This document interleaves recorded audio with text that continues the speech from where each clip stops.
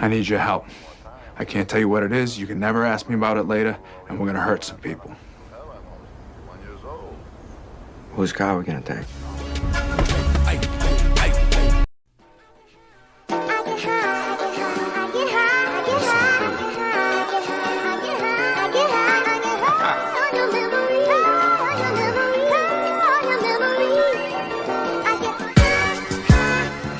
Every day, every night, all the time. Every day I need an ounce and a half. SP, the only flow that you know, with a bounce and a half. Listen kid, I need a mountain of cash so I can roll up, hop in the whip and like bounce to the ab. I get high cause I'm in the hood, the guns is around. And take a blunt just to ease the pain and humble me now. And I'd rather roll something up. Cause if I'm sober, dog, I just might flip, grab my guns and hold something up. I get high as a kite, I'm in the zone all alone, motherfucker, case I'm dying tonight. So I roll them up, back to back, fat as I could. You got beef for Styles P, I come to splatter the hood. Every day, every night,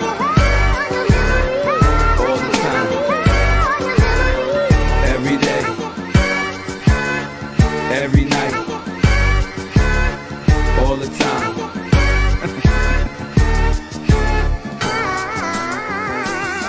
Hey yo, I smoke like a chimney.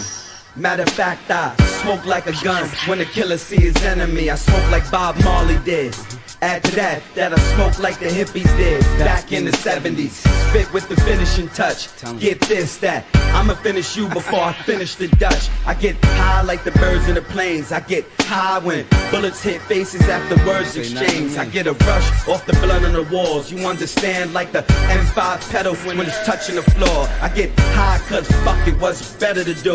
And I'ma never give a fuck cause I'm better than you. Every day, every night, all the time. Every day, every night,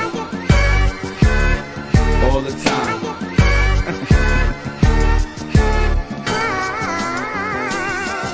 I'ma smoke till my lungs collapse. I'm from an era where niggas cause terror over guns and crack, where a dollar bill is powerful. I smoke weed cause time seems precious and I know what an hour do. High for a living, got to ride for a living with my real gangster niggas that'll die for a living.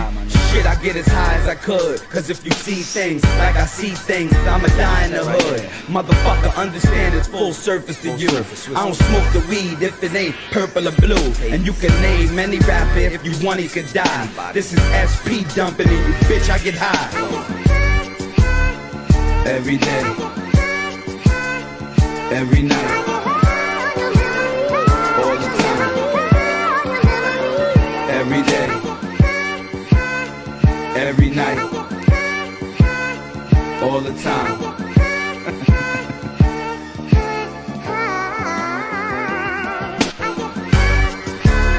I am the ghost.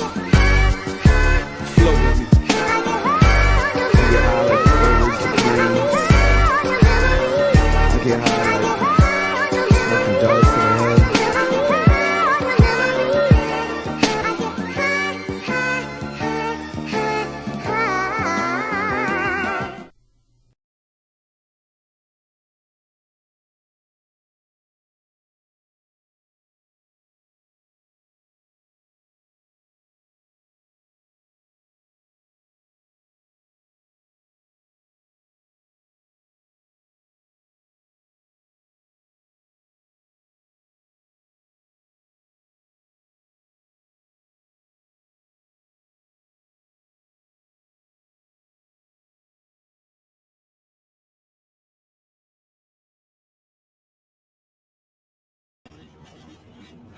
Hello. Give me seconds. I'm just fixing some settings.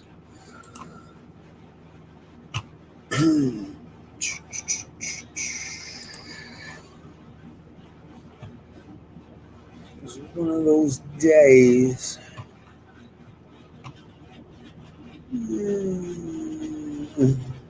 Good.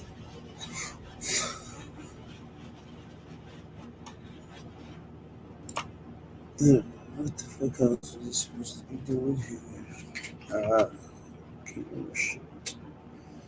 Yo, go grab me one of those grape drink things for waters. You got it. I got the water already. That's on camera. Touch a single wire in here. It's like it fucks everything up.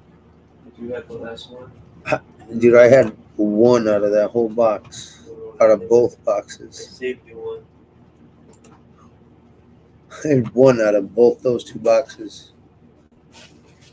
What is that?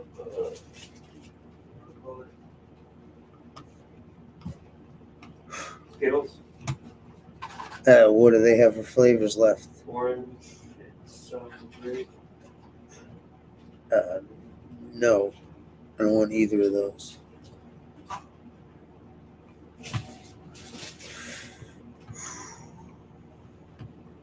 Nothing worse than fucking wanting something and having it not fucking be there. What's up, Emerald?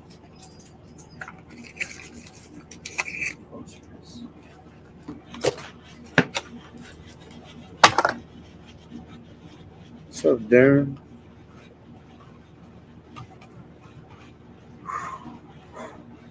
Fuck.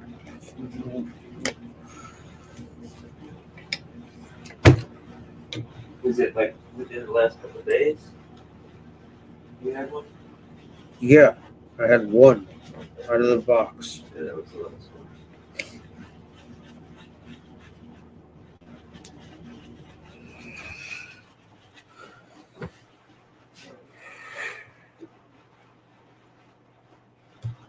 Hey, y'all, niggas, come get it back in blood.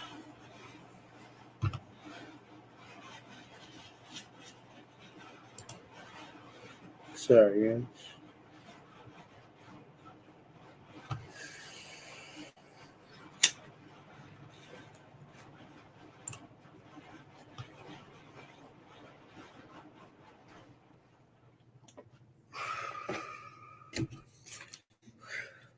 Guess I don't need water.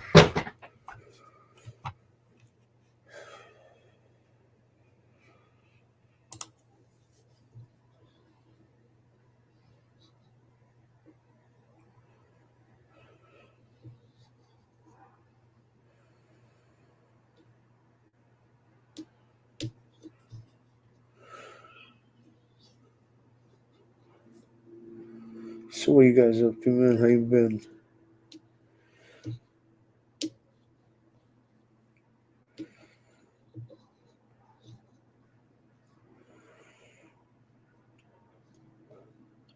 How's everybody been?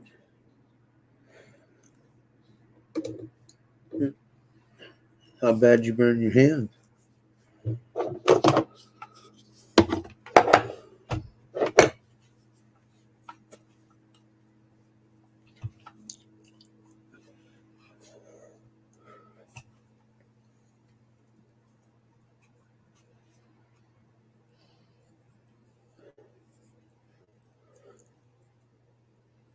That's gotta suck. I hate burns.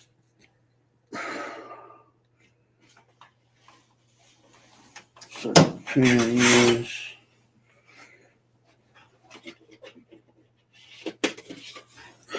It's always hurt fucking for way too fucking long.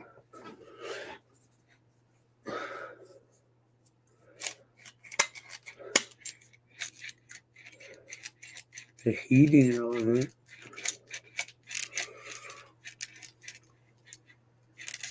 What do you mean the heating element?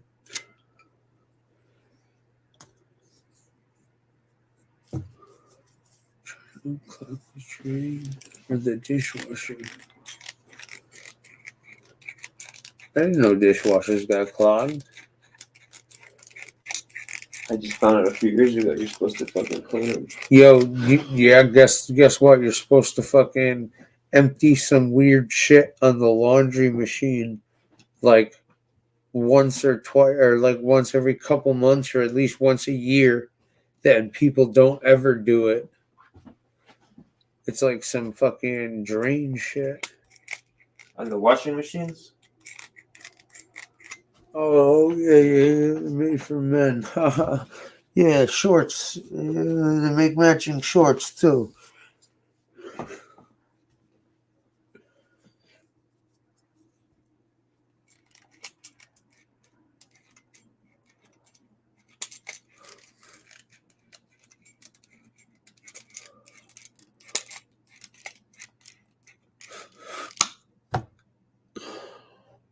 Oh.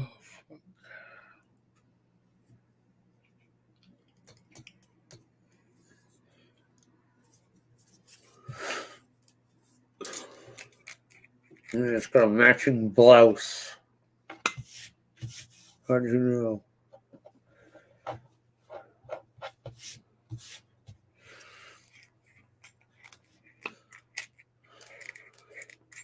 Lounging today. Woke up like fucking ass. Like 5 o'clock in the fucking morning, dude. Ugh.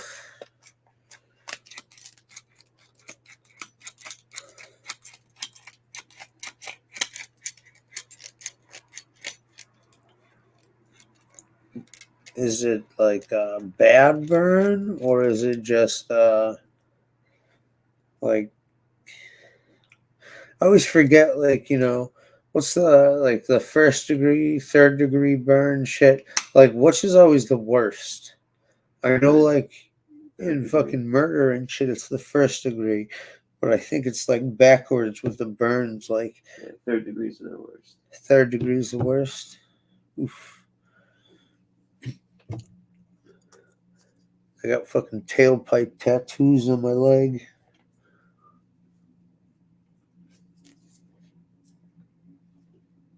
Shingles. Oof. Yeah. Yo, burns are fucking brutal. Oof. Oof.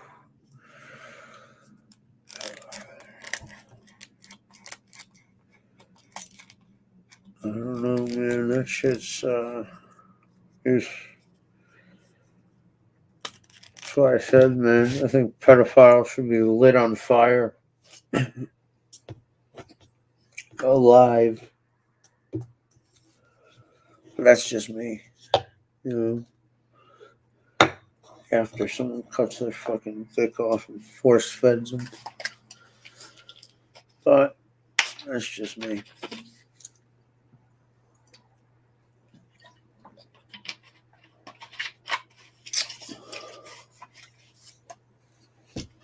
Anyways.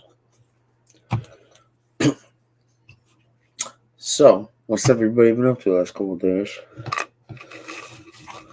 Anything good happen? Anything fucking nuts? Let me rephrase. How many scumbagish, fucked up things have happened between the people on here since the last couple of days I've been on? God only knows. I lose sound for a sec. Figure out a better way to put this mic.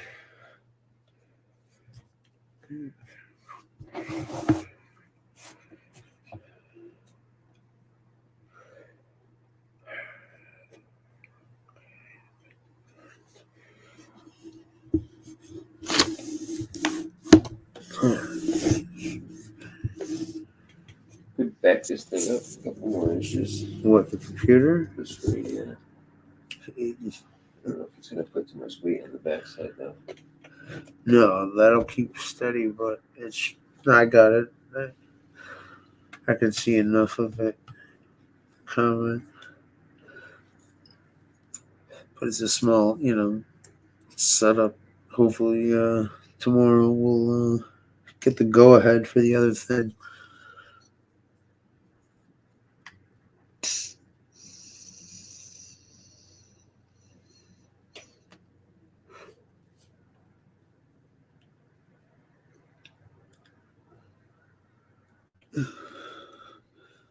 Really?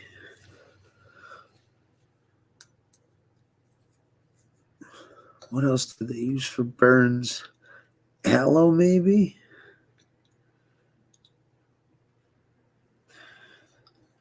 Fucking, oof, I fucking hate burns. Have you ever had fucking plastic melt on you? That shit sucks.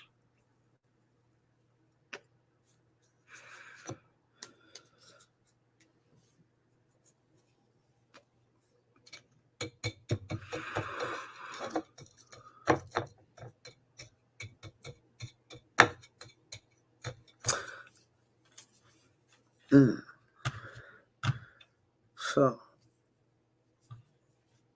Darren and Emerald, the only people hanging out and talking? Okay. Yeah.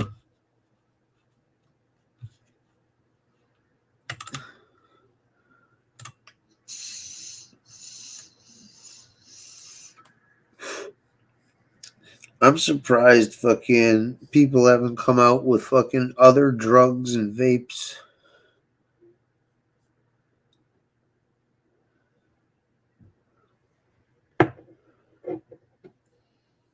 Come to think of it.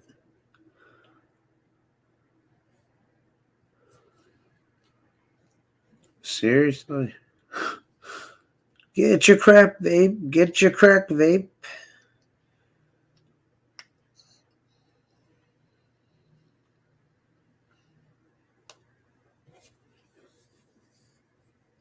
But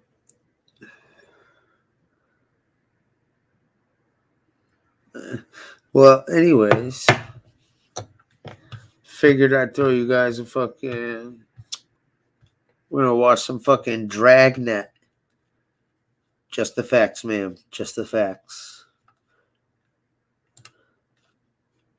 So today's Tuesday, right? Tuesday, right? I have no idea. I'm checking. Fuck, it's Wednesday. Damn it. The regular addiction show will be tomorrow, guys.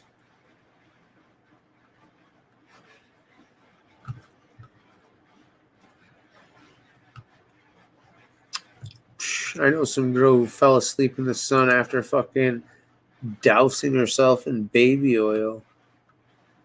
Vaping alcohol, yeah. I'm in for illicit drugs. Like, hey, give me one of them ecstasy fucking vapes. Just the facts, ma'am. Just the facts. These plazas are all over the city, and they all need protection. That's part of my job. I carry a badge. It was Tuesday, August 4th. It was hot in Los Angeles. We were working the day watch out of robbery division, bank detail. The boss is Captain Howe. My partner is Bill Gannon. My name's Friday. 10:09 a.m. We got a code 3 call. 5 minutes after the Mercantile National Bank at Victory and Moore Park opened its doors, it had been held up by a man and a woman.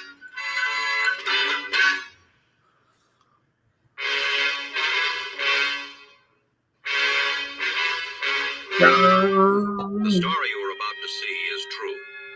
The names have been changed to protect the innocent.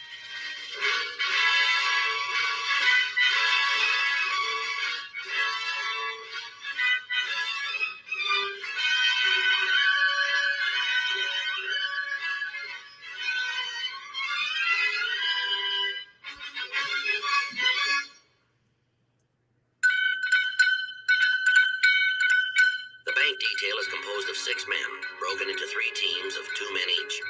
When available, all 3 units converge on the scene of a robbery. Bill and I were working as one of those teams. Yeah, see if you can get that guy to move out of the way, will you? Gonna take more park, less traffic. Yeah, whoever hit the bank's got 5 minutes on us now. 1K82, calling 1K80. This is Eddie. Just arriving at the bank. We'll take the inside. You and Gannon want to cover the street? Roger.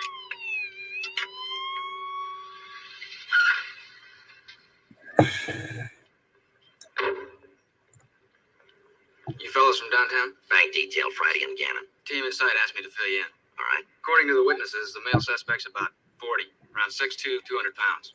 White shirt and blue jeans. What about the woman? A little younger. Redhead, wearing a yellow dress. She scooped up the money in a pillowcase. Mauve. What's that? Mauve, M-A-U-V-E. That's what they said. A mauve pillowcase. Any witnesses out here? Yes, sir, a few. They said the suspects escaped in a blue sedan. I got FI cards on those who couldn't stay around. Are any of them still here? Dr. Philip Lang. He's over there with my partner. He should be a good witness. Why do you say that? He's an eye doctor. Oh shit, they got jokes all the way back then. 10:20 a.m. Dr. Philip Lang agreed to cancel an appointment and accompany us on a search of the area. He had seen the escape car, and he was certain he would recognize it if he saw it again. We began to cruise the immediate area in the vicinity of the bank that was just held up. We drove slowly up and down the business district and along the neighborhood streets bordering it in all directions. They leave the getaway car this close to the bank? Yes, sir. The usual pattern is to use a stolen car and dump it within a few blocks. Just walk away and leave it? Well, sometimes they walk, sometimes they have a switch car waiting. The usual drop spots are service areas, public parking lots, even somebody's carport. Could you slow down? Jesus. Yes, sir. There's a carport. That That's looks like it pretty could be the done car. up.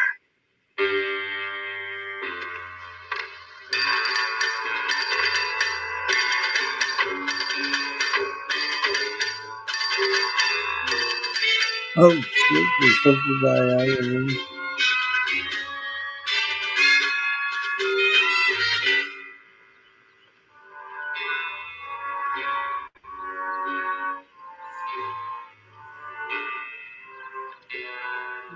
Engine's warm, keys are in the Don't ignition. know, I'll check the man. house, Jim. Right. Doctor, That's it. No doubt about it. That's the holdup car. did you get the license number? No, sir. That's why I remember the car so well. How do you mean? I didn't catch the license number. That's why I remember everything else about the car so well. Yes, sir. I said it to myself right then. What's that, sir? Philip, I said, you need stronger glasses. What? The only person at home in the residence at 18 South Maplemore was Mrs. Stewart Riley. She told us the car belonged to no one in her family. She had never seen it before. 10:45 a.m. Bill ran the license number of the blue sedan through DMV. We also called SID. 11:03 a.m. Leighton Prince came out to check the car over. Registration card should read Jana Altman. It does. 1005 St. Albans Street. That's right. Checked her through R&I. No record. Shook the car, found this under the back seat. Let's check her bed. Her bed. Maybe she's shy, one pillowcase.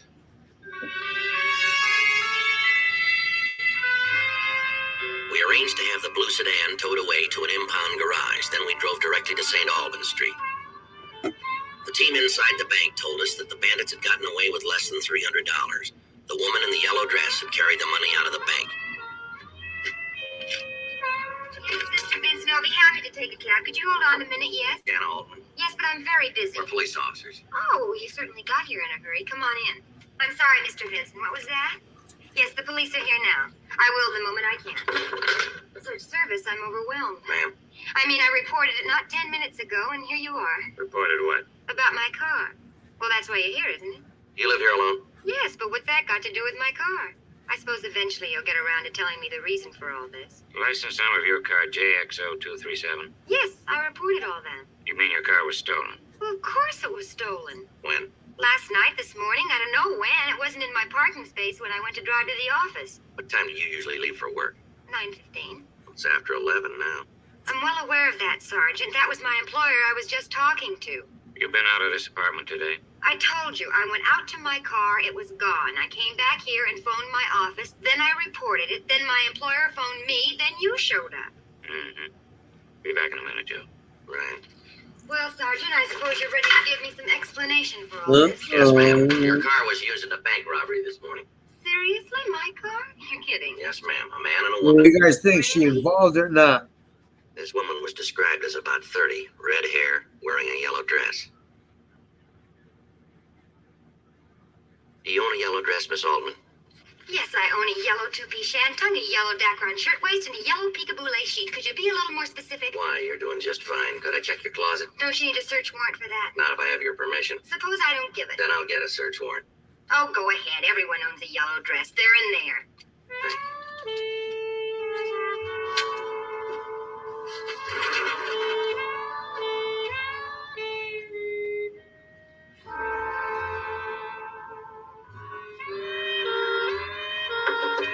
Come in.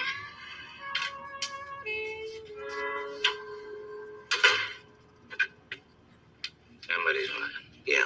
Swimming pool man says she drove off off in her car before 9 this morning. A couple hours later, returned in a cab. Yeah.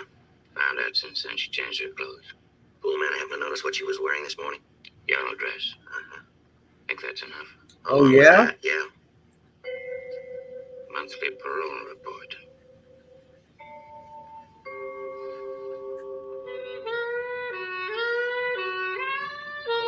I guess that answers whether she was involved in it or not. We advised Jana Altman of her rights and took her downtown. She had no lawyer, but expected one would be obtained for her by her employer. So, Duchess. 12:25 p.m. A policewoman made a personal search of the suspect. She reported finding neither money nor a weapon. She's dressed, Joe. You can go in. Right, how busy are you? Nothing. They can't wait. Why? You want me to stay? We'd appreciate it. Be glad to.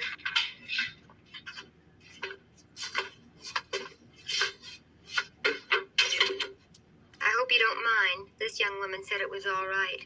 Now, you've been advised of your rights, Miss Altman. You don't have to talk to us until your lawyer gets here. But that's the problem. I can't be sure one is coming. It's quite possible I no longer have a job. You see, I worked for an old line conservative firm. That's why I lied to you. You knew I was lying, didn't you? Yes, ma'am. You want to tell us the truth now? Might as well. Can't be any worse off than this, can I? What time did you leave your apartment this morning? A little earlier than usual to do some shopping. My car was there. That was lie number one. Yes, ma'am. I made my purchases. I just got back into my car. Where did you do your shopping? The Devon Plaza. A man got in beside me, right there in the middle of the parking lot. There were a dozen people within 20 feet of me. Yes, ma'am. But he had a gun. I didn't move. I didn't scream. And he said very matter-of-factly, as if he'd rehearsed every word, "This is what we're going to do, lady. We're going to rob a bank." And that's exactly what we did. One step at a time, Miss Altman. Just as it happened, please. Well, he said he'd keep everybody quiet while I gathered up all the money. Then he handed me a pillowcase. What color? What color? I don't... Yes, it was a sort of washed-out lavender. All right, go on. Well, he made me walk into the bank, and he pointed the gun at a teller and said, "This is a stick-up," or something like that. Nobody moved. He motioned to me, and I got all the money I could reach and put it in the pillowcase. I had no choice, Sergeant. I had to do what he said. Surely you can see that. What happened next? Well, he took my arm and walked me outside, and then he said, "Here's where we part company. Thanks a lot, lady." And he drove away in my car. How'd you get back home? In a cab. Why didn't you wait until the police arrived? I've already explained that. This firm I work for is very conservative. They don't care for this kind of publicity. Was that the only reason? Certainly. Do you have a record, Miss Altman? What? I said, do you have a police record? You ever been arrested? You must have checked your files by this time. Did you find anything? No, ma'am, not in our files. Well, then. But if it was out of state, it wouldn't be in our records. Well, Miss Altman, You said you were going to tell us the truth. I've done that. I've told you the truth. no, ma'am, you haven't. You've got a record in Oklahoma City. You did time there, and you've been placed on parole. You were granted permission to leave the state. You moved out here. Yeah. Now, as an out-of-state parolee, you have to make monthly reports to a local PO. He's got your record on file. I suppose you take it That's from all there. they used Have to you do, talked to Duchess, Mr. is Ralston? smoke on Yes, ma'am. screen. Then you know all about it. Why don't you tell us anyway? I was married once. William T. Crow, a handsome, charming man who just happened to be a compulsive gambler. He was always broke, always in debt. I kept buying him out of trouble. I made a good salary, but it was never enough, so I borrowed. Never very much, but often. It adds up that way, and when you get caught, it's not borrowing. You know what it's called, don't you, Sergeant? Embezzlement. You divorced now? Oh, yes, I'm divorced. It took 18 months in prison to do it, but I finally got him out of my system. Where's your ex-husband now? I don't know. We'll want a description of him. Why? Just routine. Routine. You think he's the man who robbed the bank. That's right, isn't it? You don't believe anything I've said. You make it a little difficult, lady. Why? I told you the truth. Sure you did. 3 different ways.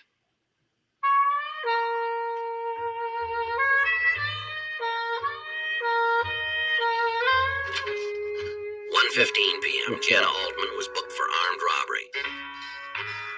On our recommendation, bail was set low. She was released within 2 hours. Her car was released from impound. We placed her under surveillance. She went directly home. She stayed there. At 8 p.m., we knocked off for the day. Wednesday, August 5th, we continued a hit-and-miss surveillance with no results. The suspect went to work, she went out for lunch, she went home again. If she made any contact with the male suspect, it had to be by telephone. Thursday, August 6th, Jana Altman checked into her office building at the regular time. Control 327 to 1K80, 81, and 82. Yo, Just had a there's good one. cops Mercantile everywhere. National Bank. Made Michael Sherman Dowd and look Oxnard. like a saint. 2 cops, male and female. They're armed. There's 1K80 to control. We'll take it.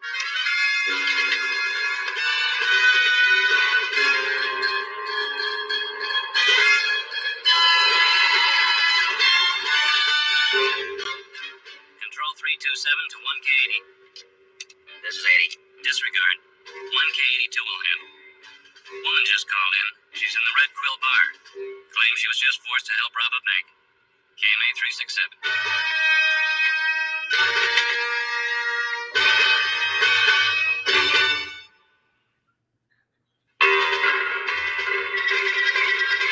10:45 a.m. We drove directly to the Red Quill bar. It was less than half a block from the bank that had just been robbed. The woman had told the office her name was Mrs. Carl Riplin. I don't mind telling you what happened, but if it's all the same to you, Sergeant, I'd like to finish this first. Bartender, where's the bottom half of this? Will you boys join me? No thanks. No thanks. Would you mind telling us what happened? I just stopped for a red light. This young man climbed into my car. I told him I didn't pick up hitchhikers and he'd have to get out. He pointed a gun at me. That's a terrible experience, Sergeant. Yes, ma'am. You stare at it knowing if you do something wrong, you're going to be killed. What did you do? Just what he told me. I went into the bank with him and gathered up all the money and put it into a pillowcase he'd given me. Would you go on, please? When we got outside, he took my car and left me standing there. I knew there were 3 things I could do. I had to make a choice. Yes, ma'am. I could faint or start screaming or have a drink. Yes, ma'am. This is my 4th.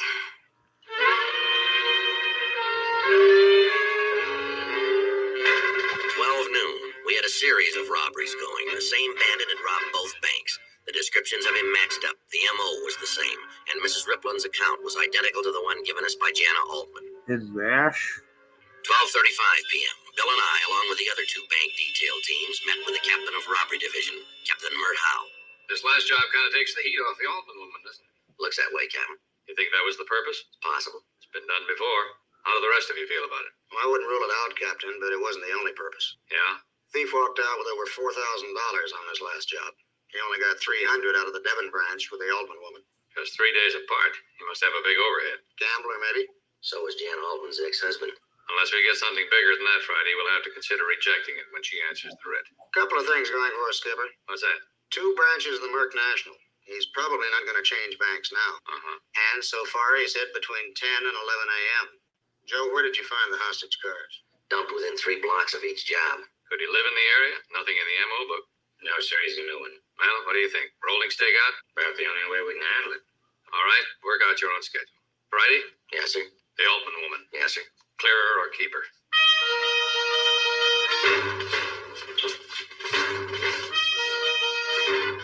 Tuesday, August 11th, the rolling stakeout was in its 4th day. Between 10 a.m. and noon, at least 1 unit was cruising the area. From noon until the banks closed, we made follow-up interviews of witnesses to both robberies. Nothing developed. Friday, August 14th, the banks were open until 6 o'clock. 4:30 p.m., the hostage bandit hit again. We were at the wrong end of the stakeout area. 4:40 p.m., it was the same story. The suspect had used a woman hostage again. This time, the woman was waiting for us right in front of the bank.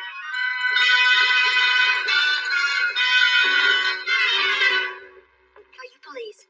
Yes, ma'am. Robbery detail. Well, I was waiting for the light to change when he stuck his head in the window. He acted like he was in an awful hurry, said he was late for work, and if I'd give him a lift as far as Arlington, he'd pay me $1. Yes, ma'am. Well, he looked all right. Clean, kind of good looking, in fact. And he gave me the $1. I told him I was going to Arlington anyway, so he said he'd do me a big favor. And it was Make you worth holler for $1. favor. You know what he did? No, ma'am. Suppose you tell us. You'd think he'd stolen enough money. Yes, ma'am. And you know about the rules of the road. Must have been hundreds there. Can you imagine the gall of the man? He only gave me $1. Yes, ma'am. I used at least $5 worth of gas.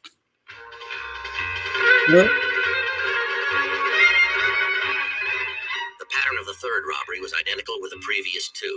Even the hostage car was found in the same area. 6:30 p.m. On our way home, we stopped off to see Jana Altman.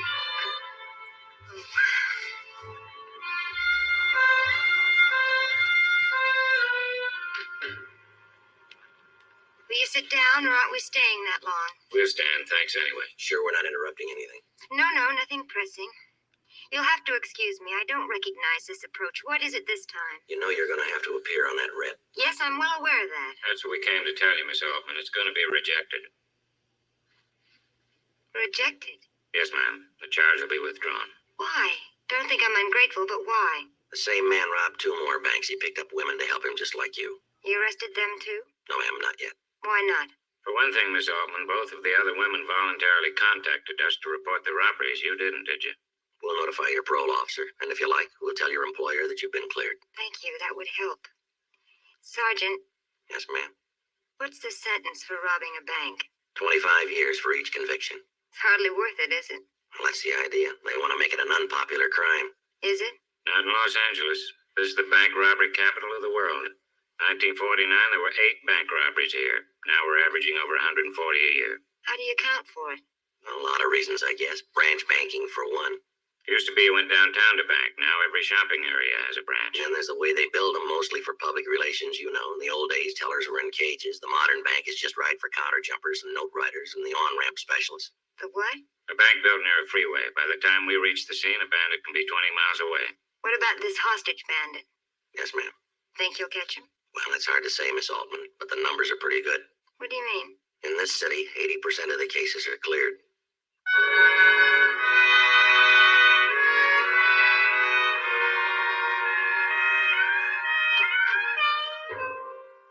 Friday, August 21st. The rolling stakeout continued. 4:10 p.m.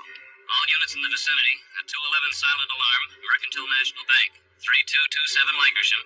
15 Adam 27, handle code 3. Head at once.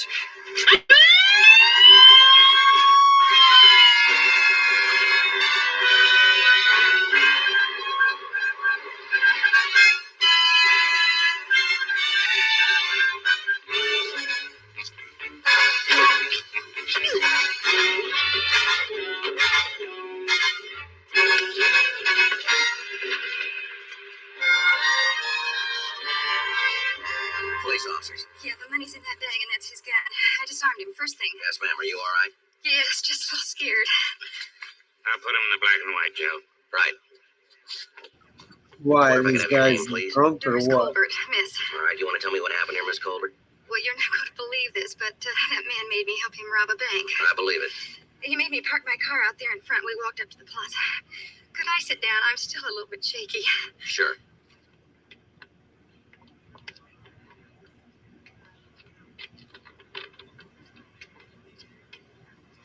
Some people will tell you they're only scared after it's all over. They're lucky. I was petrified every second. You sure didn't look it. Well, I was. But it suddenly occurred to me as we were walking out of the bank that this was the very situation I've been telling my students about. Yes, ma'am. In case they were ever attacked, how to defend themselves. You can even disarm a man if you know how. Yes, ma'am. Well, I know how. I've been demonstrating it for years. I teach karate. Yes, ma'am. First time I've ever had to put it in practice. It really works. I know. I gave him a chop on the forearm, and that gun must have jumped 6 feet.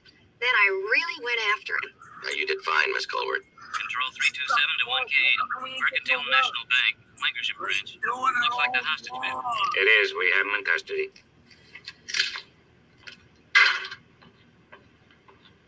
You want to take him downtown while Gannon and I finish up here? Right, Sergeant.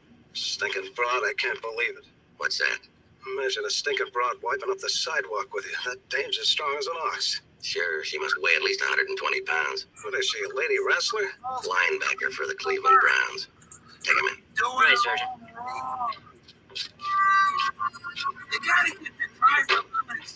I didn't hurt him, did I? Not where it shows. Sergeant, one thing really bugs me. What's that? Well, he told me he'd give me $1 if I'd give him a lift. Just a couple of blocks, he said. Yeah. I told him I didn't want the $1, but he insisted. So you took it. That's right. And after I filled that pillowcase full of money, went through all that hold-up business in the bank. Yes, ma'am. The nerve of that slob. What's that? He made me give him the $1 back. There's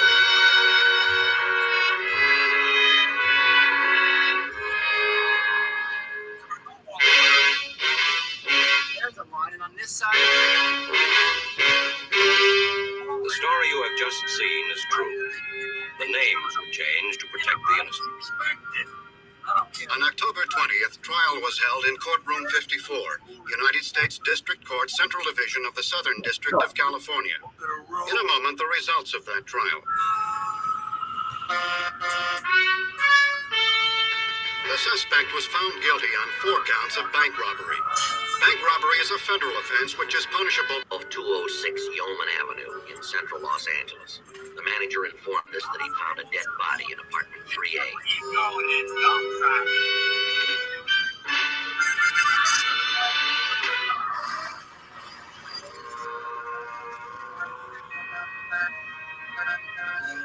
How old would you say she was? 20, 25? About that, yeah. Looks like she put up quite a struggle. Somebody gave the room a good prowl, didn't they? What the fuck? Wearing gloves. I'm gonna turn this off and fucking. She must have been coming in or going out. Why is there a giant Going out. furry? The victim was already bound and gagged when she was struck on the skull, and your murder weapon was a piggy bank in the shape of a dog. Okay, now we got. Calvin We're Lampy, leaving this gentlemen. on. This is I way found too the fucking. DB. I also manage this apartment house. Now, don't worry about me disturbing any physical evidence. I'll just stand here in the doorway. Now, may I see your IDs? Yes, sir. Sergeant Joe Friday, Homicide Division. This is Bill Gammon. Oh, Sergeant, could I take a look at that badge? Best looking sheet in the U.S. May I help you? No, sir, we don't do it this way. You don't? Supposed to be regulation in a murder investigation. Not in this city.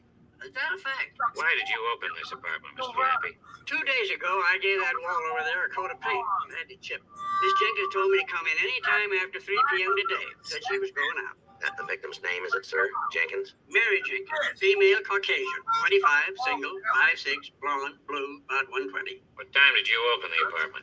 3:10 p.m. Called you at 3:12. Yes, sir.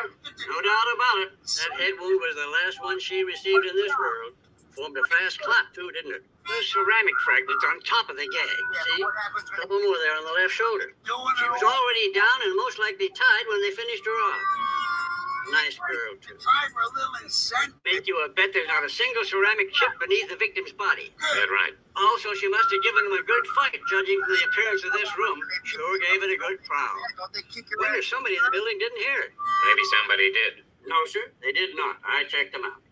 Mr. Lampy, you are aware that this is an official police investigation. It better be. Sir? I like that little girl. Almost like a daughter to me. Jesus. This is one we gotta solve, man. We like to solve them all, Mr. Lampy. And if you'll just let us handle the police work, maybe we can accomplish that. Look at the way she's roped. Hog-tied, they call that. The sash cord at the victim's wrist and around her ankles. Your killer could be a sailor, steeplejack, or more likely a cowboy. It's a cinch he knows ropes and rigging. You read a lot of detective stories, do you, Mr. Lampy? All my life. Nothing in the codes about that, is there? No, sir. Take that half-empty glass of water over there. Hypes get thirsty when they need a fix. Is that right? Then take a look at those perfume bottles, too. Mary'd never leave them like that, with the stoppers out. Might pay you boys to think about that. Yes, sir, we will. What else occurred to you, Mr. Lampy? Most natural thing in the world, my fingerprints. You know they're all over the place, and you know why. You paint, repair plumbing, wash windows. I'm the manager, Gavin, not the janitor. Painting, plumbing, electrical, no winded. I see. Your SID team's kind of slow, huh, Friday? Did you put in a call for a coroner and a photog? Mr. Lampy, let me ask you a question. Right ahead, son. How old are you, sir? 91 last August. No offense, sir, but you are old enough to know better. Okay, Friday. I can take a hint. I'm leaving. I got here at 3:16, 2 minutes after I got the radio call. He wanted to know what took me so long. All right, you keep an eye on his apartment. Let me know if he starts to leave. Yes, sir. That's all we need, an old police buff. He sounds pretty sharp, doesn't he? Maybe a little too sharp.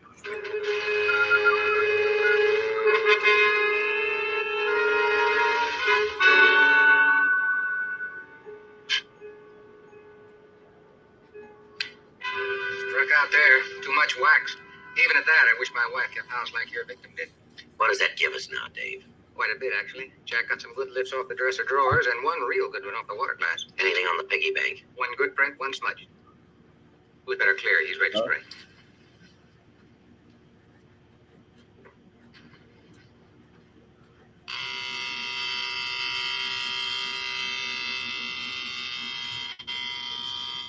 Gentlemen, if we're lucky, in about 17 hours, we might have some nice purple pictures on that wall.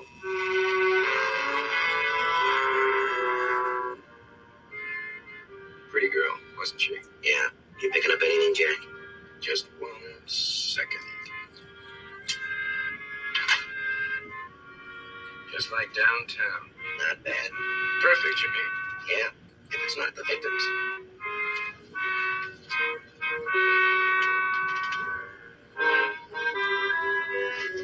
I saved the nuts. Thanks, Glenn. What's your best guess? Liver temperature, postmortem lividity, state of rigor. I'd say she's been dead a little over 24 hours, between 2 and 7 p.m. yesterday. Right, thanks. Joe? Did you talk to everybody? Ones I could find, yeah. This building's got 10 apartments, not counting this one and the old man's. Anybody see anything, hear anything? Down the apartment right off the street, noticed a young girl sitting out front yesterday in a parked car. Good-looking girl, brown hair. Sat there about an hour. From when to when? 1:30 till 2:30. What kind of car? He doesn't remember. But he remembers the girl. Whitsett's a bachelor. Anything else? Woman in apartment 9B, Edna Wilson. What about her? She was gone yesterday, too, from about noon till 3. But she said a strange man's been hanging around the parking area last couple of days out back. Did you get a description? Pretty common. Could fit anybody. Anything else? According to witnesses, Mary Jenkins drove a 1965 GTO, beige with a white racing stripe. Couldn't come up with a plate number. Did you check the parking area? Yeah, and the witnesses were right. What do you mean? That stranger drove it off late yesterday. No.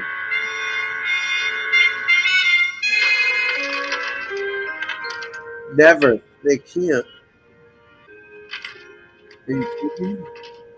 2 sets of keys, both for the GTO. Appear to be, yeah.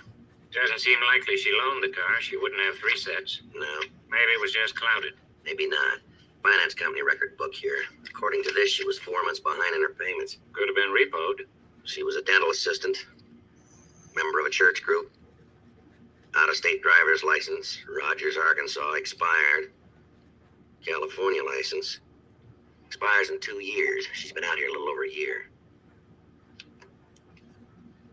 What do you got there? It's a letter addressed to Mr. and Miss Burt Jenkins, Rogers, Arkansas.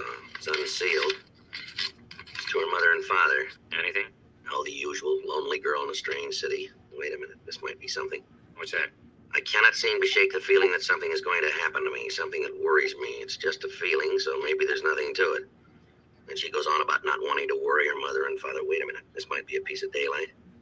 There's this old man. His name is Calvin Lampy. Lampy's mentioned at the bottom of page 1. Here's page 3. Page 2 is missing. Anything connect up on page 3? No, she just closes up the letter. Joe? Bill? I printed everybody but the old man, Cal Lamping. All right, let's print him now. And after you roll him, hit this with some mag powder. Think we'll get a make? If you do, maybe we've got a suspect. 5:35 p.m. The crime lab photographer finished his job. So did the other man from SID. Mary Jenkins left apartment 3A for the last time.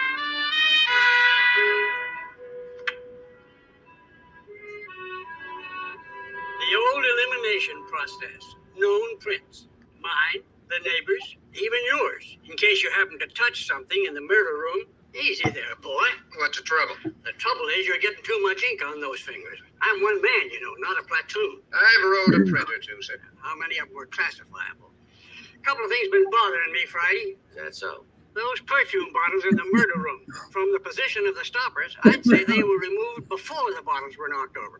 Like someone had pulled them out, smelled them, and dropped them. Mary wouldn't have done that in a month of Sundays.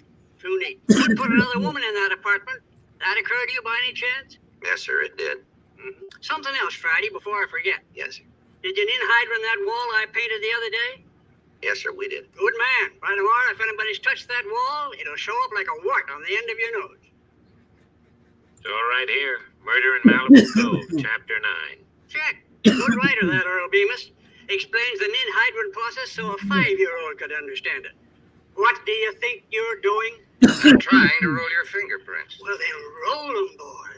Roll the finger over gently, like this. Take a hinge at that. There's a fingerprint you can get a rich count from. Pretty, isn't it? Beautiful. The victim's car is gone, you know. You got a theory on that, have you? Not theory, fact. Repo man drove it off. Go on. She bought the car secondhand 7 months ago. Looked great, but it must have been in a bad smash-up. Frame was bent out of line. Dealer wouldn't fix it. I told her not to make the payments, so they repossessed it.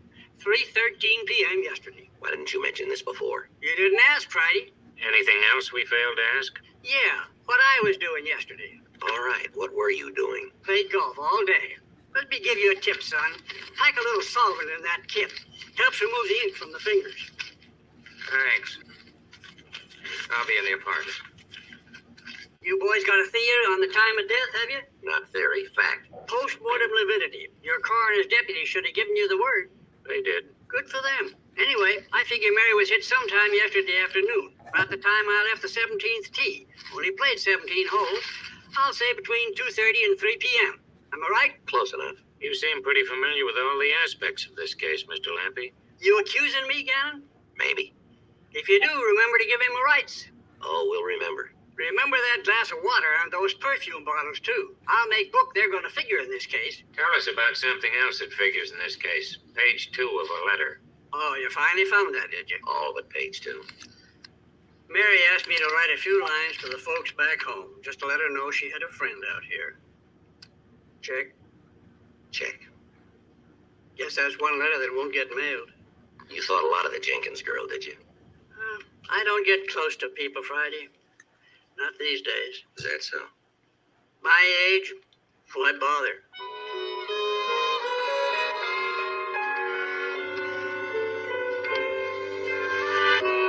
Tuesday, November 5th.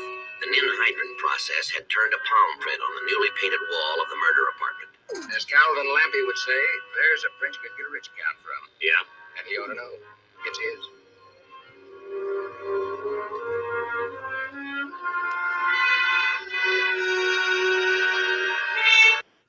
Yo, Bruce City, man, don't take it so personally. There is just a song lyric.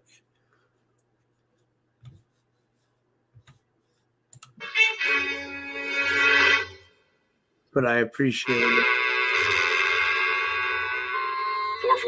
p.m. Dorman checked with latent prints. So far, Calvin Lampy's handprint on the wall was the only one they'd been able to match up. Anything on Lampy? Not in our files. He's clean. Send his card to Washington for you. Maybe the FBI kickback will tell us something. Yeah. This morning, we printed every one we missed the other day. They're all clean as far as this department's concerned. What about unknowns? We've got 3. Still trying to match them in our files. And you sent copies to Arkansas? The minute we finished eliminating. Just thought of another place you might have sent Lampy's prints. Yeah? Where's that? To London, 221 Baker Street.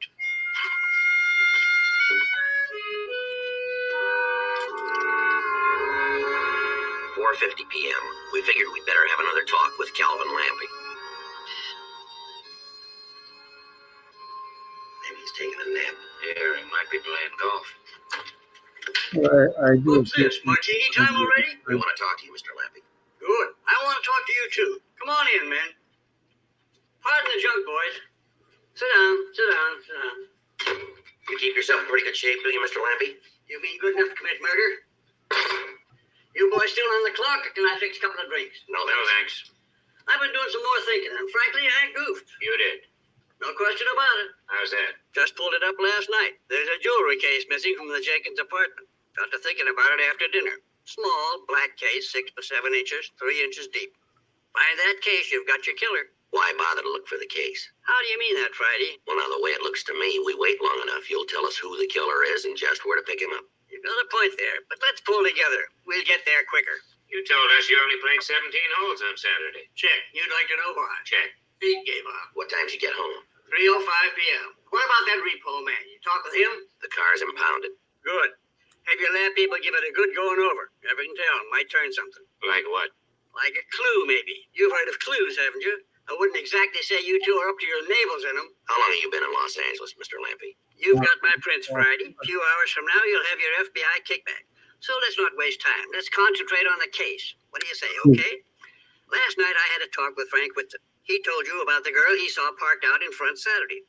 Just a hunch, but I think she's important. Another thing, contact the victim's folks. Mary might have mentioned somebody in a letter home. Ought to be checked out. It will be. Good man. Now, what about that ninhydrin wall? We found one palm print. Excellent. Were you able to identify it? Yo, I'm curious to see. I mean, obviously, this is old and shit, but like a lot of the TV shows, you can call that shit, at least nowadays. I'm just curious if anybody can call any of these things, like any of these people, like who's guilty, who did it, who didn't, you know. Just curious, because like nowadays it's not even subtle.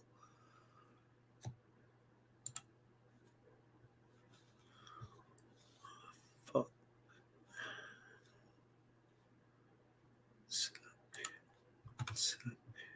We were.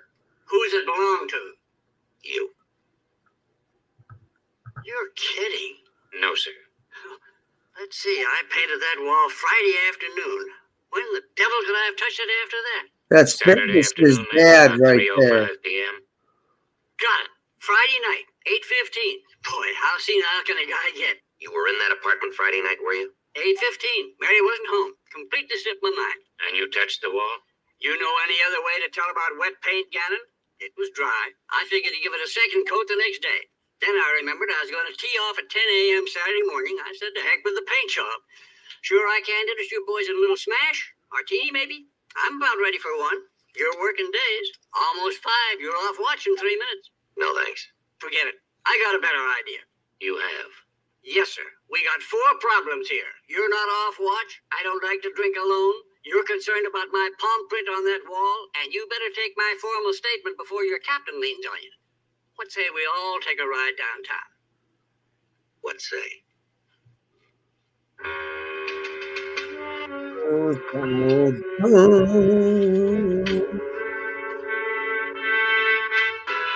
6:10 p.m. We arrived at Homicide Division with Calvin Lampy. Want to sit down there? Hey, mind if I smoke? No, go ahead. Care for one? No, thanks. Real nice station you people got here. Sure I can't interest you in one of these? Soak 'em in rum. No, thanks. Yes, sir. the Real old nice station you bastard got did here. it. One of the best in the country. Want to light that? Later, son. Joe, see you in a minute. I think he wants to tell you something, Friday. Yeah, excuse me. I think he's going to turn out to be some investigator. What do you got? Yep, yeah, kick back on the old man. I was going to leave it on your desk. I didn't know you were back. Mm-hmm. Wouldn't that frost you? Oh, I don't know. Not when I think about it. Sure did me, pal. How about those 3 unknowns? Did you make any of them yet? No, but that stuff in back east looks promising. Good. Keep at it, will you, Dave? Will do. Women, Gannon. Life's lonely little souls, poor thing. Like the Jenkins girl. Diversity, What's this the is matter, Friday? You don't Dragnet look happy.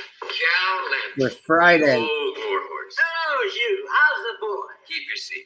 I knew it. Couldn't have been anyone else in a million years.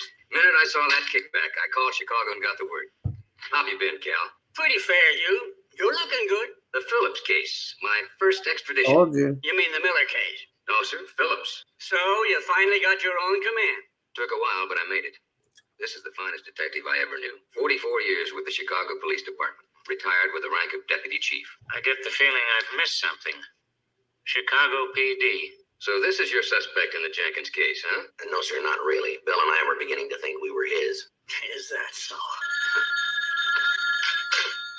Homicide, Friday? Yeah.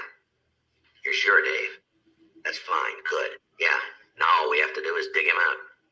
Right. Your print man, Dave Dorman, right? Yes, sir. Oh We yeah, got word that'd from be Rogers, awesome if Arkansas. you could have Good boy. fucking. They sent us a picture I'd like you to take a look Look. at, Chief. What do you got?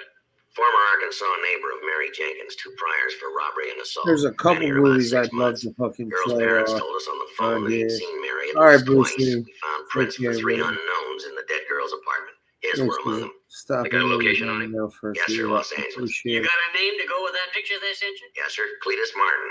Doesn't ring Oh a bell. fuck, But Cletus I'll is tell you this, everywhere, Friday. yo. If I've seen Cletus him, is I'll everywhere. remember him. What You got the a make on his fuck? prints, huh? Yes, sir, we have. Where'd you lift him from? That piggy bank.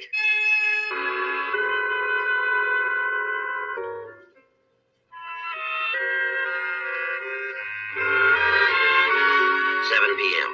We put Cletus Martin's photograph among a dozen mugshots. Chief Lampy picked it out immediately. There. That's the guy. So much for him. Now, you're working on my theory about that glass of water in the apartment, aren't you? We've given it some thought. Bet you my next month's retirement check, at least one of your killers is an addict. Want to bet, Gannon? How many do you figure we're in on it? 3. 1 guy, 2 days. What makes you so sure? I'm not. Just a hunch. What's your average? On what? Your hunches. How many have really paid off? Listen, Gannon, before your fancy crime labs and whatnot, that's about all we had to go on. Righty? Yes, sir. Girl outside. You better talk to her. Where'd you get that, dude? Why? That's Mary Jenkins' jewelry case.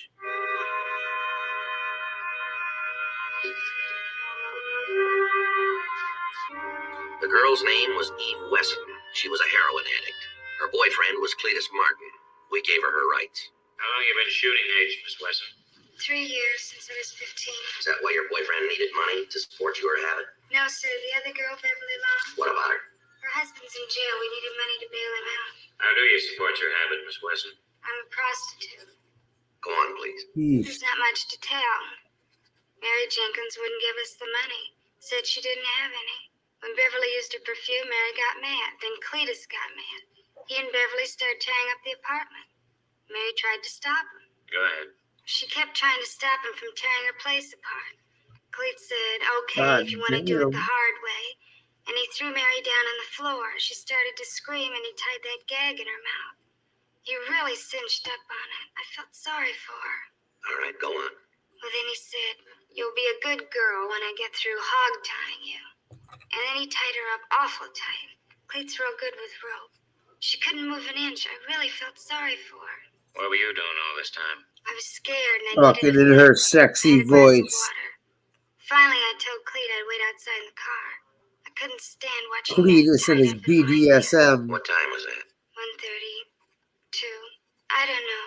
I waited outside a long time. Are you certain Mary Jenkins was alive when you left that apartment? I swear it, Sergeant. I stopped and looked. She was on the floor. She was trying to get loose, but Cleet really tied her up tight. She couldn't get away. Poor girl. I really felt sorry for her. Did Martin tell you he killed her? He said Mary wouldn't give them any money, so he killed her. He hit her with something just before he left the apartment. When Cleet told me that, I knew I should turn him in. Why? I'm a hype and a prostitute, Sergeant, but I want no part of murder. What does Martin do for a living? He's a cowboy, you know, in rodeos. What made you return the jewelry? Figured it might go easier on all of us if I did.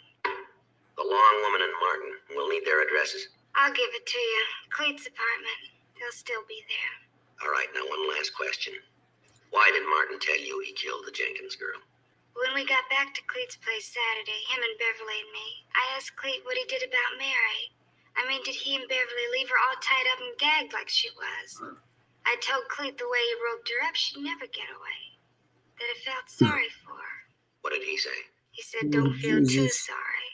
She's dead. You'll be next, too, bitch. Get in line.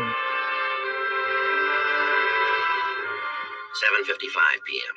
We were ready to go out and pick up Cletus Martin and Beverly Long. I'll run Calhoun. One last question, Chief. I didn't see a single plaque, citation, retirement certificate, or anything of the sort on your living room wall. How come? Sure, put that stuff out, and every Tom, Dick, and Harry comes along and wants you to play detective for him. I'm retired. I told you that. Gannon, your memory's fading. I guess you're right. Sure you wouldn't like to come along, Chief? No thanks. You two go make your arrest. You solved it. Did we? Ooh.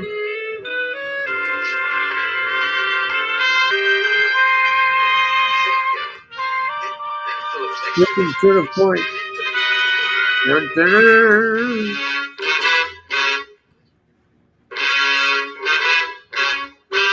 The story you have just seen is true.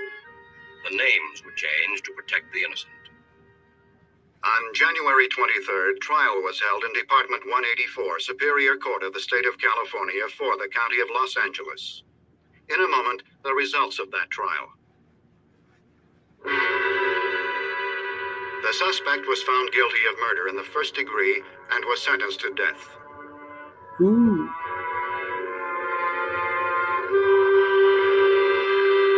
You know this is old school when they're showing The the death suspect was found penalty. guilty of second-degree murder. Second degree murder. Yeah, the death penalty? Damn.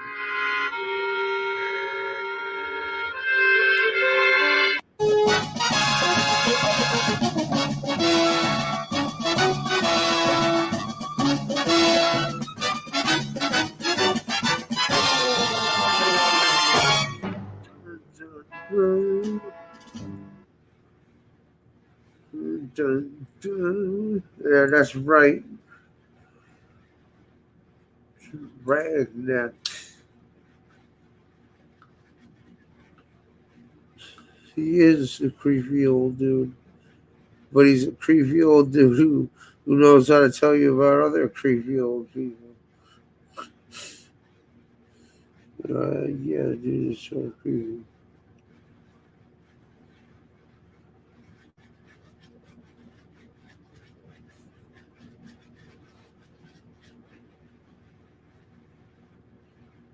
Ugh, I remember that girlfriend. I've been like twitching like a fucking motherfucker for the last month.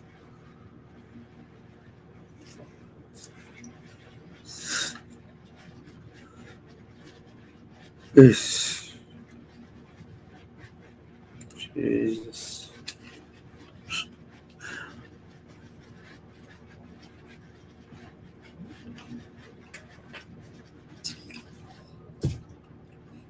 Gotta love the creepy old dudes who know a lot more than they should, right? If that guy had a fucking Irish accent, I swear to God, I'd think it was Trevor. Oh, well, hello there. Fucking seagulls. So what if I killed them? I can't even fucking do it right now. Oh, man. How everybody sees Trevor.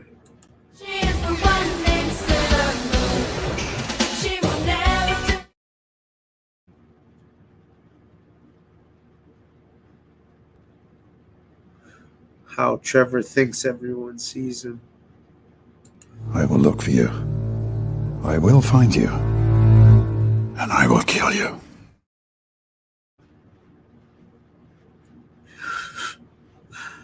Oh, man.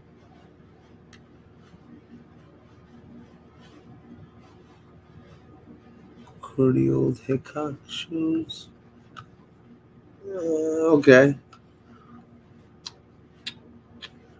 Bum, ba, bum. Bum, ba, bum, ba, bum. Figure I played Dragnet, just, just the facts, man. Just the facts. Alright. Dun, dun, dun. Dun, dun, dun, dun, dun.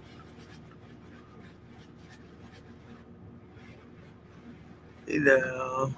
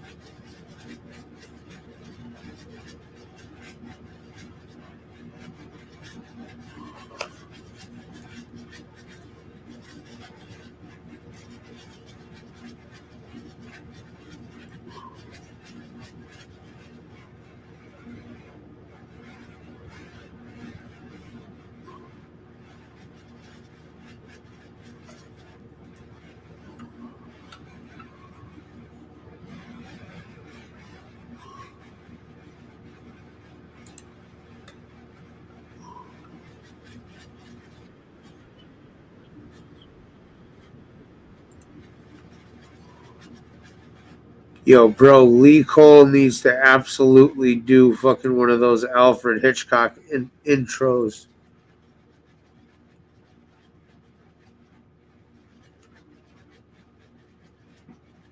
Lee Cole absolutely needs to do one of those fucking intros. Dude!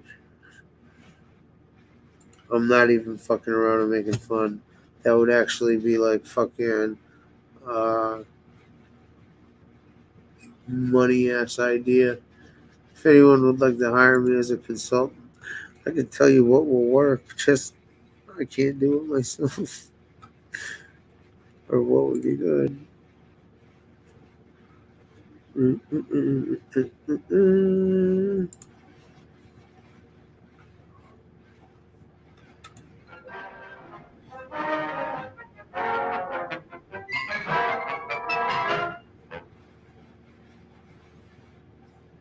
evening.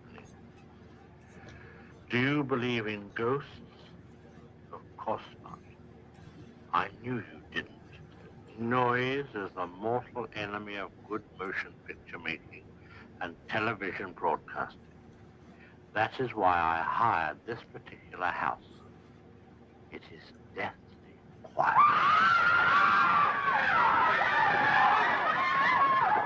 Most of the time. And its reputation for being haunted keeps away the curious. The shifting of scenery also seems to be better here. The human element has been removed.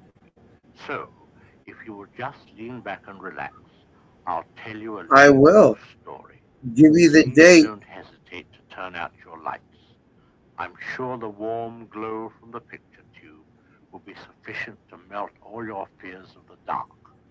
But before we view with alarm, I'm down. point with pride. Good evening, and thank you for allowing me to come into your living rooms. Well, I'm not easily shocked, but I did expect people to dress a bit more formally before sitting in front of their sets, now that two-way television is here. Apparently not everyone was aware of the incessant march of progress. The next improvement should be more to your liking. I understand that scientists will soon make it possible for any object thrown at the television screen to actually hit the performer. All of which reminds me of a story. Yeah, maybe, me and Ann will roll up there.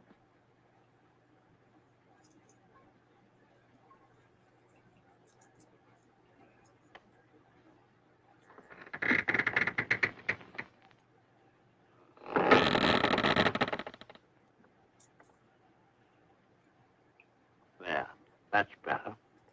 Much better. Okay, thanks The for least we calling. can do is to provide Stay the proper downstairs, atmosphere. neighbor. This is truly an extraordinary item. Loud, squeaking fluid. It is also excellent at making old shutters bang. And on dark nights, one can spray it in the air in case the wind isn't whistling loud enough. It's very practical, too. It can make old shoes squeak like new again. Well, that was a bit of a snapper, wasn't it? The murder on tonight's program was, as usual, completely unrehearsed. In fact, we hadn't planned on having a killing at all. Our story was intended to be about a man found guilty of parking in front of a policeman. But the actors seem to have gotten out of hand. There they go again. A wild, unruly lot, those actors. I hope we have some of them left when we return with our next play, because we'd be somewhat handicapped without actors. Until then, good night. Which photographs people in amusing and embarrassing scenes and then shows them to the television audience. Our photographer is returning with a new...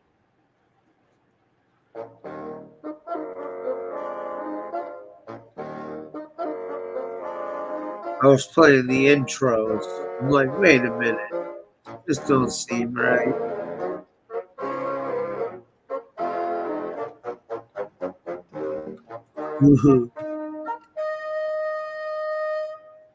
Good evening.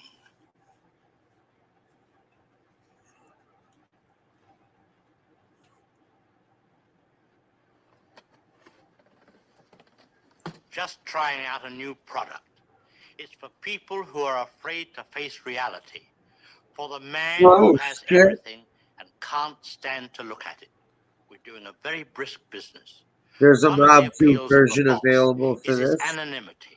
But inside our boxes are some very important people, several heads of state. At a very modest additional cost, we have this popular attachment. You will observe there are no eye holes.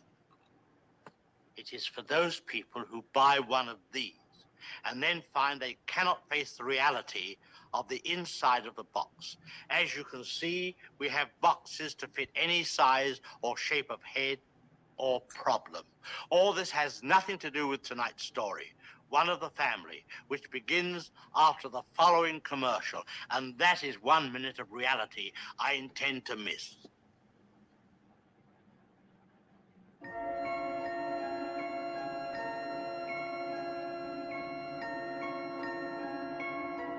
Oh God, dude, I heard he was absolutely creepier.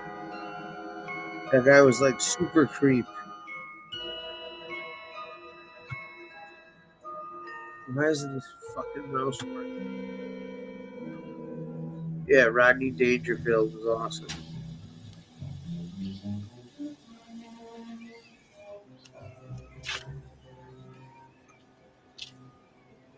Oh, he was real handsy. You guys didn't hear about this shit? Dude was like fucking super duper abusive.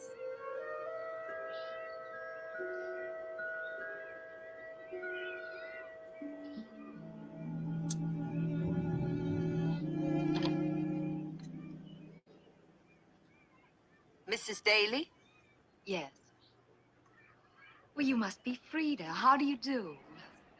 Come in, please. Thank you.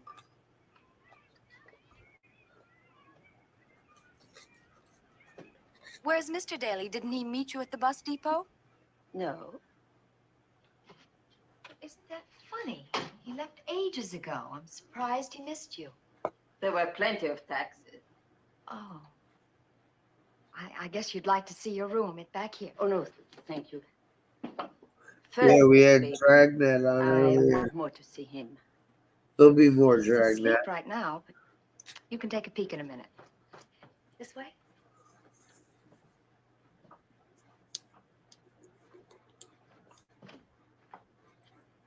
Here we are. I hope you'll find it comfortable. Very nice. Everything. Oh, your bathroom is over there. Oh, and real flowers. Makes the room so gemütlich. Oh, and your own TV set. Do you like to watch television? Not so much anymore. They took off my program. Oh, what was that? Wrestling. Wrestling? The baby's in here. May I please? Oh, yes, of course.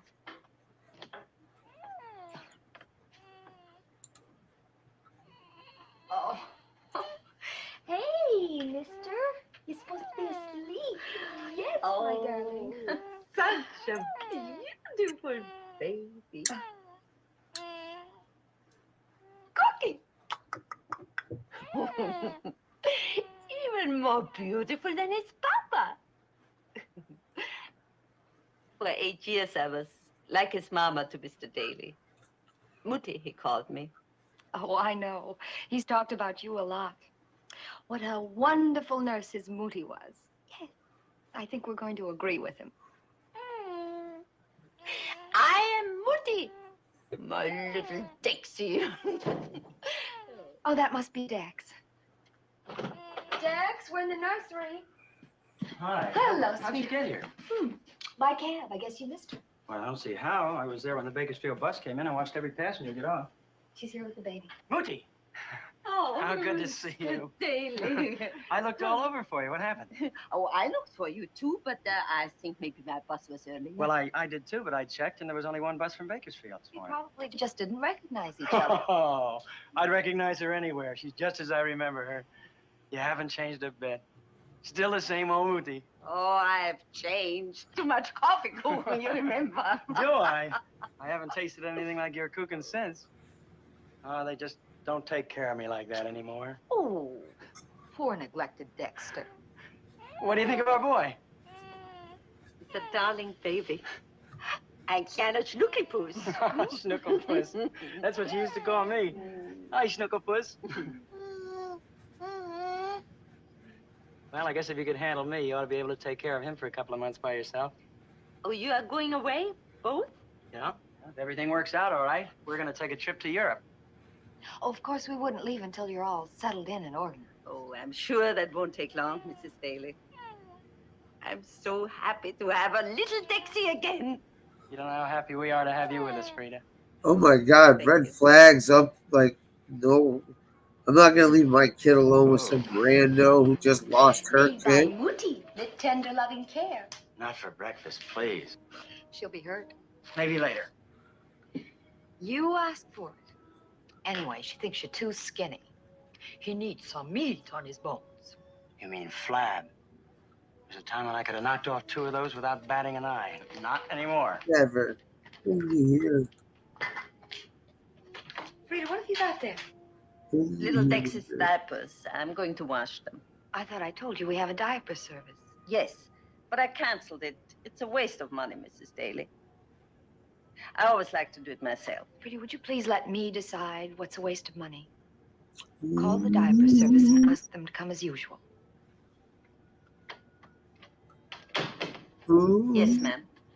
I've never seen fucking any of this shit. She's inclined to take a little too much on herself. She meant well. After all, sweetie, you can't have it both ways. Either she takes over or she Overstepping those doesn't. bounds. And besides, if she wants to save me money... Yes, but I think that's overdoing the old country frugality bit, don't you? What's the matter, hon? Isn't it working with you two? It's fine. No, really, Dex, she's wonderful. She really is. The baby's crazy about her. Only I wish she'd stop calling him Dexy. Sounds like a girl or a riverboat gambler. Well, it's not as bad as Junior. Besides, she called me Dexy, and it didn't seem to do me any harm.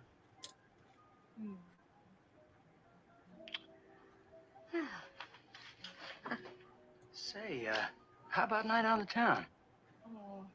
Well, we've got a built-in babysitter worth her weight in gold. Why not get our money's worth? Don't you think it's a little too soon? Isn't that why we hired Frida? Mm-hmm. You got a date? Good. What time you be home? Well, I'll try to get away early. Why don't you plan to be ready about 6? Stay tuned for local news and weather. Charges and countercharges were violently exchanged at a city council meeting yesterday over the proposed freeway route through West Los Angeles. In San Francisco, violence of a different order is suspected in connection with the recent death of the 6-month-old son of Mr. and Mrs. George Callender. The discovery of a bottle containing an arsenic compound has led to a demand for the exhumation of the infant's body. In an interview with our reporter, Police Captain Martin Grauman explained that the child's nurse, an elderly woman of German origin, is being sought for questioning. Meanwhile, the parents... Uh-oh. What's with the radio? I turned it off. And anyone having knowledge of the person fitting this description should get in touch with the local police. Now for the weather. Partly cloudy, clearing tomorrow morning with temperatures in the high 70s. Excuse me, I thought that you had finished breakfast. Oh, that's all right. Just one for the road. Oh, he was tempted, but he didn't have time. We'll keep.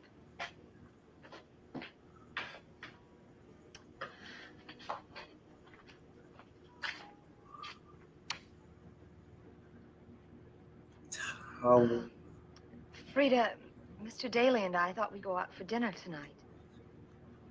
Do you think you'll be all right? Oh, yes, Mrs. Daly. Little Dex and I, we will be fine.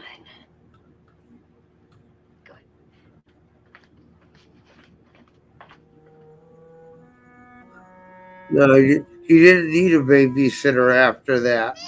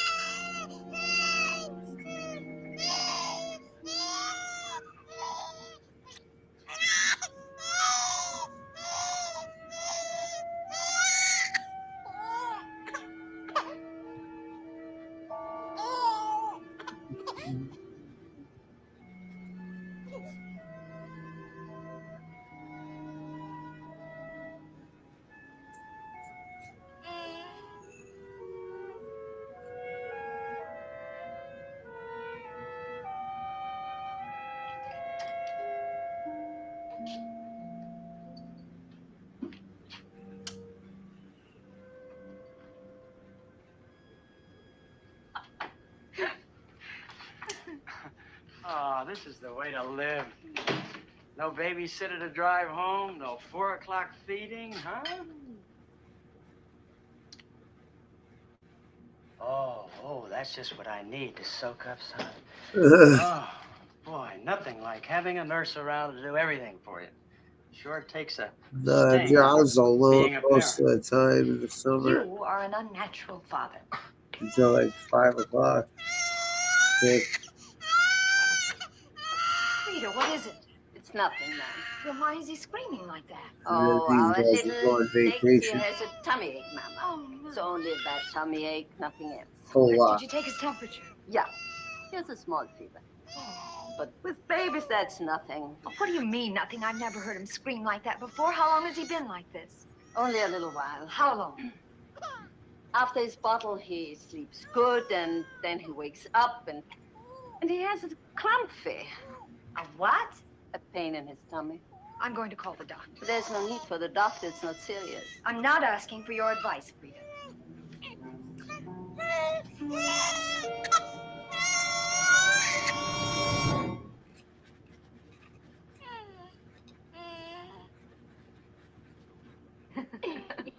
Little stinker scared the pants off us last night, and now look at him. You haven't seen anything yet. They know every trick in the book.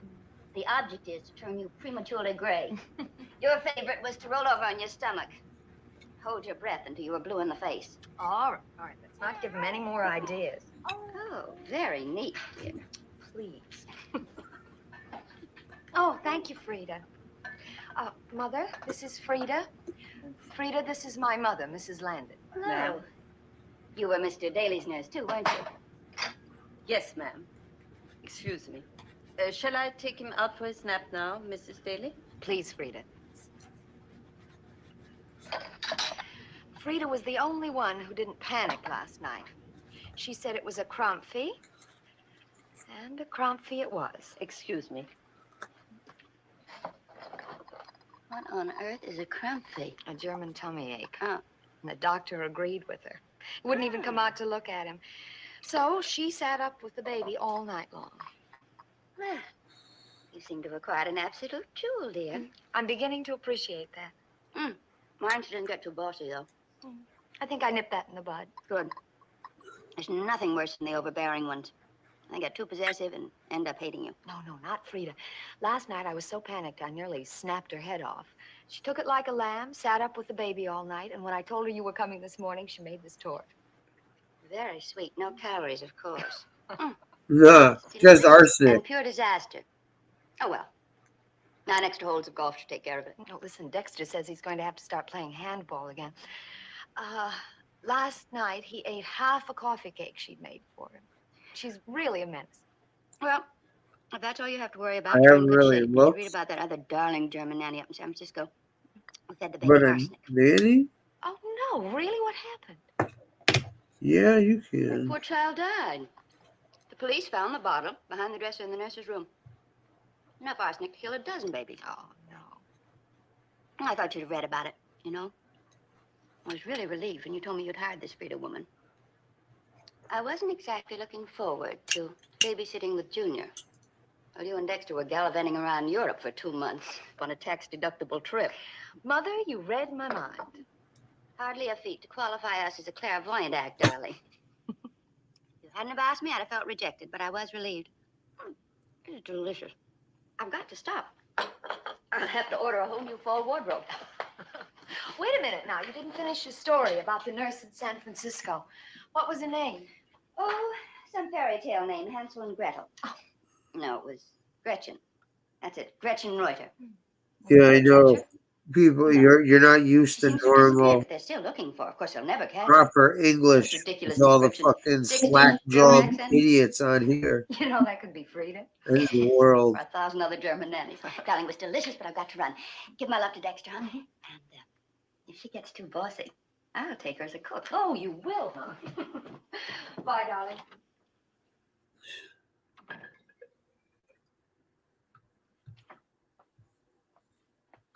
Yeah. Well, your tort certainly made a hit with my mother. I'm happy she liked my torte. Matter of fact, she liked it so much, she'd like to steal you away just to cook for her. Apparently, I that's like to what cook, but not to cook rat only. poison there. A house with no babies, not for Frida. Arsenic is what they That's a relief. used to Wait, put Frida, have you in seen the dope morning paper? I as it can't seem to thinned find it. out the blood, Oh, I I guess. used it to wrap So up the when garbage I someone thought we were shot up the finished. Oh, dope, well, Mr. Daly will bring one thin home out the tonight. blood, I meant to ask you get you something, higher. Mrs. Daly. When Mr. Daly was little, I used to give him ground sticks Can't sometimes, believe that shit. raw. Man. I scrape it good with a spoon. What do you think for little Dexter now, too? Oh, I don't like to alter his diet without asking Dr. Beaumont first. But I'll check when he comes back from vacation.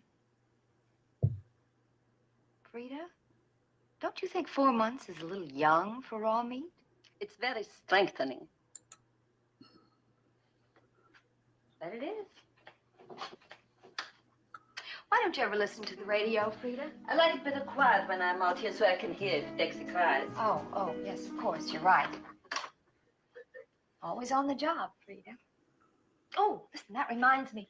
I have to get your social security number so that I can declare you. Declare me? Why must you declare me? You make it sound like it's something terrible. Actually, it's only a matter of form. You know, if you let your social security lapse, you won't be eligible for pensions and things like that. It's for your own protection. Oh, I protect myself, Mrs. Daly. I save my money. I ask help from nobody, not even the government. Well, that's very admirable of you, Frida, but it's a matter of law. I have to declare you and pay half your taxes. Would you bring me your card when you're finished there, please? I have no card. I never joined the Social Security. What didn't your previous employers tell you? They tell me, but I do nothing and they do nothing. Well, I have to do something. I don't want to be put in the position of breaking the law, and I'm sure you don't either. I'll have to get you a card. Now, it's Frida Schmidt, isn't it? Your husband's name? Heinrich. Heinrich. And what was the name of your last employer? Oh, now look, this mess. My last employer was Mrs. Müller. Muller. Mueller? Mueller. And the first name? Frank. Mr. and Mrs. Frank Müller.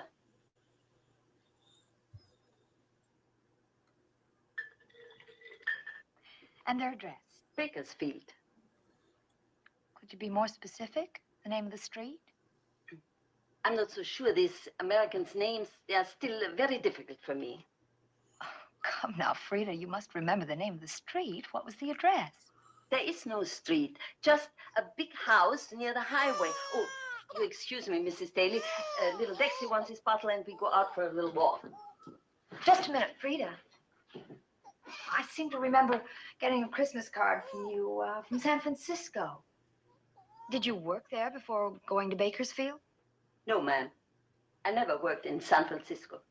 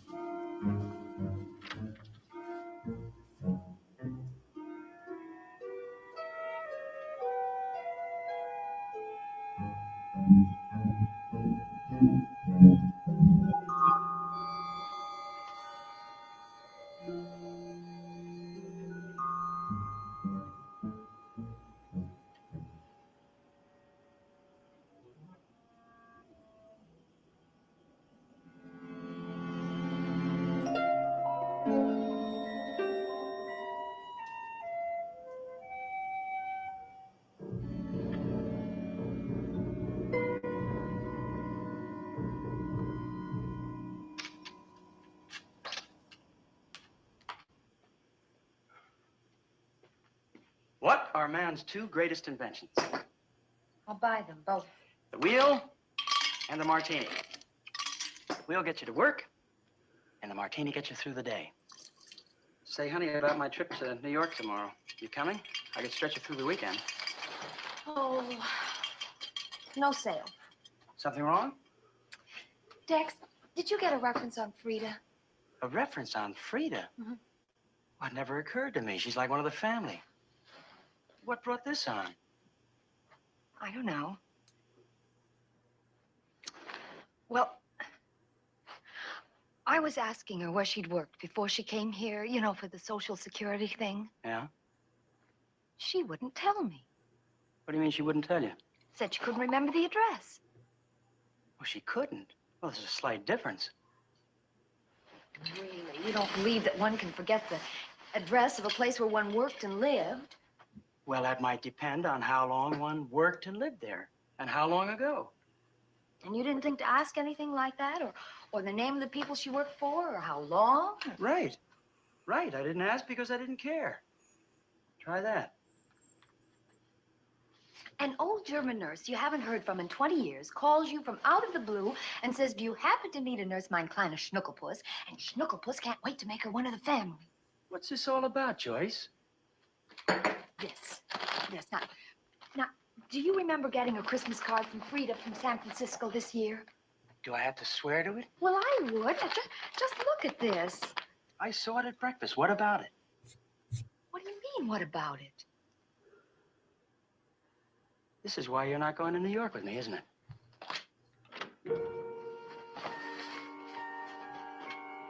He's sick again, ma'am. Maybe you'd better come.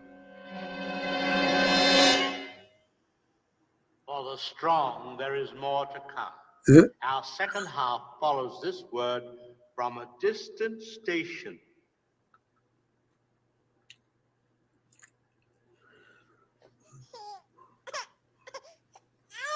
Yeah, well, just pull this up here. Good old tummy acting up again, huh? He's never had any trouble like this before, not twice in a few days. Yeah, there's a virus going around. I think that's what hit him the other day. This could be just a flare-up. Shouldn't last more than, another 24 hours. Why this all of a sudden? He was perfectly healthy until a week ago. It So were a was lot of all other good babies. just a week And- ago. Plenty of liquids and keep him warm. Yes, doctor. Day drinking. Oh, I remember when Mrs. day Daly, why don't you was day relax? Now drink. you have an excellent nurse. Thank you. Let her do the worrying, huh? I'll try to do that. I don't even drink, really. I know all about day drinking. I guess not. By this time tomorrow, he's going to be screaming for something to eat. I'll be at the hospital all day tomorrow, Mrs. Daly. You can leave any messages for me at my office. Thank you, Doctor. Hi, honey. Hi. What's the trouble, son? Belly ache again? Is that what it is, huh? Why don't you quit bugging your mother? A bag packed, honey? It's ready. You ought to be going soon. Oh, Dex, I don't like to leave him when he's like this. Will you just drive me to the airport? I know. Okay, I'll drive myself then. Troublemaker. Well, Frida, I'll be gone for a couple of days. Look after them, huh? Don't you worry, Mr. Daly.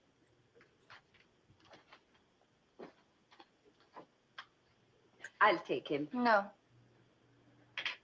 Just leave him there. He may go to sleep.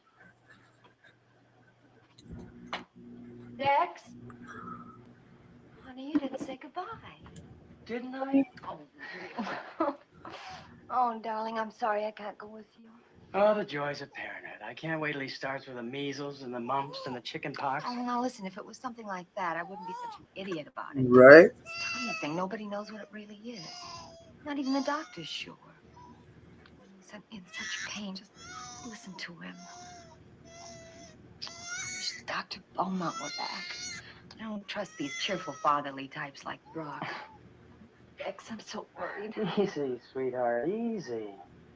The kid's got a bellyache, that's all. I gotta go. No, Dex. I'll call you in the morning as soon as I find out what hotel I'm staying at. Well, a lot of Honey, it, he'll be all right. Just rely a on lot of me. it too, with the home call and the doctors was, there wasn't a lot of adequate hospital shit like there is nowadays. I mean, back then, yeah, they had the hospitals and shit, but the at-home doctors was basically because they could see you there, And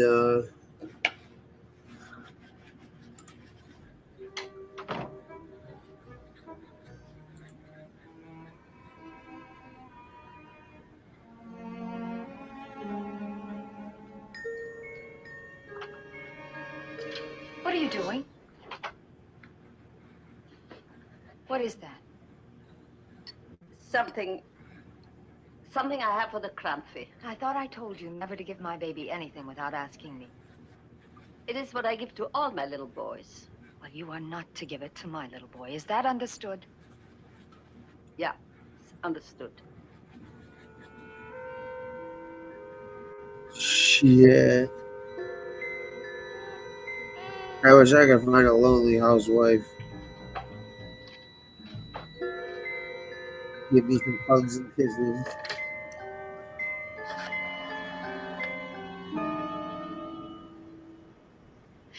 Yes, I want to place a person-to-person call to Mrs.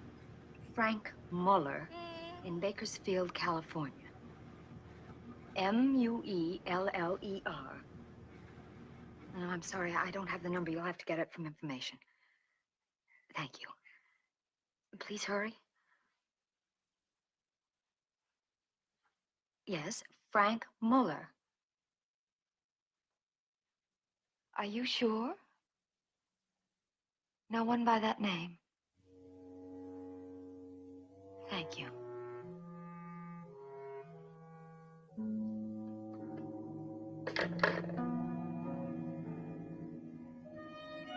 Ah, but the doctor doesn't exist.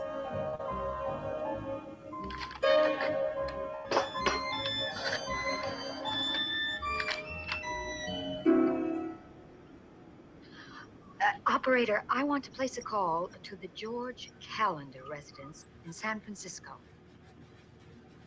I don't have the number. Thank you. I'd rather throw him into the ocean Yes, George in a Callender. pool of My number fucking is blood and fish guts and 275-4124. I'll speak with anyone. That's it. Please connect me. Mrs. Callender? I'm sorry. There's no one at home. I'm the maid. Oh. Wouldn't you expect them back? I'm not sure. Would you care to leave a message? Yes. This is Mrs. Daly. I'm calling from Los Angeles. Oh, this is very important. Do you suppose you could have them call me as soon as they return? My number is 275-4124. It's about the German nurse.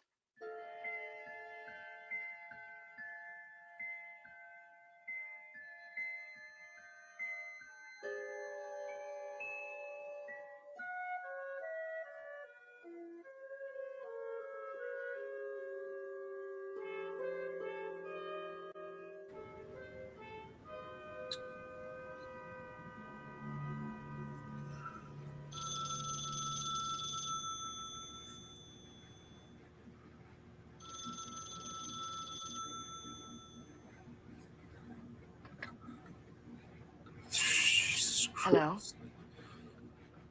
Yes, this is Mrs. Daly. Mrs. Callender?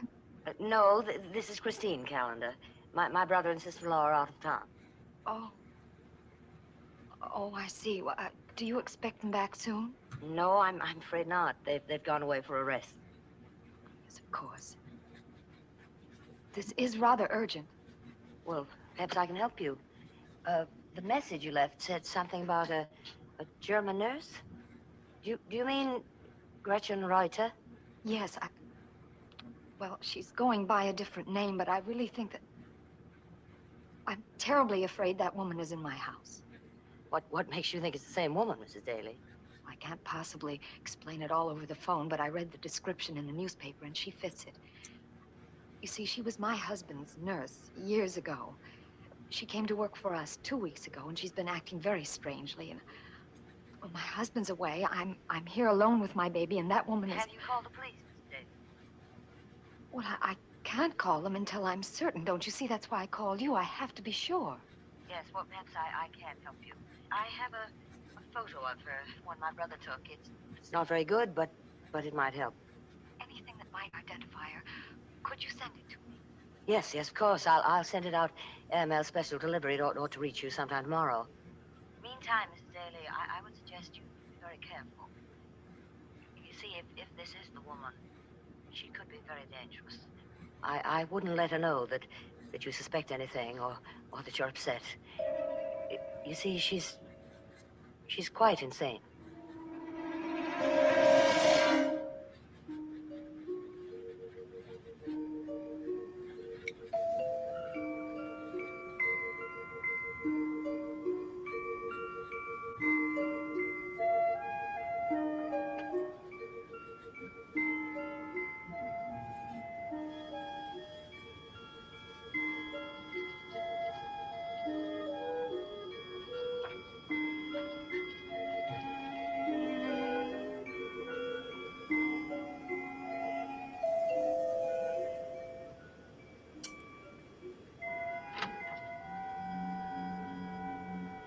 Mrs. Daly?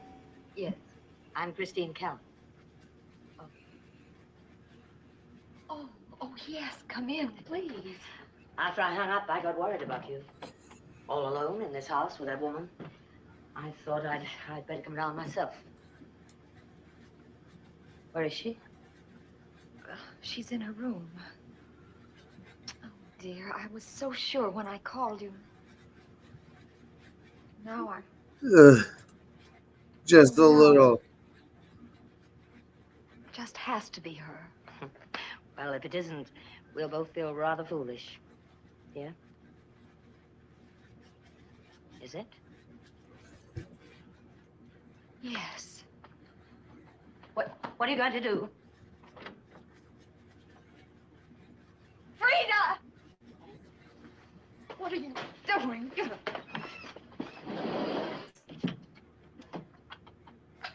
Mrs. Staley! Oh, shit. But Mrs. Staley, let me out! Come on. You go, sweetheart. What happened? I locked her in the closet. Did you tell her I was here? Well, what am I going to do? What am I going to do? If only Dex were here. I guess I better call the police. Yeah, let me do that. You look out for the baby.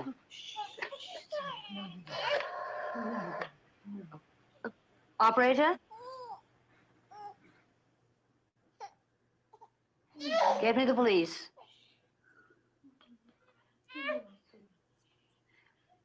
Hello?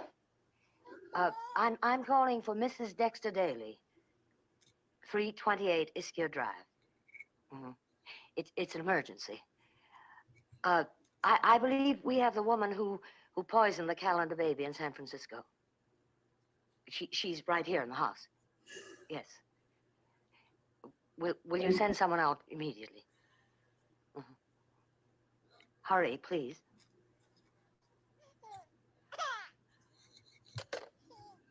Well, now, all we need to do is wait for the police to get here. No, son, no. Are you all right? What? Look, shouldn't you have something? What? Is that coffee I smell? I'd love a cup, too, if it isn't too much trouble. Of course. Forgive me, I'm sorry. Here, let me take him. May I?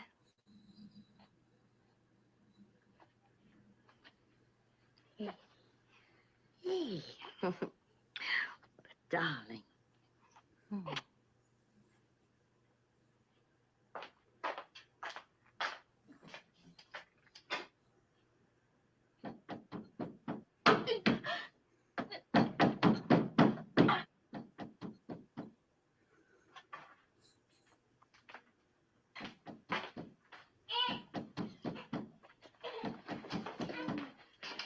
I wish the police would get here.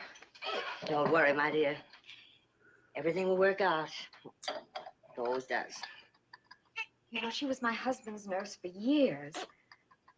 He always knew her as Frida Schmidt.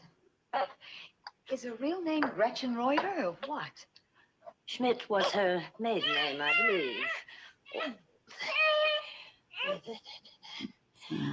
Her husband was a Heinrich Reuter, that I know. She probably has two Christian names, they usually do. But Gretchen Reuter was the name on her Social Security card. Oh, then she did have a Social Security card. Mm-hmm. She lied. Do you know my husband would stake his life on her? Men are like that, my dear. Just children. Oh, here, let me take him. Such an adorable child. Tiny. What a wallop they pack in those little fists. Yeah, no. Yeah,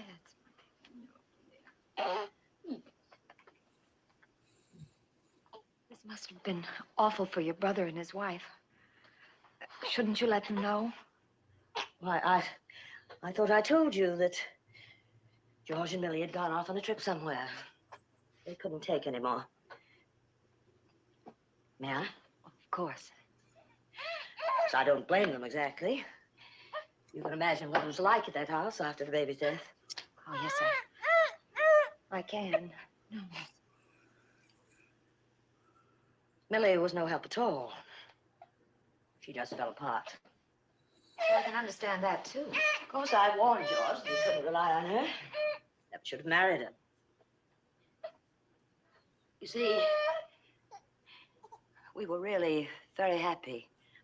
Just the two of us living on in Daddy's house. George needed me to look after the place, and of course he took care of the financial worries. We were really quite happy, you see. And then she came along. I warned George that it was a mistake, that she was no good. But he wouldn't see it. He married her anyway. And then the baby came. It was sickening to watch them with that baby. The way they doted. The next thing she wanted was a nurse to look after the child. I objected strongly, of course. I reminded George of our own childhood with that dreadful woman that Daddy had hired to look after us. A nurse? Nurse? She was more a tyrant, really. We were both terrified of her. You see, Daddy was away a lot on business, and we had no one to turn to. She used to beat us. I told George he could never be sure about this Reuter person. She might be the same type. You see what happened? I was right. How can anybody do a thing like that? Poison a baby. She'd have to really be insane, wouldn't she? Insane? No. No, I don't think so. Not really. You'd be surprised. People hate to be pushed around. Even by those soft little hands.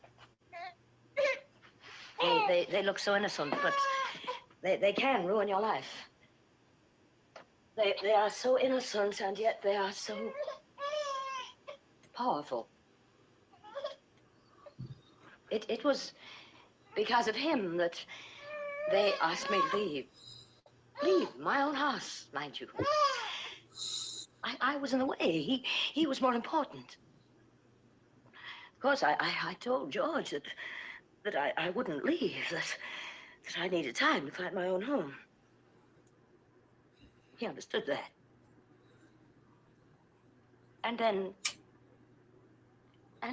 Nanny started telling the most dreadful stories about me.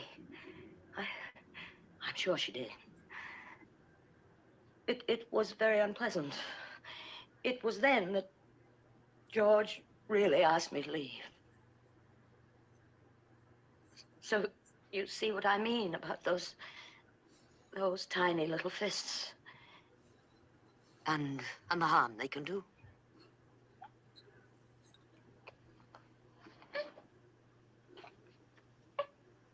You hated the baby. Hated?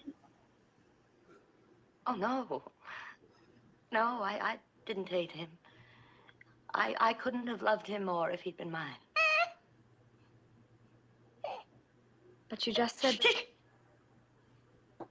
Did you hear that? No, what? It's her. She's trying to get out. I didn't hear anything. We mustn't let her escape. But she can't escape. I locked her in. No, we can't take any chances. You see, we've got to be sure. You can't trust Nanny. She's apt to tell them the most terrible stories about me, and I can't have that. I've got to take care of her. No, wait. Wait. No. Don't you think we should let the police handle it when they get here? The police? Yes. Oh no. Well, no. They'd be no good at all. They don't understand about things like this. Well, they might even let her go. Oh, no. No, I've got to handle Nanny by myself. But they'll be here any minute. No. No, they won't. They're not coming. I didn't call them. Not really. I was just pretending. No, don't. Oh, no, you mustn't try to stop me. I've got to talk to Nanny. Surely you must see that.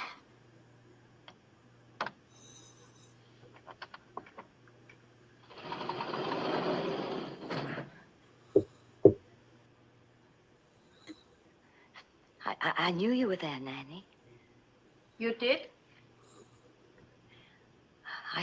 I've been looking for you for a long time, Nanny.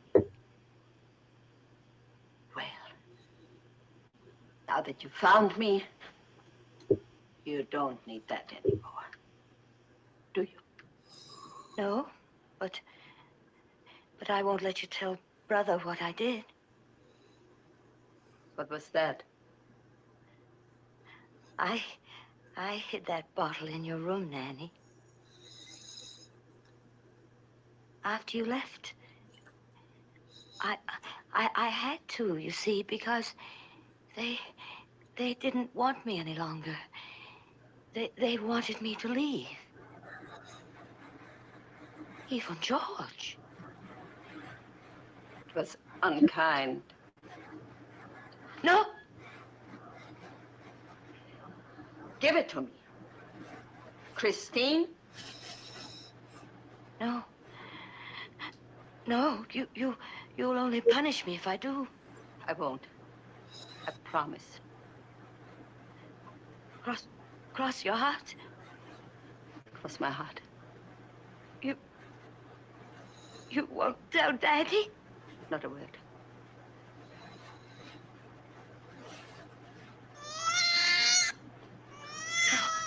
Oh, no. No, I don't believe you. You don't love me. You don't love me. You love the baby. You all love the baby. Daddy! I don't want to hear it. I don't want to hear it. All right, I'll stop it. Jesus. I hate you. No. No, you can't have it. It's mine. Oh no.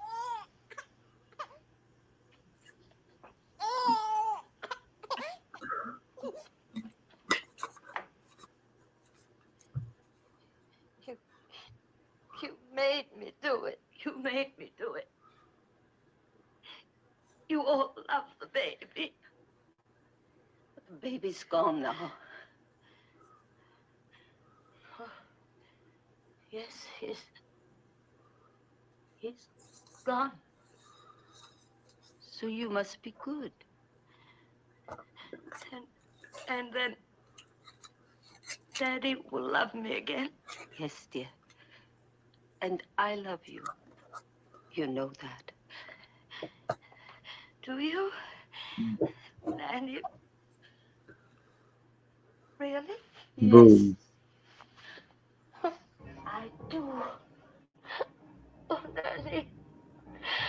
Danny, don't punish me. I didn't mean to be naughty. I'm not going to punish you. I'm sorry, Danny. I'm sorry. Oh, I'm sorry. I'm sorry. I'm so sorry. It's all right. It's all right. Savages, you people. Nani's here. Yeah, they do. They say, hey, killing a baby? That's what we're about. Our story ends happily for MRE Frida and the keeps Bailey asking us for the family. fucking As for corpse. We Christine, keep the telling them authorities it's saw to done. it that she was placed in a sanitarium where she received psychiatric help. My own story has taken a turn for the better. I find I can face anything now. I have reached a new plateau of maturity. Next week, we shall return with another story and more therapy.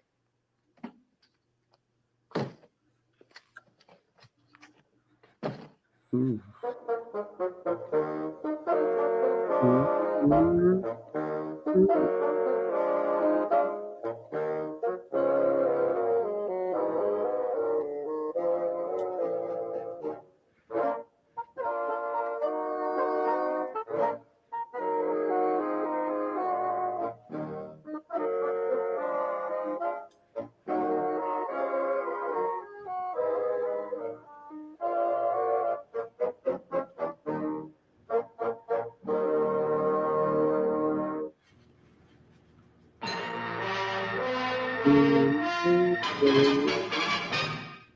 See what else we got.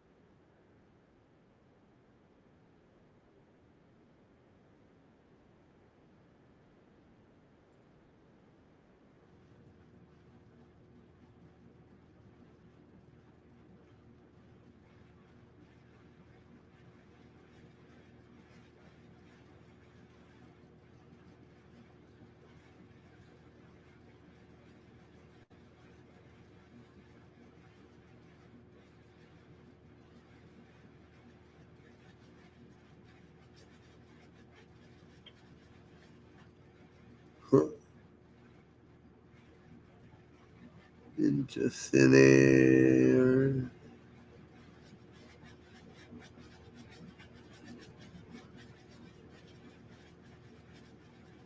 Man from the south.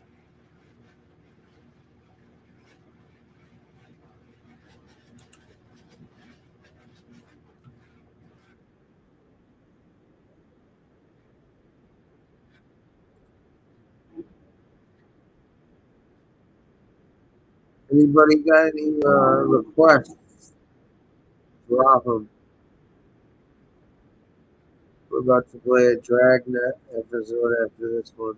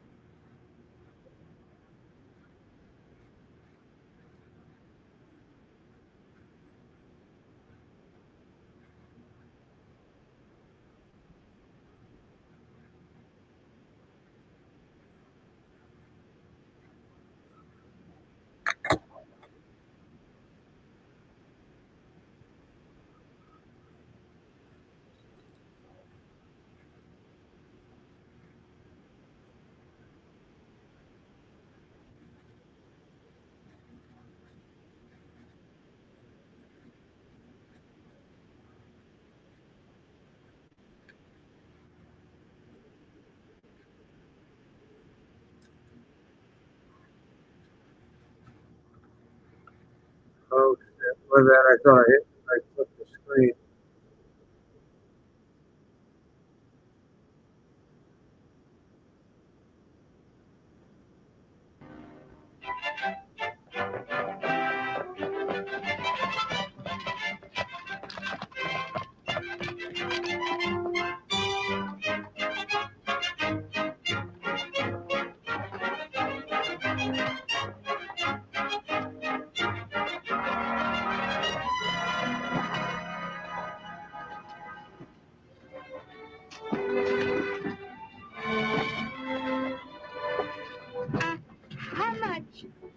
is a combien, oh, here. Merci, mademoiselle. Ah, bonjour, madame. Bonjour, mademoiselle. I can't understand why I feel so tired. I was perfectly well on the boat. 5 minutes more, Mother, and you can rest.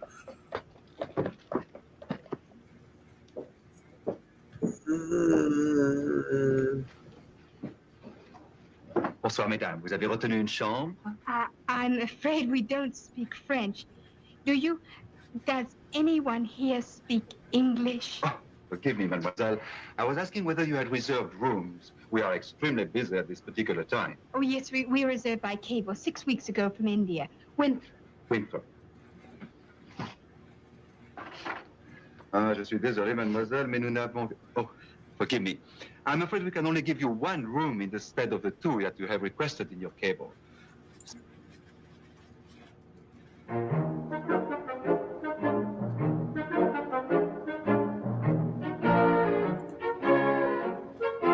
Night of the Owl. How fitting.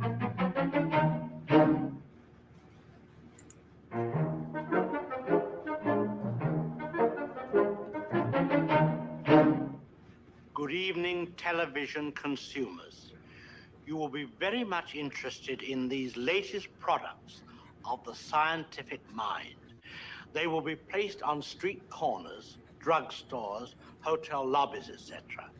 These are not telephone booths, television booths. No matter where you are, you can slip into one of these and by depositing a dime can view 3 minutes of this wondrous art form. How often have you had to go to the corner drugstore on an errand and then never learned how a play ended? Now you need no longer be chained to your home set. In one city where the television booth was introduced, a gentleman ventured from his home for the first time since 1947.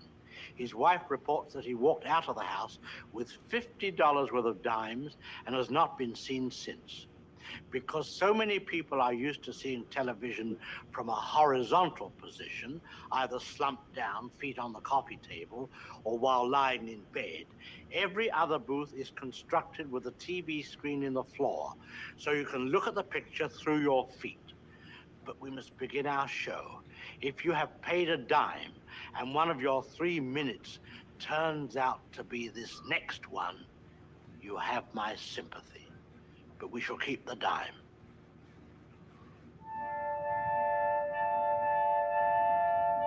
I'll get you, my pretty, and your little dog, too.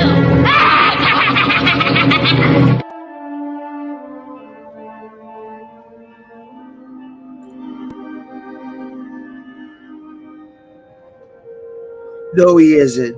Shut the fuck up. Don't lie to me.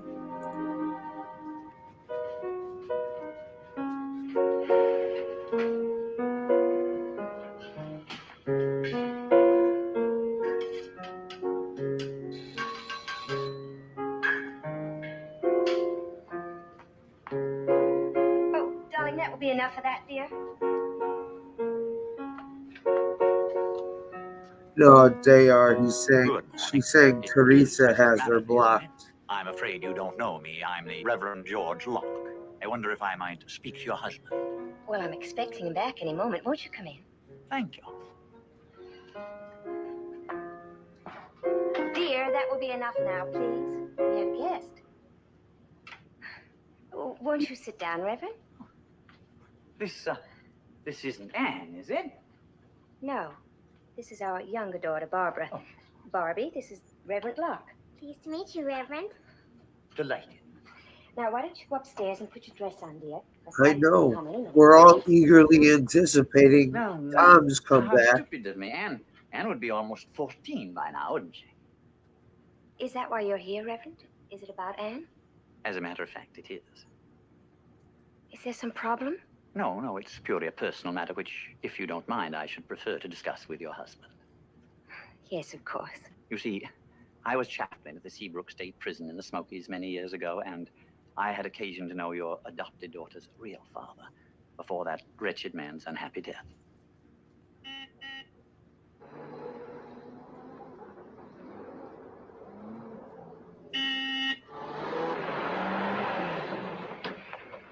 Anne, you're late. You know the stores close early on Saturday, dear. I'm sorry. Your dress is on your bed. Oh, why can't I go like this? Anne. All right, Mother. Oh, don't shout. Your father has a visitor in his office. Who is it? No one you know. Go on, hurry up. What? What, my office? Your visitor is a Reverend Locke. Reverend, what did I do now? Reverend Locke? Charming family, Ranger Mallory. Oh, thank you. Charming. I cannot tell you how pleased I am, both to meet you and to find out that the daughter of that unfortunate man is in such loving hands. Oh, excuse me. She's upstairs right now, and she's going out in a few minutes. I think my wife explained Oh, it. yes. And since the child remembers nothing of the past, I can see how important it is to both of you that she continues What the to fuck believe are your they giving you little shit for coming in here for? that she was adopted by you at the age of 3 after the peaceful and entirely normal demise of her mother and her father. I tell you, it's remarkable that a child of such a tragedy should be so happy and so normal. Why? I'm My curious. wife did mention a few visits to a Dr. Holt. Well, that had to do with her schoolwork. Well, I guess my wife explained that, too. Oh, yes, He's a doctor. Just because About of as some much as minor anxiety mental or refugee patients scholarship. steals a doctor's fucking. Or perhaps there was something more. Look, Reverend, this is a kind of a personal matter. Oh, is it my No. Anne is a perfectly normal child. The She fuck has a you mean? brilliant mind, very brilliant. She has a desire to excel in everything she does. But she blames herself if she's not 100% perfect in everything. Yes. She demands too much of herself, but Dr. Holt says that these are symptoms of things that are essentially good. Your vehemence in her defense is very touching, Mr. Mallory. Still, it must be a source of great worry to you. The thought that this child might turn out to be like her father. Oh, it's a stupid thing to say. Perhaps, but then, you see, I happen to know a good deal about psychiatry. It's very useful in my work. And I'm sure Dr. Holt must have warned you of the extreme danger to a child, especially such an emotional child, if she were to learn the truth about her real parents and how they died. But, Reverend, I don't like your manner for a clergyman. You. But then you see, I am not really a clergyman. Yeah, act like they're not in here too in the fucking bushes. No, actually, I am a businessman. And I am here on a matter of business. What business? Blackmail. I don't know what stupid idea you've got in your head. I think the state police will know what to do with you. Please don't make the mistake of thinking I am stupid, Mr. Mallory. Blackmail is my profession. You surely don't think I would have come here like this unless I'd taken some precautions first. I think perhaps I'd better introduce you to my associate before you do anything rash. Your associate? There is, as you know, a telephone booth in the picnic area at Lookout Point, which is visible from this window. I shall now dial that booth. When it rings, then my associate, Mr. Parker, will emerge from the booth, signal twice toward us, and then disappear into the forest. Oh, I guess she's got a problem with me now. What are you gonna do?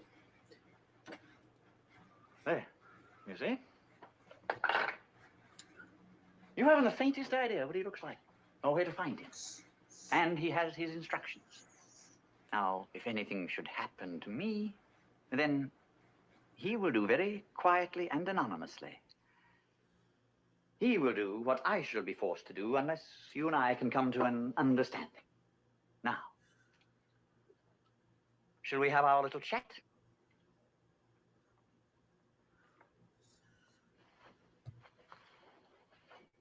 What do you want? $6,000 by Monday night. 6,000. Oh, I realize you're a little shocked, but it's really not so terrible as all that. See, I happen to know that you have a savings account for the children. And any small difference in the amount can be made up with a bank loan, using this house as security. What can you do? You can either call the police, or you could kill me. But either way, you will utterly destroy your precious Anne. Because there's always Mr. Parker. He's an unhappy young man. He's almost vicious. I'm afraid he might take a certain pleasure in telling the child that her real father bludgeoned her mother to death in a drunken rage and then hanged himself. I can hear him now. Little girl, your father was a murderer and a suicide. Maybe there's some of him in you. All her life she'll wonder, am I insane like my real daddy was? Shut up. Will I commit suicide like my real daddy? Shut up! Shut up! Daddy? Can I come in? What do you want? I'm sorry, Daddy. I thought that... No, I'm still here, my dear. But I very much wanted to meet you. Now, this is Anne, isn't it? Yes. Your father and I have been having a little chat about old times. I didn't mean to barge in, Daddy, but I'm looking for my tray of test tubes. You didn't see them around any. I haven't seen him in a minute. Anne, we're late. Come on, baby. Mother's waiting. Hurry. Next time, when you're not in such a hurry, perhaps we can have a little talk about, about science. I hear you're a very brilliant student. Goodbye, Daddy. Goodbye, baby. Sure. Goodbye, Reverend. Goodbye, my dear.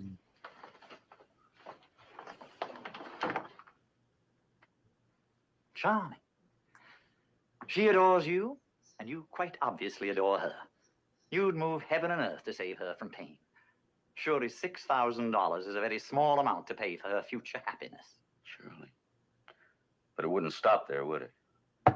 You'd beat us again year after year. No, no, no. That kind of blackmailer invariably winds up in prison. It's against my principles, Mr. Mallory. Once I receive the money, Mr. Parker and I will move on to fresher fields out of your life. I take your word for that, huh? Unfortunately. Well, I'm not going to. I'm not going to take your word for anything, and I'm going to see she's protected from you and your associate forever. Don't be naive, Mr. Mallory. What about her school friends, her playmates, her neighbors? No, it doesn't take very much. Just one or two anonymous telephone calls or letters. You know what gossips these small-town people are. How long do you think it'd be before the poor child knew the whole morbid story? Now, Monday night, 8 o'clock. You will walk slowly from this house to the picnic ground. You will wait there by the telephone booth. When it rings, a voice will tell you exactly where in the forest to meet me. Where? Now, you'll have the money in $10 and $20 bills wrapped in brown paper. Now, no marked bills. And no futile efforts to contact the police. Facts, JR. I worked this out very carefully, Mr. Mallory.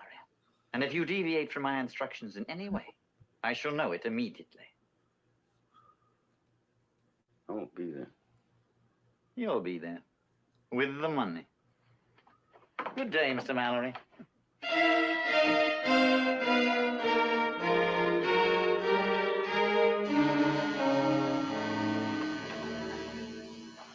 Oh, dear. Darling. Oh, a great dinner. We're going to have Daddy let the chickens burn. Mother, if you'd let me fix the timer on the oven, it never would have happened. Miss Know-it-all. Where's my tray of test tubes, you little thief? Nah, Gary, you should absolutely fucking You let go. the chickens burn. You only live Fall once, asleep? man. No. But went off. Did you even hear it? I'm sorry, Tommy. Guess this just isn't my day. Lynn, listen. Oh, well, I'll take some steaks out of the freezer. That'll solve Yeah, it. dude, I've been getting compared to all sorts of fucking shit bags. Bambi, pizza. Makes me feel fucking terrific. She hit my test tubes. And I Keep told fucking you getting not to touch compared her. to these shit bags, dude. I might as well She's just done start something acting wrong to like you. them. You're supposed to come to me or your father. You understand? Yes, Mother. Barbie, did you take her test tubes? She can't take a joke. What did you do with them, Barbie? They're in the freezer. The freezer? Oh, it's ruined now. The whole experiment is ruined. You dumb little... Anne, don't talk to your sister like that. Now, I want you to apologize to her. Right now. I'm sorry. My arm still hurts. Will you stop it, all of you? Please, just stop it. Now, you see, you've upset your father with your fighting. I want you to apologize to each other.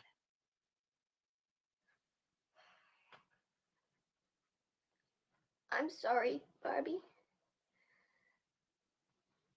I'm sorry, Mother. I'm sorry, Daddy. I'm sorry. I'm sorry. And baby. Barbie, go put some baked potatoes in the oven for Mommy, please. Yes, Mommy. Go to her, Jim. You're the only one she'll talk to when she gets like this. Linda, Yes? I have to talk to you when we can. I'll tell you when dinner's ready.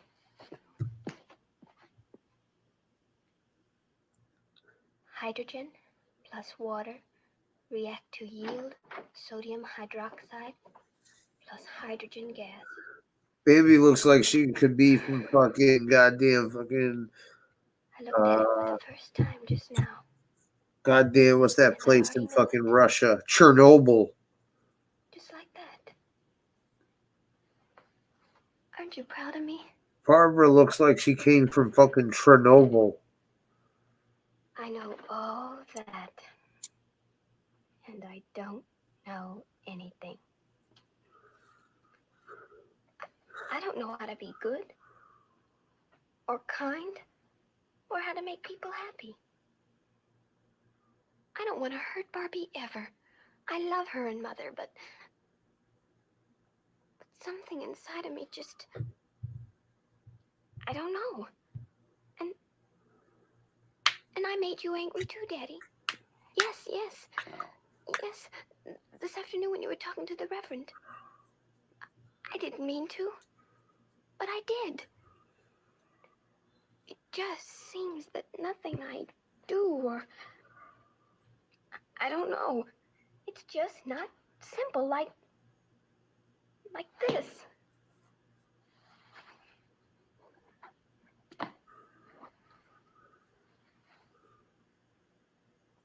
I love you, Daddy. I love you too. All right, now I'm starving to death too. Let's go help your mother, huh? Come on. Get out.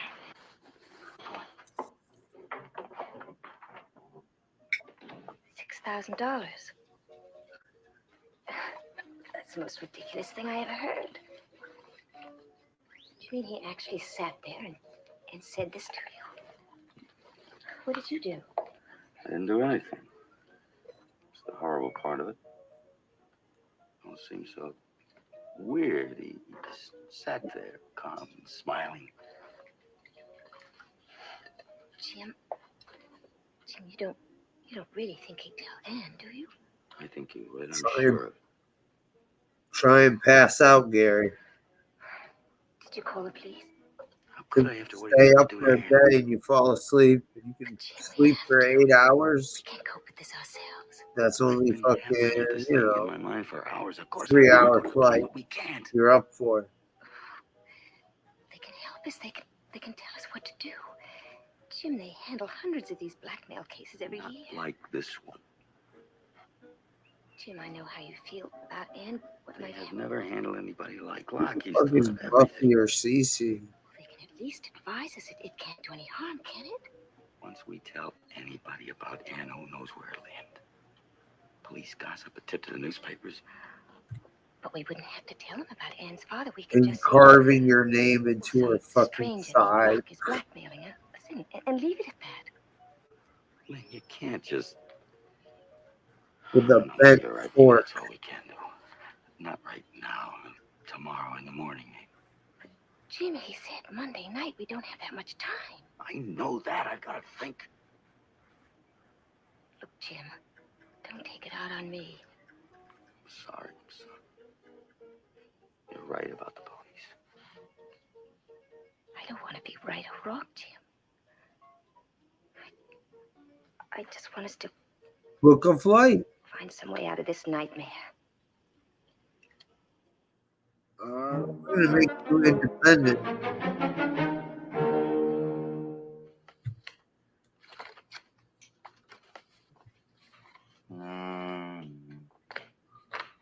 Now that's as close as I can come to Locke's appearance, but he's got a long, thin face.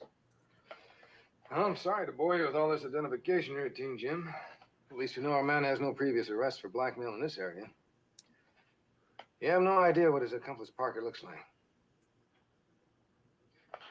You know, there's a chance if we pick Locke up that Parker will give it up as a bad job and hightail it out of the state. Chance, Hank, I can't take any chances.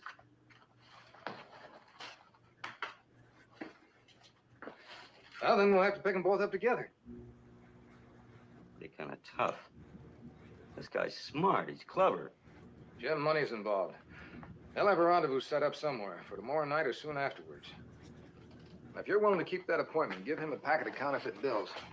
I'm sure that we can zero in on Locke. Follow him until he joins Parker and pick them both up together.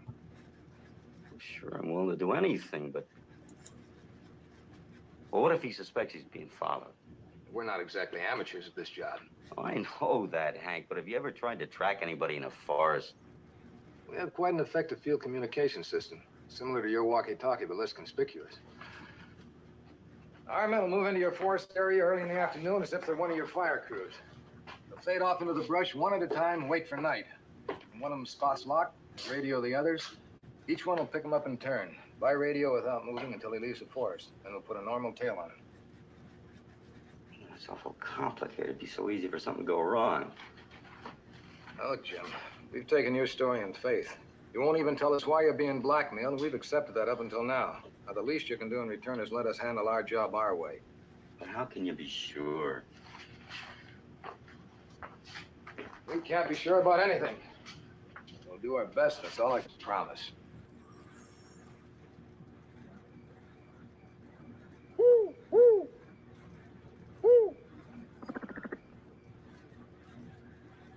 Keep looking back toward the phone booth. You sure you didn't make a mistake in the time? 8 o'clock sharp, Hank. I couldn't forget that. It's 8:25 now. Any other outdoor phone booth in this area? No, a mile and a half from here, Lone Creek camping area. This is the one he meant. You're sure? Yeah, I'm sure. Look, how much your men? Maybe he could have spotted one of them. Take it easy, Jim. Give him a few more minutes.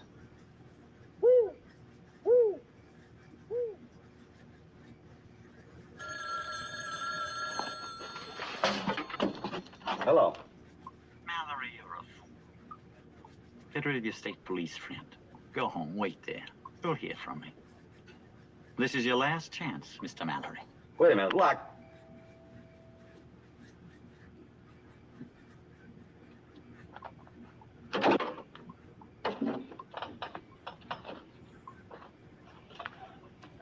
Was it him? He hung up.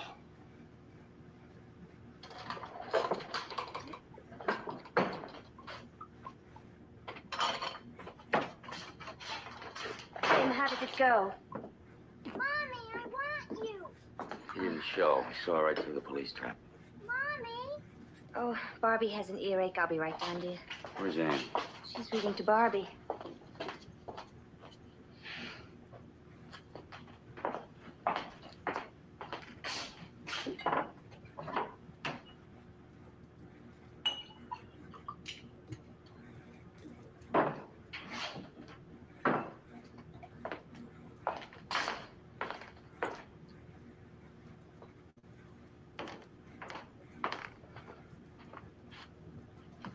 I don't know, man. What are you guys think? I think these Hitchcock stories sort of suck.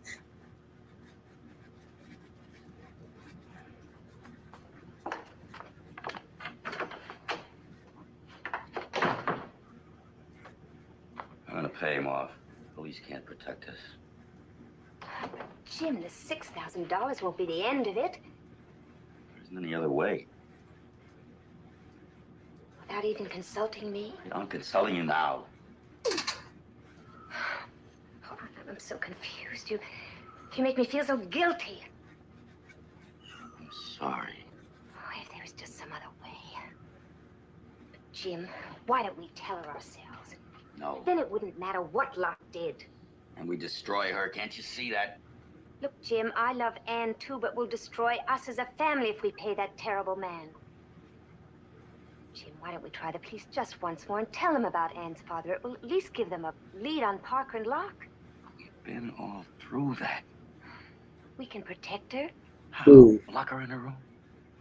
She has to live, doesn't she? Go to school, see the other kids. You know how cruel children can be. I know, Jim. Remember what Dr. Oh, I got Dragnet on deck after this episode. Back to Dragnet. We could risk it, but not now. Stop hammering at me. Can't you understand what a thing like this would do to her? Why do you always put her first?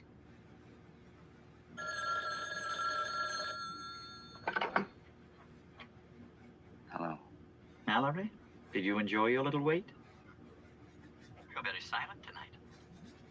Is that because you finally learned the state police can't help you? All right. Tell me where and when to meet you, the money.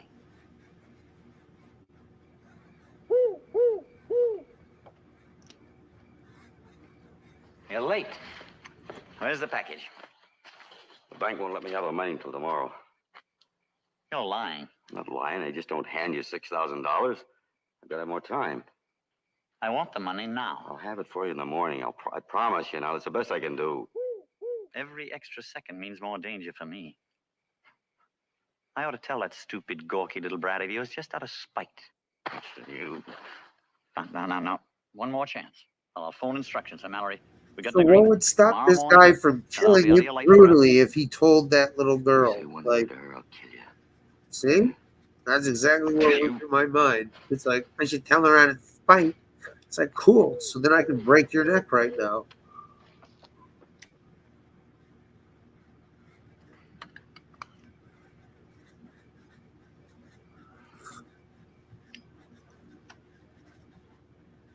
I truly hope this dude's head gets fucking aerated toward the end. Where you jump for, you think somebody's fixing to kill you. Oh, you're drinking again, you fool. I told you to stay at the motel. What if the police were to find out? You know something, boy? I don't give a soft yawn about no police. You're my man, and I ain't about to let you skip out of me now. Where is it? Can't get the money out of the bank till tomorrow morning. Boy, you ain't a very good liar. Now, where you hiding it? I'm not hiding it. All right, just for that. Old Odie is liable to keep all the money. I mean, after all, I'm the one to stick you onto Mallory and that little Anna girl. Ooh, I tell you, he didn't bring the money. You know something, boy? I'm getting mighty tired of you calling me that.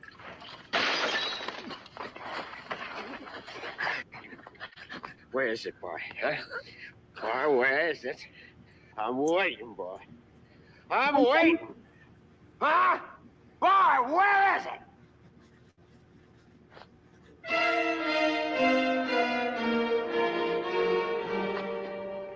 Boy. Wake up, boy. Oh, cool. Yeah, I can't play Taxi.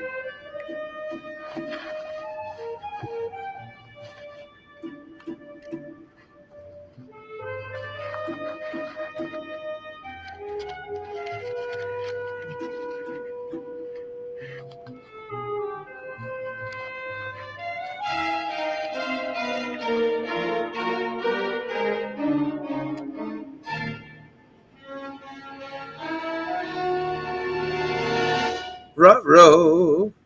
Our story will continue in a few moments. Oh, what the fuck? Just now, we must observe the quasi-folk ritual of the station break.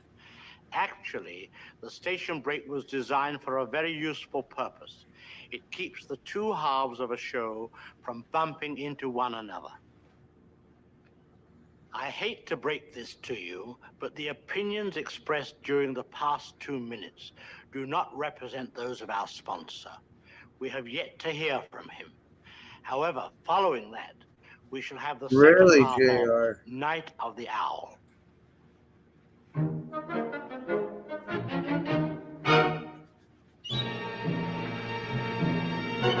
Yeah.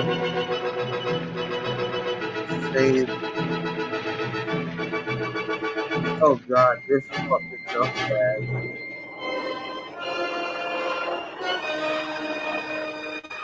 Just immediately start tying this crazy person up.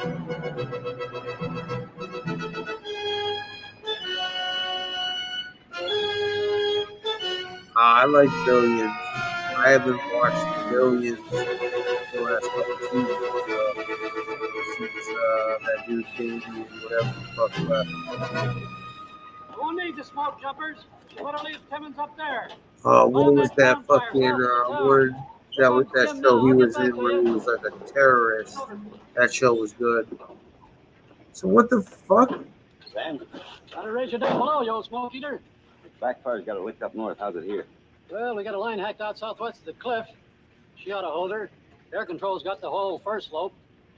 The wind shifts, we're in trouble. How long we wet down the south break, huh? I'm going to Yeah. catch up with these fellows as soon as they get their breath. I'll be right with you. Yo, listen, Band of Brothers is like one of those things my dad Well, this is where she started. watched like There's the poor anytime devil it that was started on. her. That show's Burned himself up, most likely. series, whatever. Lord preserve us from careless people. Yeah.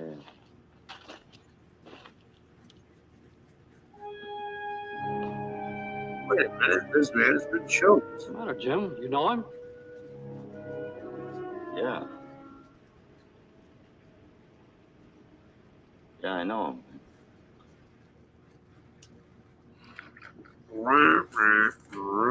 You're tired, but with no sleep all night.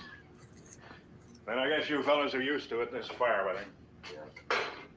Have a tough time getting this one under control? No, not much.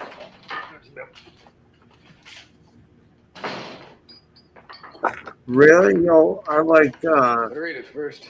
I like Law and Order, Criminal Intent. Mind if we ask you a few more questions? Vincent the Mallory was nice enough to come down here and give us complete statement right away. I don't think we should keep him from his bed any longer. All right. I just talked to the coroner, Captain. You're right in assuming it was murder, Jim. Locke was strangled. The concussions, evidence of a struggle, all point to an act born of great anger. Must have been quite a shock to you, and a relief when you saw that body. Think of, What makes you I think that actually Tucker just killed Locke? watched Mr. and Mrs. Smith. Too bad we don't know more about it. Told you all I could. Not much to go on, is it? You say that you saw him on Saturday. You say the Locke talked about it. Yeah. It seems to be about all we know about the man. So far, he's just a name, sort God of will of only the wisp. knows what the fuck's been going around. It might help if you told us now why you're being blackmailed. Hank, I told you I can't. I'm sorry. Jim, a man's been murdered. You're withholding I relevant could care information. less, dude. I think we've Honestly, had enough for one night. I don't expect anything from people on here. Get it over with now, huh? Especially, I It's 8 o'clock expect meeting even ahead. less than How long were you with before. Locke? I actually expect them to be fucking people. Where'd you go after leaving him? Straight home? Be friendly. Nah, I Talk shit to your fucking. I was upset. I wanted to. But it is what it is. Where'd you go? Sat on the hill in back of the house. I've been And after that, I went inside and trying to work on a few phone rang about contact a few people. What time was that? I guess You know what time that was? It was Bro. around 9. What were you so upset to about? do something more. Look, what do you want me to say? I was upset because I killed Locke, huh? Did you kill him? Yes, in my mind. 100 times. I wanted to. But I didn't. Are you trying to tell me this is what disturbs you? The thought that you might have been a murderer?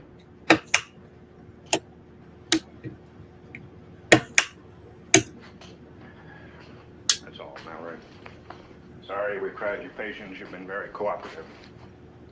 Still, after we've done a little looking around, we may want to talk to you again. Sign this.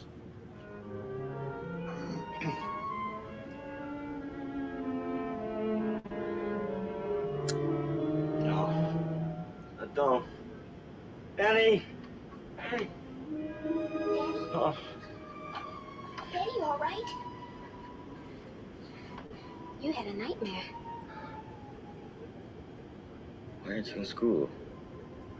I'm home already. You slept all day. Want me to rub your forehead with the witch hazel? No. You take care of me when I have a bad dream. Now I can take care of you. I'm fine now. You're worried. It has something to do with me, hasn't it? No, it doesn't have anything to do with And did you wake your father up? you. I was awake already. Yeah, it was Well, why don't you go is finish your with homework? Donald Finish it. Glover and Oh. Yes, some but Daddy knows Asian the chick. privacy. Go on, dear. Oh, I watched the whole season today. It wasn't too bad. Who? So D. Parker, boy, that's who. Now listen, boy, and listen good. I need 1,000 quick. That's all it's gonna cost you now. 1,000 green ones, and I'm gonna keep my big mouth shut, yeah? What do you want me to do? Put the money in an envelope. As soon as it gets dark, bring it around to the picnic ground. Big old trash can chained to a tree. Stash the cash under the trash. Huh? And Yeah. All right. And no hijinks, boy. I'm picking it up in my own sweet time. If I smell a cop, that's it. I mean, your little Annie girl's gonna wish she'd never been born. Yeah? Yes. Parker? He's cut the price to 1,000. He wants it tonight.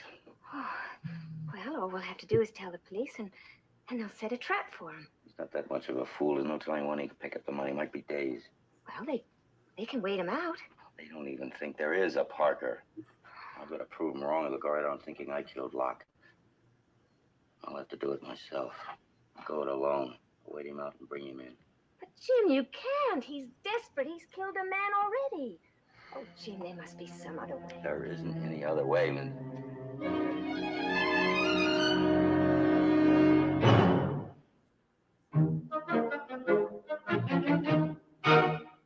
Is this over or what? No. Damn. I'm gonna go back to Dragnet. On OCD, I gotta finish when I start. Yeah, 10 more minutes. 10 more minutes to get resolutions or whatever. What's gonna happen? Adios, fitness. Would have been earlier than what?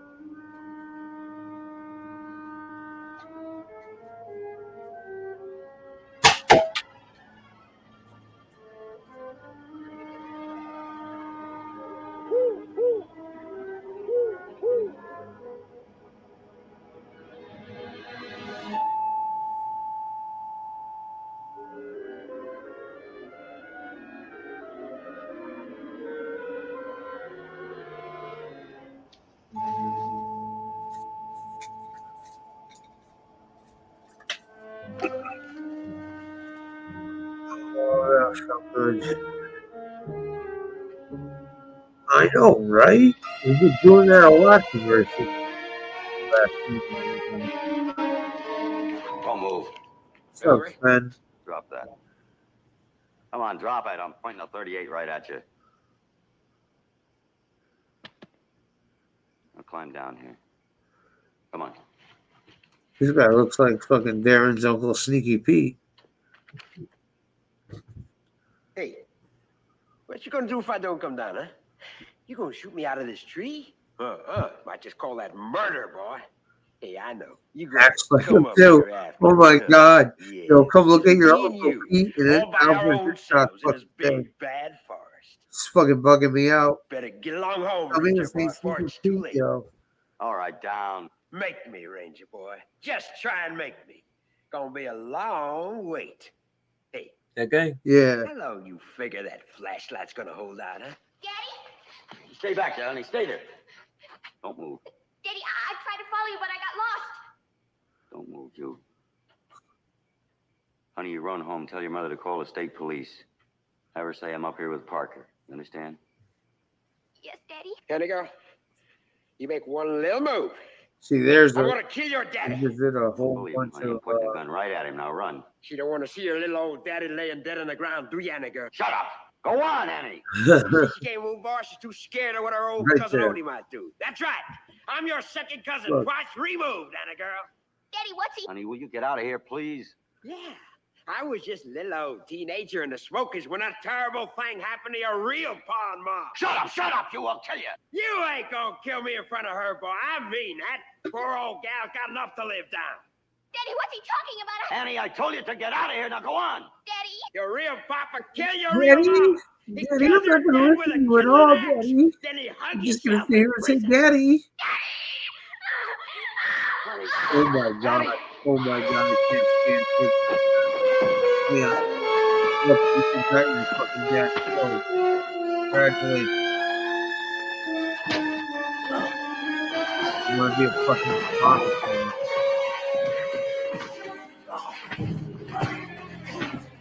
We're watching Alfred Hitchcock tonight, man. And some Dragnet.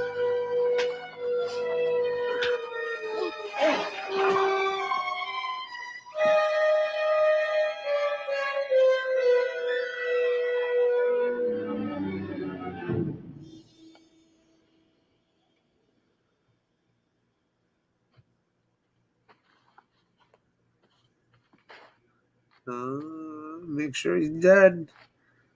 Pick up them guns. Don't get shot in the back. There you go.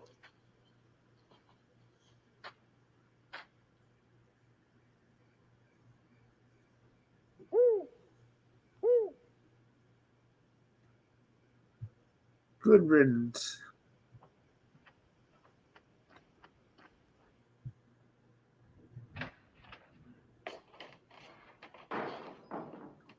Jim, I couldn't get Lieutenant Ames, but I did speak to the sergeant.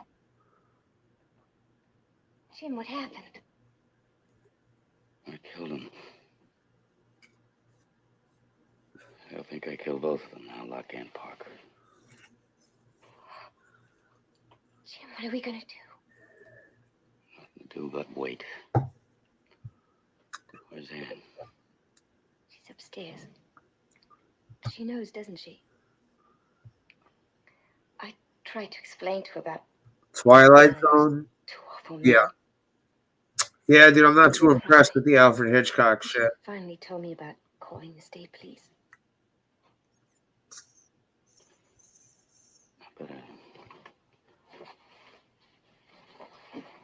As a matter of fact, let me see. You go up to her. I can't talk to her now. Please. As I like the Twilight Zone too. She needs you more now than she ever needed you before. If I were 13 and this had happened to me, I'd want you to be with me. Because you're the gentlest man in the world.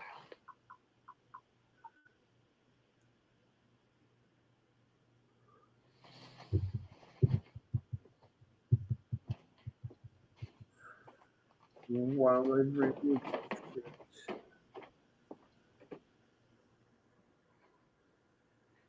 Daddy? Oh, Daddy, you all right? Yeah. Oh, Daddy, I was so afraid. Oh, Daddy. Listen. What happened out there? I don't want to talk about it. You have to. Come on. You got away from that terrible man, and that's all that matters. Honey. what he said about your real mother and father. That I'm sorry, Daddy. Nah, I just can't do feel the so sad for Twilight them. Zone. I wish they could have had a happy life like us. Lately, I'm CBS. thinking, Daddy, about how much you and Mother must love me. And how much you loved me then. I mean, to want to take into your home a little girl whose parents The died, Betty White Show. like he said.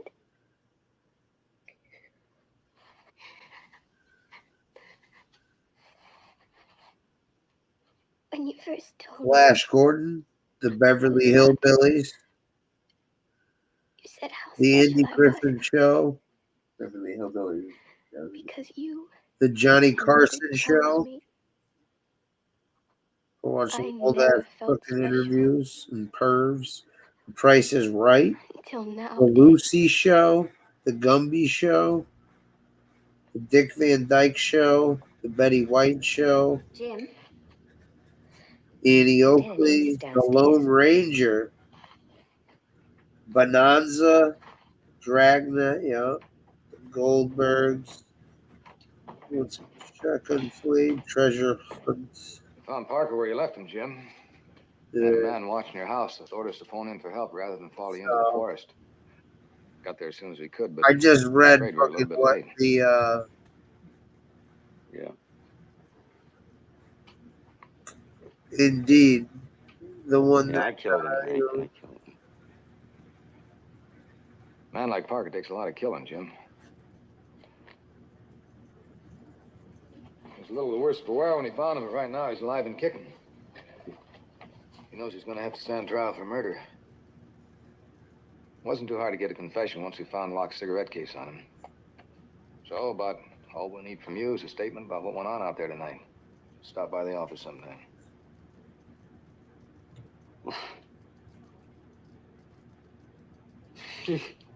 yeah. Shit, I don't know any of these shows except for Dragnet, just because that was on at Nick at Night and the Lucy Thanks. show. I know it would have been easier for you if I'd have thought your way from the start. So we were definitely having an I Love Lucy night, though. Linda? I will say, Wife. you have to explain it before. Mickey.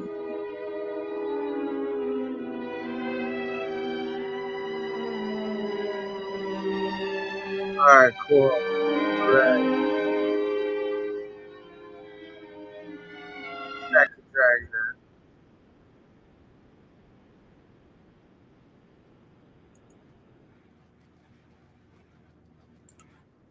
Thanks, Al.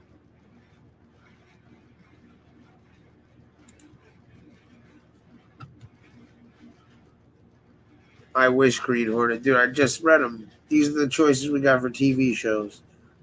The Lone All right, we got Treasure Hunt, Shotgun Slade, Once Upon a Tune, Little Amy, Hoppity Hopper, The Goldbergs, Date with Angels, Dragnet, Bonanza, Beat the Clock, The Lone Ranger, Annie Oakley, The Betty White Show, The Dick Van Dyke Show, The Gumby Show, The Lucy Show, The Price is Right, The Roy Rogers Show, The Johnny Carson Show,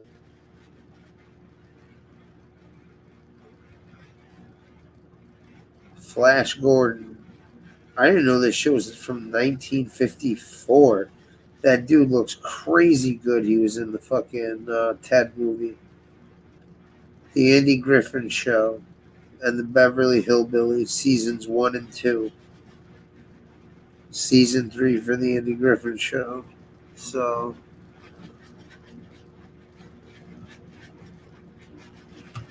oh, it is, yo.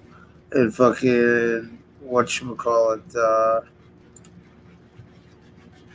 the hell was it? Wayne Brady fucking makes the show pretty entertaining now. I definitely watched it. Alright, so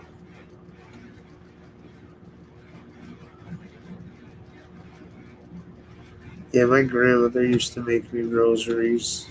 My last one I had from her broke. I have like my other grandmother's, like the rosaries she took from all the way back from fucking like World War II.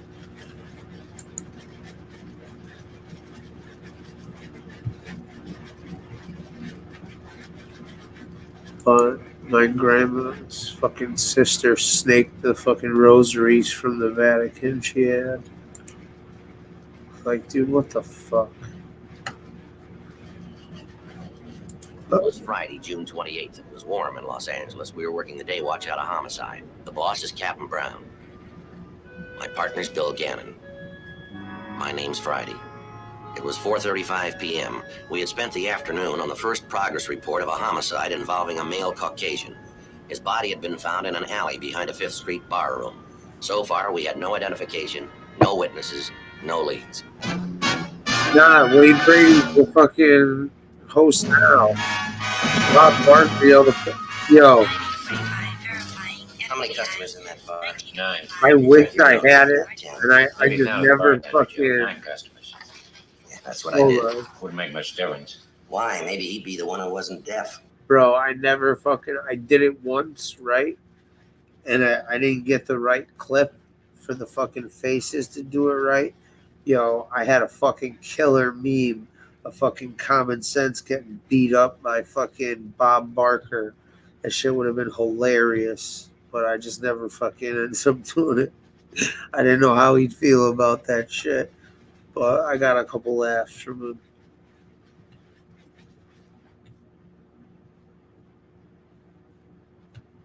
The price is wrong, Bob.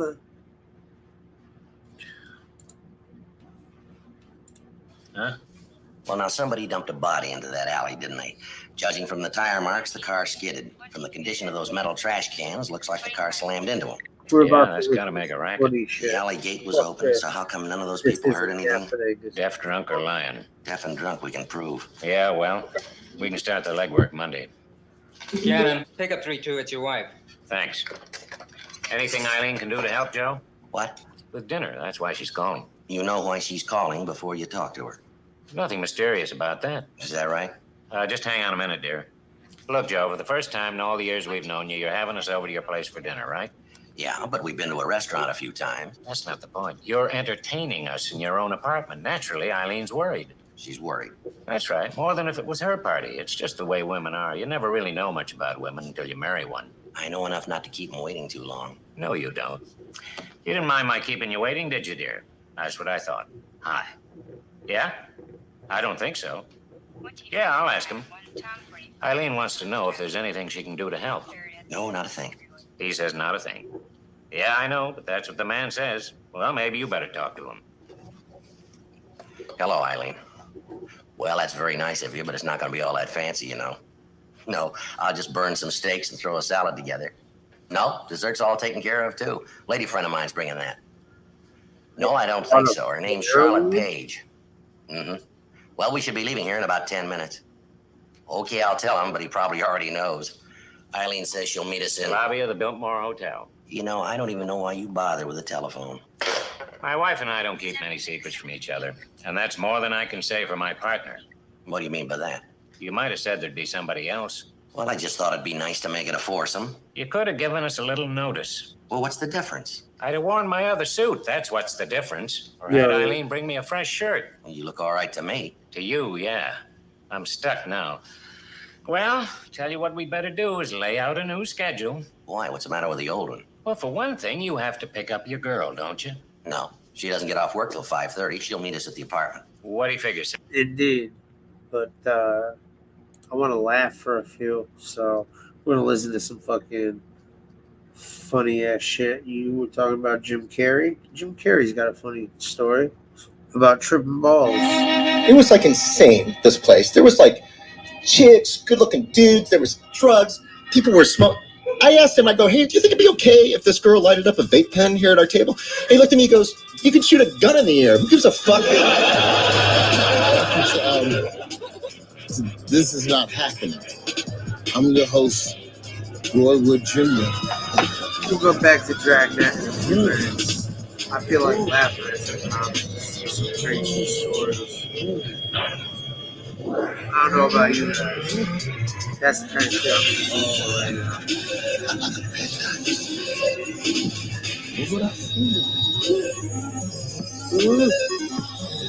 Charlie Chong, when he got arrested by the DEA. Tonight's episode is all about drugs. There's not much to say about this legend. You know him as the host of The Price is Right. His name, Drew Carey.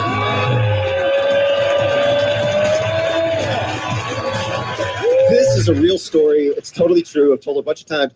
The guy I'm telling the story about is one of my best friends. He's a comedian, but he doesn't want me to say his name. I know. But you'll see why when I tell the story. And he's one of my best friends. So I go to this music festival every year called the Electric Daisy Carnival. I know you're probably like, fucking what? Drew Carey goes to the Electric, yes. And so I'm really excited. And I hadn't been to the I hadn't been to EDC yet, but I've heard about it. I've only been seeing DJs in clubs and stuff like that. My friends were like, oh, if you're into this, you really got to go to EDC. That's the best thing to go to. So Whose line is it anyway? That show's fucking hilarious too. Yeah, the Drew Carey show. 4 years ago, this will be 5 years now. I go, yeah, that's great. So I went to EDC with my friend, and all my friends there that were all doing drugs except me, because I'm the host of Price is Right.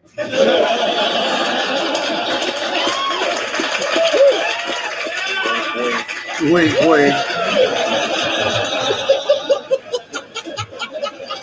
But this is all about my friend and his drug use.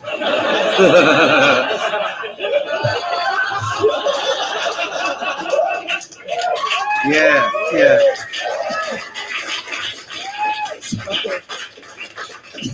So we're at EDC. My friend takes LSD and Molly. Molly is the drug people take to get really happy. LSD is a psychedelic. And so he took LSD and Molly, and then later on he smoked weed, and that's, he says, what set him off.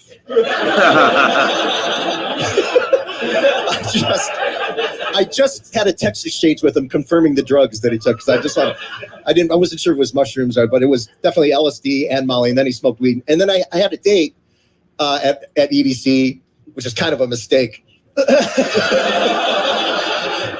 But not really. It's a good place to be. But she drank a little bit, so she got sick. And it doesn't get over till like 6 a.m. It goes from dusk till dawn. In Vegas, at the Las Vegas Motor Speedway, there's like 110,000 people a night just raging and partying and dancing. And I wanted to stay till dawn because it was my first night there. And but she got sick, so I looked at my friend. I almost said his name. I looked at my friend. And I go like, hey, man, we got to get out of here. Now. She just got sick. And I know we got about an hour to go, but, you know, sun's coming up. Might as well hit it. And he goes, what? What'd I do? And I go, you didn't do anything, man. We just got to get out of here. She just got sick, and we're going to get back to the hotel. And he goes, oh, I fucking knew it, man. Fucking knew it, man. I go, what's wrong? He goes, this is how it's going to go, right? I'm supposed to go back with you and leave with you? I'm just supposed to go with you? I go, yeah, we're going to get in the van. I'm getting everybody else here. I tell everybody else in our group we're going to go. It's Jerry just a few of us left. Like 5, 6 of us. Hilarious. We're getting in the van. We're going to get out of here. She's sick. We're going to get back. It's only now. Fuck, I've done some terrible things in my life, man. It's like having a breakdown, and he won't stop. And finally, I convinced him, like, come on, let's go. We're going to be okay. And he goes, okay, fuck, I'm supposed to go with you. That's how it's going to be, right? Okay, fine. And we're walking out, and I got my arm around him, and he's really upset. And he just keeps saying about all the terrible things he's done in his life and how he deserves it and how this is how it's probably going to go. He thought we were going to kill him. Funny story. And I was trying to get him out of there and get him in the van so we could fucking kill him. I know. I tried playing it today. The first and everywhere I was episode. leading, he was like, "Oh, I'm supposed to go with you, right? Okay, fine." And at one point, I finally got him settled down. And we had two guys from Dancing with the Stars. I just been on Dancing with the Stars. So these two guys, I finally get them settled down. We're like, "No, it's fine. Listen, we love you, man. We're gonna get you back. It's gonna be fine. Just gonna wait for the van. The van took forever to get there. Just gonna wait for the van, and then we'll get out of here." And he's like, "Okay, fine." And he finally settled down. And I looked at the two guys from Dancing with the Stars. They're all buff and muscly. And I go, "But first, we're gonna fuck you up the ass."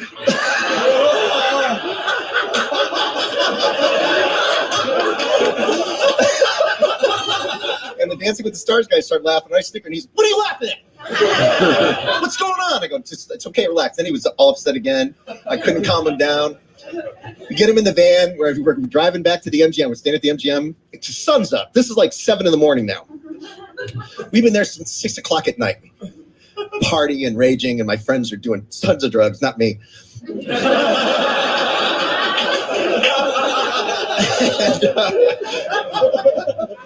you know, so I'm the host of Price is Right.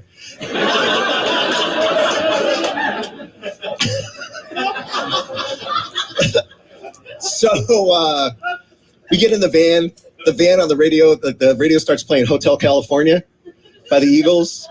You can check it out anytime you want, but you can never leave. And the song's on. He goes, "What the fuck is that?"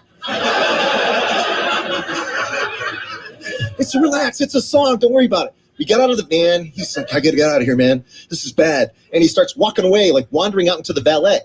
And I got to grab him. I go, "Hey, dude, you can't just wander off. Security's going to arrest you. You're going to be in big trouble, man. Let's just get out of here. Let's just get through the lobby." And he's like this. I'm holding him. And my date's like, "Ugh, she's not feeling good." We get through the lobby and we see like a guy with his family checking out by the candy section in the middle by the elevators. And it's like I said, like 6:30, 7 a.m. And it's the husband, the wife, the kid. And the husband's like this. And the wife is like this. And the kid's like, "Ugh." And he goes, "What the fuck are those people?"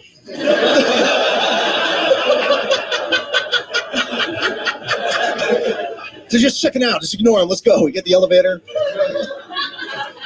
We take him to my room because we got a suite and there's a couch. And I go, "I'm not going to let you be alone, man. Just come up to my room, put him on the couch, get him a blanket." Like, "Okay, we're going to bed." So we get in the bedroom. I look at my date and I go, "Hey, man, he'd actually be pretty easy to kill if we wanted to kill him." Because he really wasn't putting up much of a fight.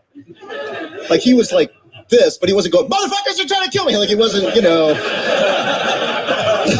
like I would do. He wasn't screaming. He was like, "Oh, I got to go with you, right? And this is how it's going to go." That's how he was the whole time. Yeah, convinced we were going to kill him. I get him to sleep. Next day he's gone, but we're the World Cup is on.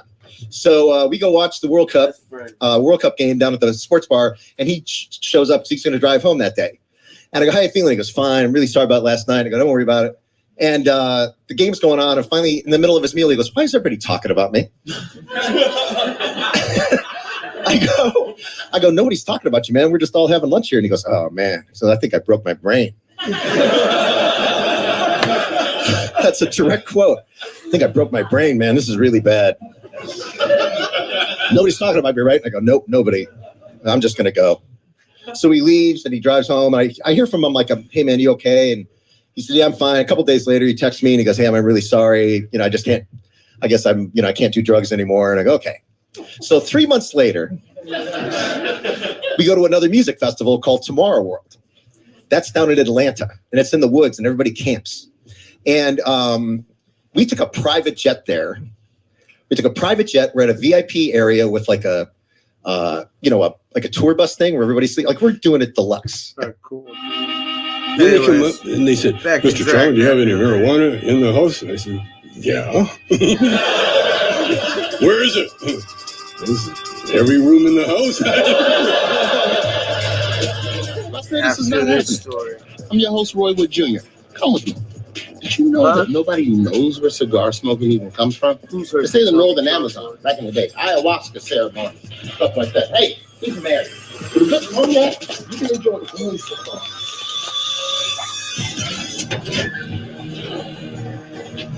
Oh, no, you didn't. Oh, no, you didn't. Oh, no. You do know the origins of crack cocaine. Roy, we got a 211 in the panic room. Oh, hell no. Watch this.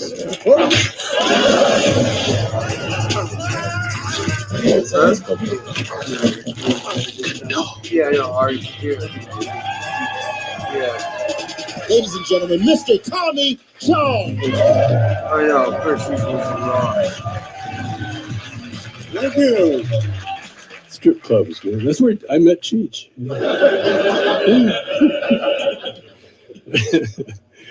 Yeah, the good old days. Everybody wonders why we broke up. I'll tell you why we broke up. We got rich. And I learned one thing: you can't make a rich Mexican do shit, boy.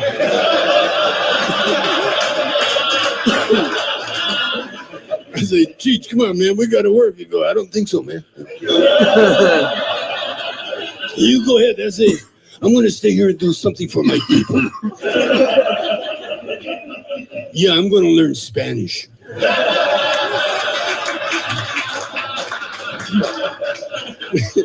But Gigi ended up working way more than I ever did.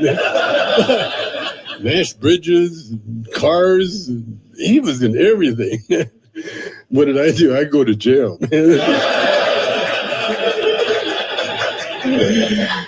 And see, I'm a stoner. That's why I went to jail. Nah, Italian. Because the signs were there. You know, they had my house under observation for a year. They had my phone tapped. They had a helicopter going over my house. They had undercover FBI guys or DEA guys riding up on their bicycles. And you could tell that, you know, they didn't look like bike riders. You know, they're bike riders got a look. They know how to act. You know, these guys are, you know, had to jump off the bike to stop it, you know. And then they're all gathered up in front of my house, and they're looking in there, and I'm in there making bongs. That's what I do. And they're smoking pot. And they called me over one time and said, what kind of plants are those? Bamboo. He said, oh, that's interesting. So what are you making in there? I said, bongs. Oh, interesting. And then a few months later, they came knocking on my door in SWAT outfits. 5 in the... I need your help. I can't tell you what it is. You can never ask me about it later, and we're gonna hurt some people. Whose car are we gonna take?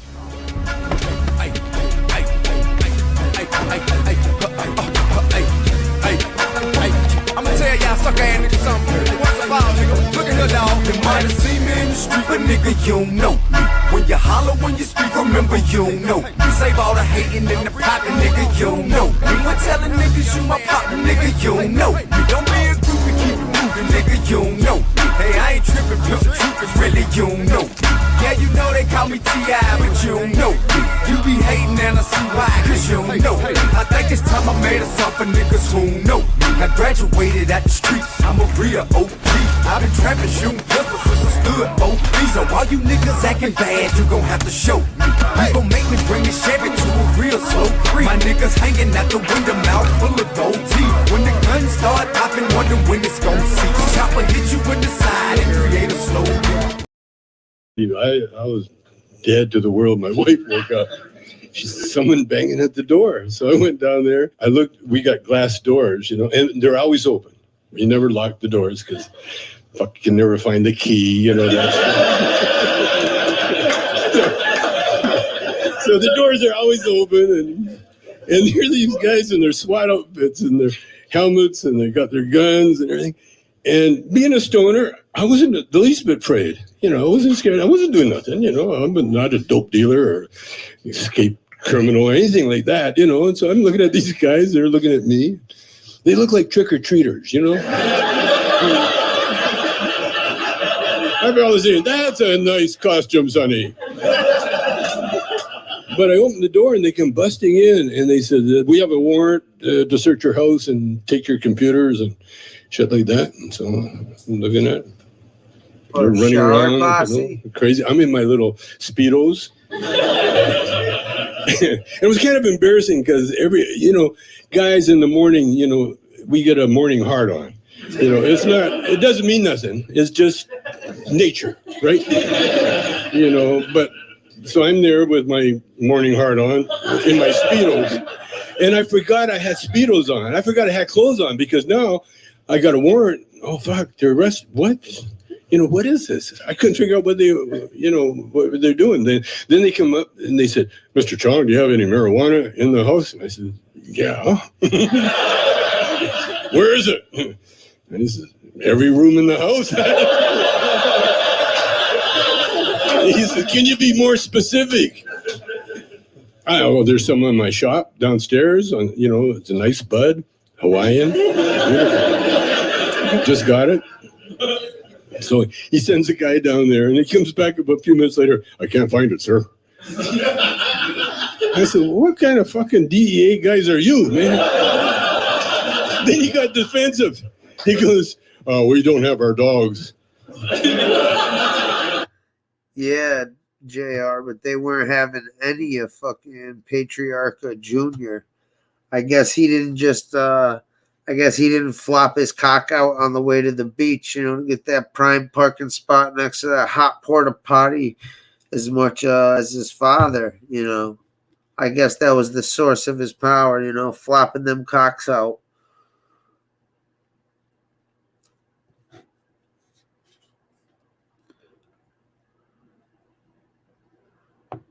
I said, that's another thing. How come you don't have your dogs? What the hell? And then my wife comes down the stairs, and she thought it was, she was going to be on television. She thought it was, we're being punked by Ashton Kutcher. So she comes down there, all looking good, looking for the camera. And I had to tell her, we're being busted. She goes, well, for what? I said, I don't know. And so I asked them, and they said, paraphernalia. What's that? Bongs. Yeah. Oh, fuck. The father, absolutely. You're busting me for bongs? Really? Apparently, there's one state in the union that made paraphernalia legal to ship across the state line, which is Pennsylvania, the home of the DEA. And apparently the DEA has been trying to get my company, or my son's company, to sell him bongs. And they kept refusing to sell them to him because we knew that they were DEA, or at least my son's company did. I didn't know. And so anyway, they finally came to LA in person, bought the bongs, and then they said, listen, we're going to go on vacation here. Will you ship the bongs to us? We still wouldn't do it. So they had an undercover guy go in and get a job in my son's company, and he shipped it. He shipped it. Oh, wow. Because it's all documented. It's all filmed, everything. We had all the documentation. And then they've been following me for a year. Hold on. I was in Arlington, Texas. Yo, so you just caught that? He wouldn't ship the shit to the state. They kept trying to. Then they had someone go undercover and get a fucking job at this place and have him ship it. How is that not illegal? Entrapment and illegal and shit? They broke the law. Dude, what the fuck? One time, and they got the DEA camera on me, and it shows the workers in the head shop all wearing DEA T-shirts. And they kept standing next to the DEA officers. Wherever they go, they stand next to them. I still didn't catch them. They're wearing headbands that didn't fit. I remember, because they said to me, Mr. Chong, can we talk to you outside? No, they're hippies. No. I said, sure. Go outside. We're sitting there, and he's got his backpack and the camera, and he's got it round so he can see me. And then he said, now these bongs, they're not just for tobacco use only, are they? And I said, no. I said, they're for pot. He said, can you repeat that? I said, yeah, they're for marijuana, pot. Thank you. I still didn't know. Oh, Jesus. You see, Because when you don't do anything wrong, you got to be honest. Really? You know? And so I go to court and I think, well, fuck, I'll bust this, because he can't bust you for bongs, And I go to court and then they sentence me on 9/11. 9/11. And that's when I started waking up. Hey, just a minute now. Why that date? And then Bush went on TV and said that, the bong industry has been supplying money to the terrorist organizations in the tune of billions of dollars. And I'm thinking, well, fuck, I wish I had got some of that money. Because we were in debt for $500,000 at the time, trying to keep the bong business going. So they sentenced me to 9 months. And I tried to, talk my way out of it. But again, the stoners, man. Oh. I tried to explain to the judge that I'm really sorry and that I've been working with kids, trying to, keep them off drugs. Well, I've been teaching kids salsa. And the judge kind of looked down over his glasses. The judges with no rims on their glasses, that look, and they look over at you. And he says, salsa? And I said, yeah, well, and this is my theory, when you're dancing salsa, you can't get high and dance at the same time. So, which in itself is a lie, because I can get high and dance salsa. But I was trying, I was giving it a shot. And then I started thinking about it. Fuck, I've never been to jail. Yeah, it's kind of fun, man. And I've been prepping for this, all my life. Because when I was a teenager, 15 years old, I met this biker that he just got out of jail, no place to stay. And I said, yeah, you can stay with me for a while. So he moved in and he gave me a biker, my OG tattoo. This is a jailhouse tattoo. Now, I was really proud of this until I found out in jail it's a white supremacy tattoo.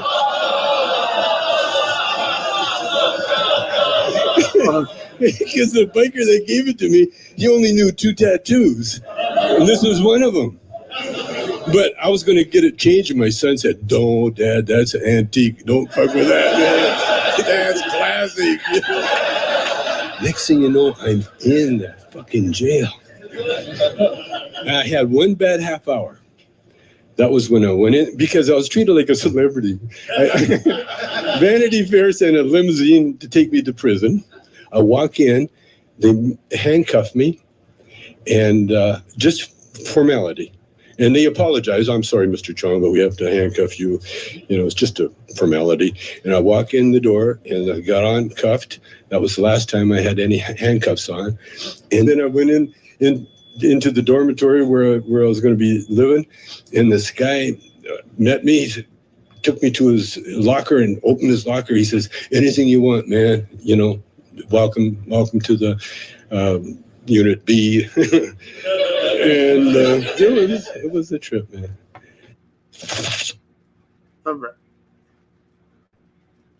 Let's see what's going on with Dragnet. These kooky guys. Nothing but the truth, man. 6 o'clock? About that. Okay, now if you don't bother coming over to the Biltmore with me. Well, that's no bother. Well, it certainly is. It's a duplication of effort is all. Let's say I meet Eileen at 5:10. We kill a little time, then a leisurely drive will get us over to your place at 6, okay? Sounds all right. That gives you a good half hour to get organized. Okay. Anything we can do to help, Joe? Anything at all? I don't know what it'd be. Well, let's not risk any slip-ups. If there's anything we can do to Yeah, make I this a know. real I don't know success, why. you just have to mention it. Nope, all taken care of. Okay, Joe. Good luck to you. Ready? That Gannon, Florida. looks like we need a shooting team. Who's up? We are, Captain. Warehouse burglary on South Santa Fe. Suspects barricaded. Shots have been fired. Officers involved? It looks that way. Got anything on for tonight? No, sir, nothing special. You might have now. Well, we better make our phone calls. You go If we ahead. offer Chris enough money in donations, I'm Joe, sure we he'll are do it. meeting in the lobby of the Biltmore Hotel. You can have her paged. She won't be there yet. Well, I thought you were supposed to meet her at 10 after 5. That's right.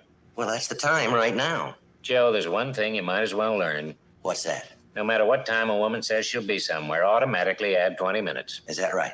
Then you won't have so long to wait. 9045, first name was Jean. Verify DOB as 45 All units on frequency to understand flag. In Los Angeles, all cases in which an officer or a suspect is killed or seriously wounded have to be investigated by a 2-man shooting team. If an investigation were necessary in this case, we would be working most of the night. Until more information came in, we had to stand by. Nothing yet. Get hold of your date? Yeah, I told her if she didn't hear from me by 6 o'clock, the deal was off. Why? She's got to get used to it sooner or later. Get used to what? Well, a cop's wife does a lot of waiting. Isn't that right, Lieutenant? Yes, sir. A cop's wife does a lot of waiting. Charlotte's just a friend. Oh, just a friend. And how come I never heard of her before? Well, I don't know. Didn't I ever mention her? No, Joe, you didn't. How'd she take the delay? No problem. She was going to be late anyway. Pulled some overtime herself. Did you hear who's involved? Radio car. Don't know either of the officers. 1 Adam 26 to all units concerned. The warehouse burglary on South Santa Fe is now a code 4. Suspect in custody, code 4. Maybe we're off the hook. Let's check with the captain. Let's do that. You heard it, didn't you? Yes, sir. Well, then what are you hanging around here for? Just leaving, Captain. What time you got? Straight up 6 o'clock. I better make my call. Same schedule, move back 1 hour, right? Right, I'll sign us out. Good luck to you. You keep saying that. Just want your dinner party to be a smash, Joe.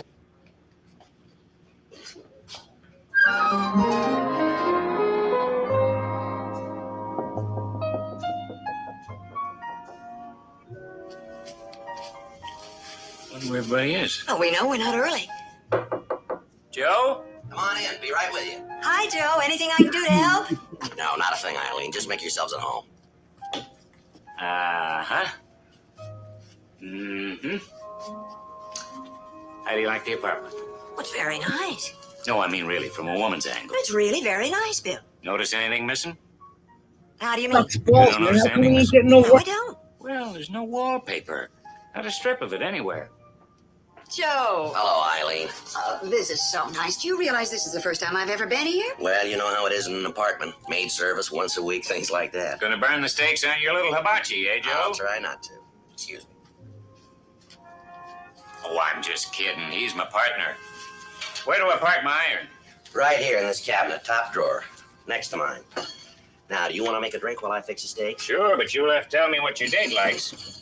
Yeah, well, maybe we better hold off a while at that. See, you put that half hour to good use, didn't you? What are you talking about? Well, setting up the TV tables and all. I did that this morning.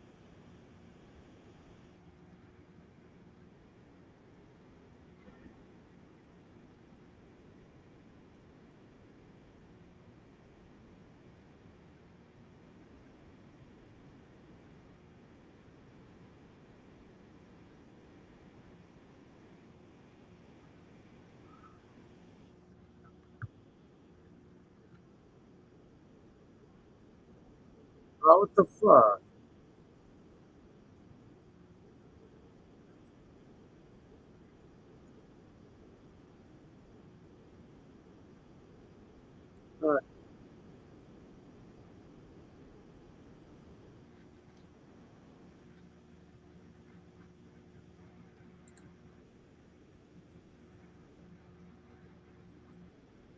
Joe. Oh, I'm sorry. I didn't know you had company. That's all right, Edie. Well, I don't want to bother you when you have guests. It's all right, come on in. Well, if you're sure I'm not intruding. Not at all.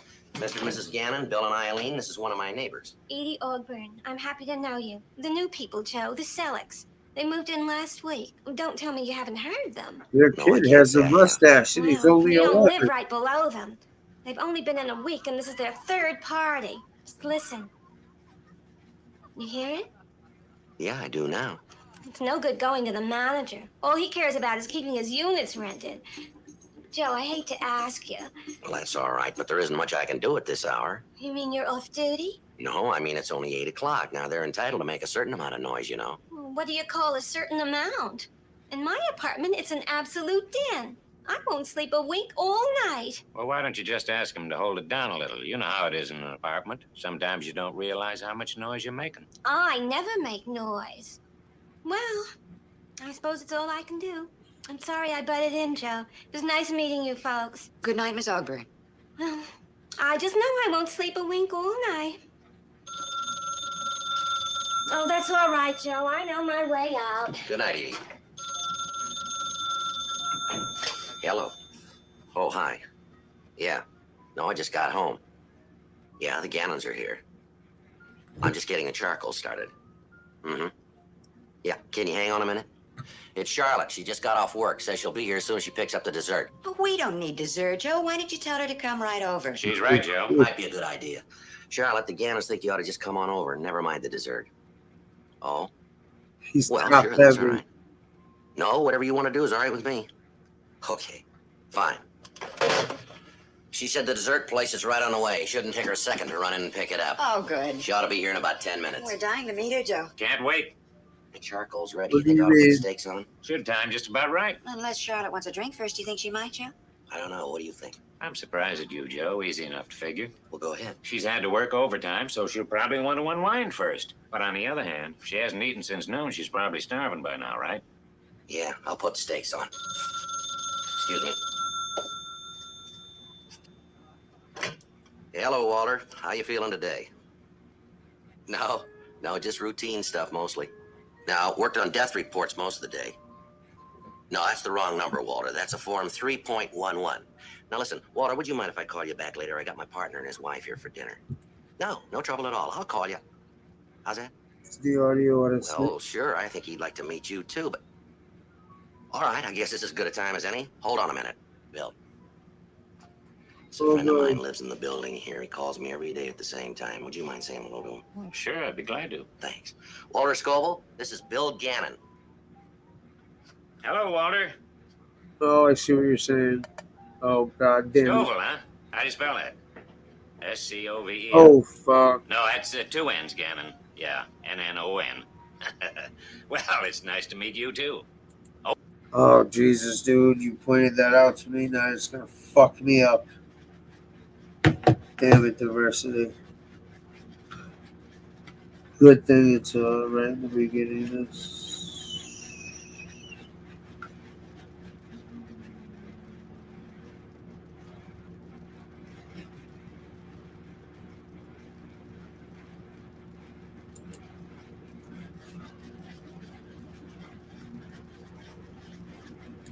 No, sir, not very much. Better bone up. Why is that? He wants you to defend him.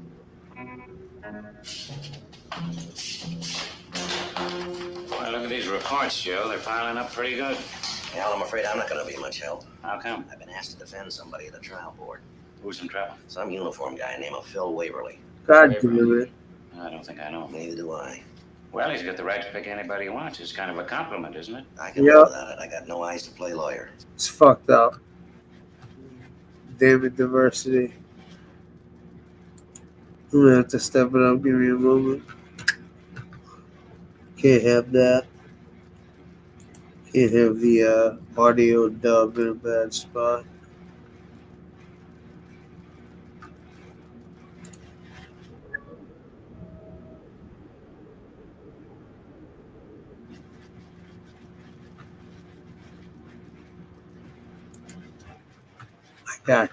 I got you with the original good shit.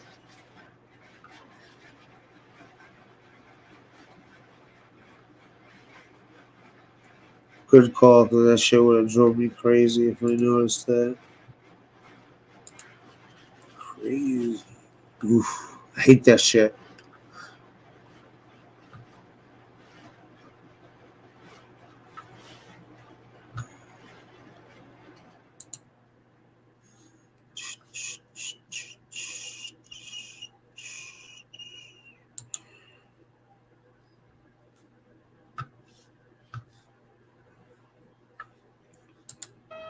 It's a good place to live. We try to keep it that way. It's a full-time job. Every 60 seconds, a crime is committed in Los Angeles. In the Los Angeles Police Department's Communications Center, the telephone rings every 20 seconds, 24 hours a day. Of the 3 million people who live in Los Angeles, 35,000 of them are known rapists, murderers, and thieves. They outnumber the police force, 7 to 1. Every time a policeman answers a call, he takes a calculated risk. There'll always be somebody out there who doesn't like him. and who might have a gun. That's where I come in. I carry a badge. It was Tuesday, April 28th. It was overcast in Los Angeles. We were working the day watch out of Homicide Division. The boss is Captain Hugh Brown. My partner's Bill Gannon. My name's Friday. We were finishing up on the paperwork on a wife-beating case. The wife refused to sign a complaint against her husband. In the state of California, wife-beating is a felony and is considered a crime against the state. The case would be submitted to the district attorney.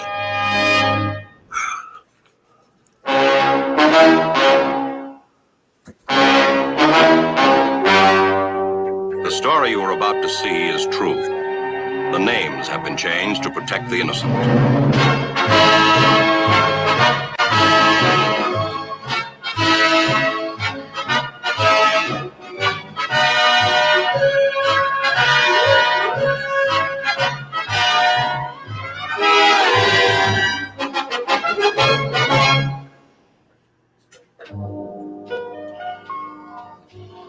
Stomach's sure upset.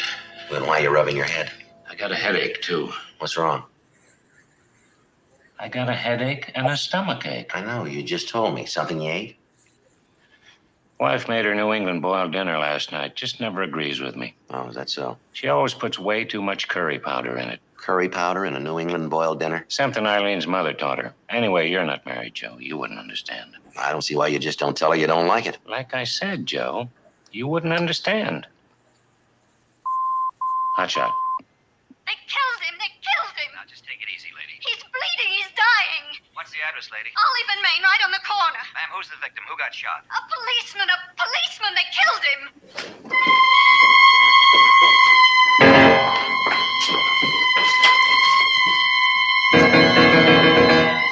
8:33 a.m. We checked out the homicide call car and headed for the scene of the shooting, Code 3.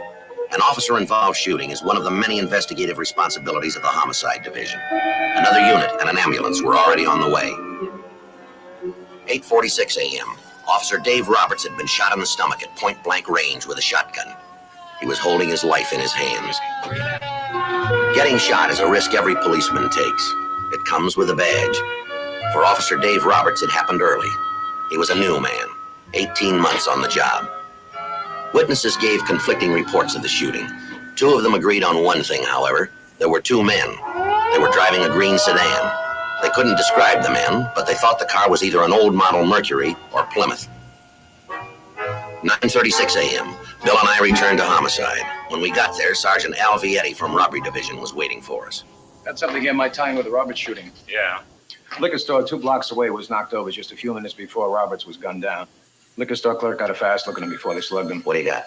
2 men, Caucasian. Number 1, about 6'3", heavy set. Number 2, 5'9", short, thin. Mutt and Jeff. Both of them were wearing dark sport jackets, dark slacks, no hats. What's the tie-in now? Big one had some kind of a rig under his coat. Swung a sawed-off shotgun out from under his armpit. Leighton Prince and a photog are on the way. Yes, sir. They turned that green sedan. 9:46 a.m. It took us 10 minutes to reach the intersection of Whitsett and Flower Streets, where the green sedan had been located. We talked with Wayne Wolfer from SID. So far, he had not come up with any physical evidence in the green sedan that might lead us to the men who drove the car. We spoke to Officer Bill Walmsley from Leighton Prince. Looks like it's been wiped clean. Nothing so far, Joe. Take it into the garage. Doesn't look too promising. Right, thanks, Bill. Anything on the plate? My partner's taking it with DHQ now, Sergeant. Anybody in the area see who abandoned the car? No, sir. We checked with all of them. Busy place. Somebody must have seen it. All right, let's talk to some of them. You take this side of the street, I'll take the other. Sergeant, plate's clouded. Belongs on a 57 Ford.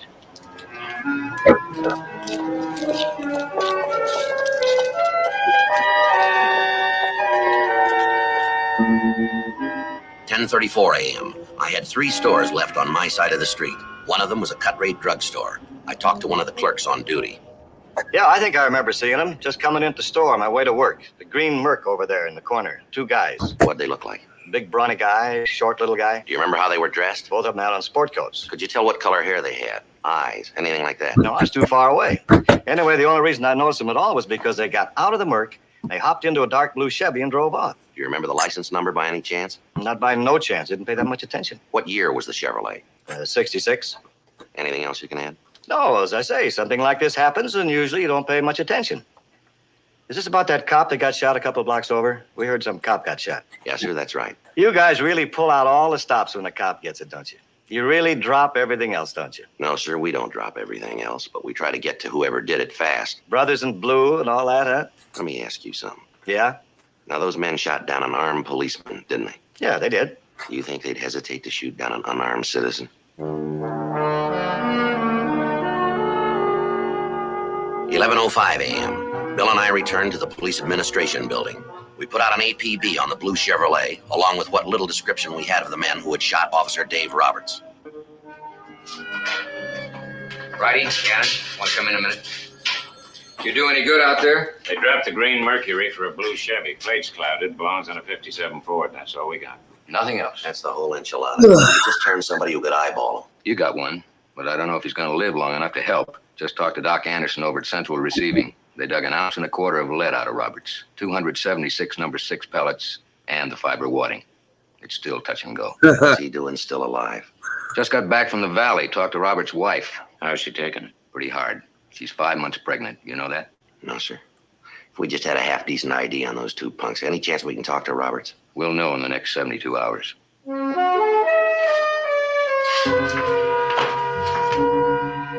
Thursday, April 30th. 3 days went by. Bill and I called all of our informants to see if we could dig up a lead on the two suspects. We had no luck. The blue Chevrolet and the men who were driving it had disappeared. Anything from your informants? Nothing so far.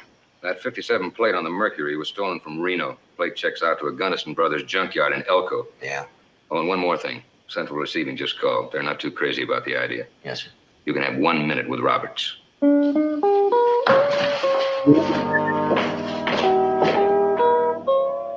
2:33 p.m. We drove over to Central Receiving Hospital to see Officer Dave Roberts. We spoke to Dr. Anderson in the P&F ward. He told us he didn't know how much good it would do to try and talk to Roberts, but in any event, to make it short. I told your captain, no more than a minute. Right, Doc. Right, is the one with the black hair.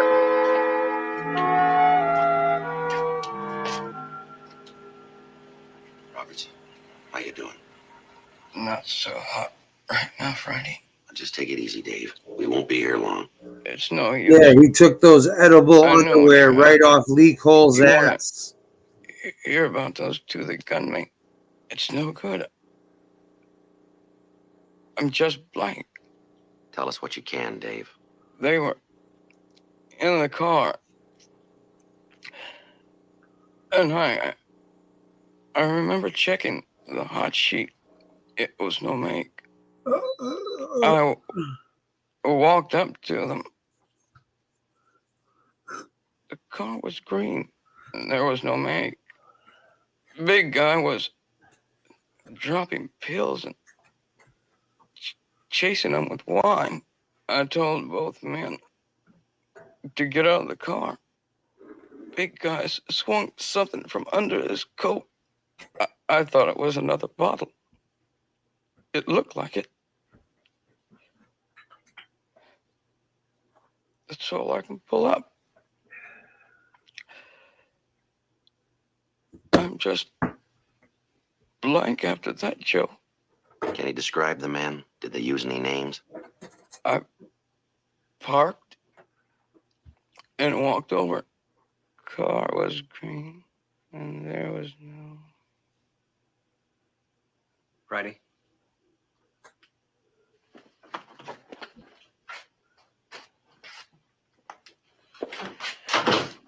The human mind's a delicate thing, Joe. He may never remember it. Mean he's lost his memory? It may come back in a few weeks, a few years. Nobody knows. The shock of getting shot like that was a big trauma, a frightening thing.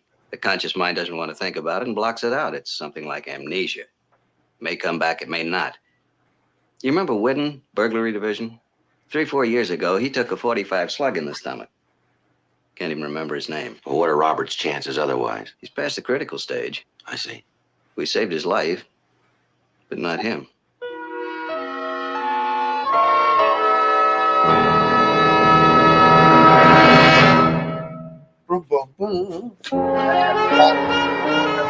Thursday, October 23rd, 9 a.m. 6 months went by. We had no more to go on than we had the day Officer Roberts got shot. It became a habit to check all teletypes and robbery APBs every morning. looking for anyone who came close to fitting the description of the suspects in the shooting. We finally came across one report that looked good. We checked with Captain Brown. We told him what we had. 2 men had robbed a liquor store in Pasadena the previous night. One was tall, the other was short. They had used a swing-out shotgun. You talked to robbery detail out there? Yes, sir. Sergeant James says they've got a witness who got a good look at him. You better pray for rain on this one. How's that, Skipper? I just checked the hospital a few minutes ago. Yes, sir. You're gonna need that eyeball witness. Robert still can't help you.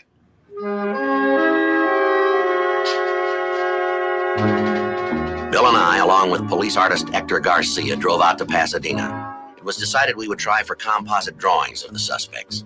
Sergeant James of the Pasadena Police Department Robbery Detail told us he would meet us at the scene of the holdup, 10:05 a.m. Mr. Wilson, Sergeant Friday, Officer Gannon, LAPD. How do you do, sir? Mr. Wilson? You people working on this case, too? Yes, sir, that's right. Now, this is police artist Hector Garcia. Danny You'll describe Trejo the mental health work fucking Garcia here is going to try to draw. was last seen inquiring Mr. Wilson, how to suspect number obtain a one, suspect colostomy number bag. 2.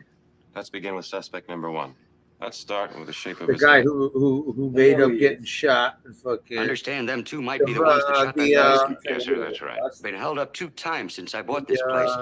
You boys nailed them both times. The horse That's why I fucker. want to do this good. All right. Why was he All trying to get a right, sir, Mr. Police colostomy Artist. bag? Let's go get him. Because he told everybody a while ago he had a follow up. You're good, Mr. Artist. That's them to a T. No doubt about it. You remember anything they said, Mr. Wilson? They mentioned any names? No, they didn't say much. No reason to. Well, how's that, sir? That shotgun, it did all the talking necessary.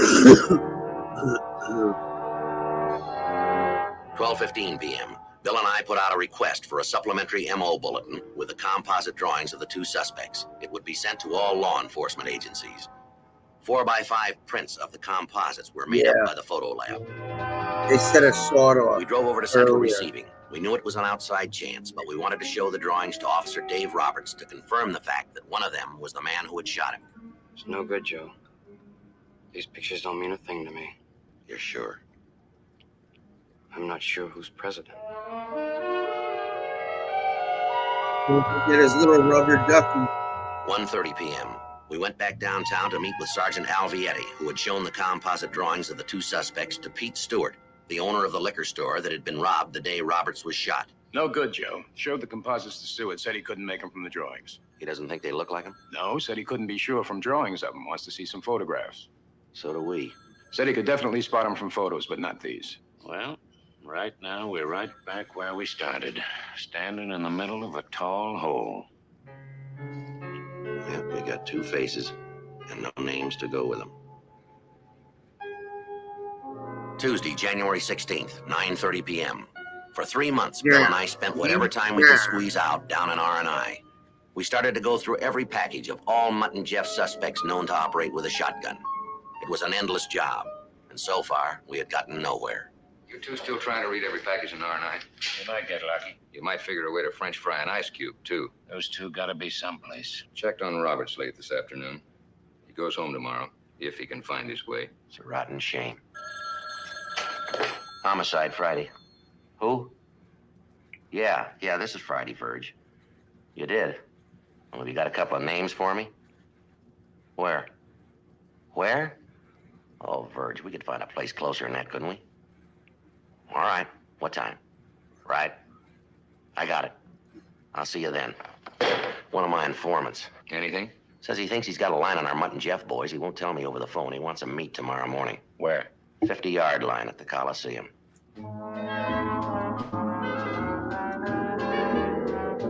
10:30 a.m., Wednesday, January 17th. Diversity, I drove out to yo, Exposition birds of a Park to the feather Los flock Angeles together, Coliseum man. to meet with Virgil Hicks. When I arrived, he was seated in the stands, waiting. We both made our way to the center of the playing field at the 50-yard line.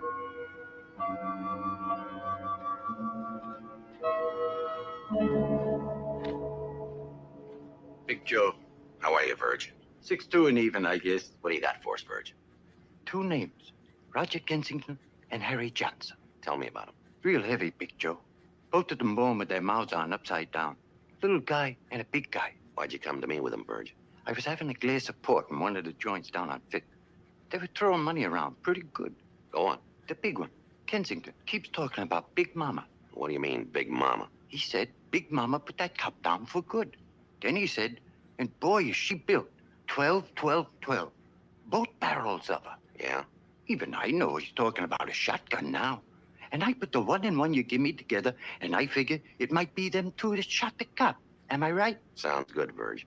You sure about those names now? Kensington and Johnson? Sure is sure. Followed them to their hotel. Gave the last of my bottle to the clerk, and he gave me the names. Told him I used to work with them back in Cincy. You don't think you burned them? No, sir, Big Joe. This clerk was 3 sheets to the wind by the time I left him. What's the name of the hotel? The Adobe Red, down on Crocker. Right, Verge. And thanks. Now you take care of yourself. Oh, one thing more you ought to know. Yeah? What's that? The desk clerk at the Adobe. He told me something. Yeah? About that shotgun the big guy's got. What about it? He sleeps with it. In his bed.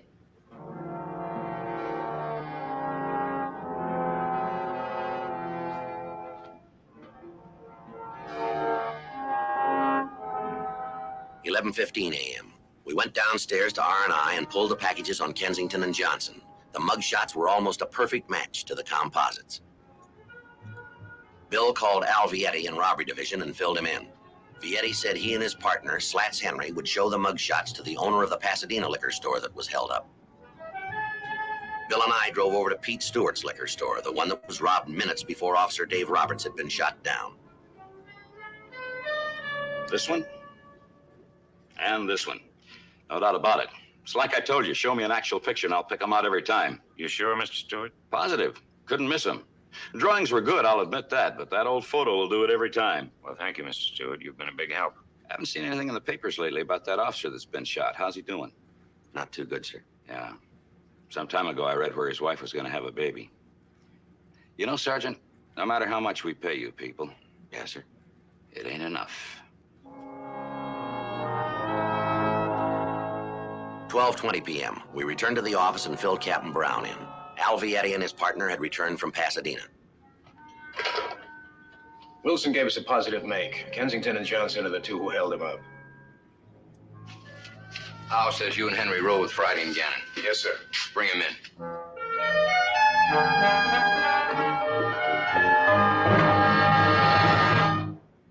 Mm-mm-mm.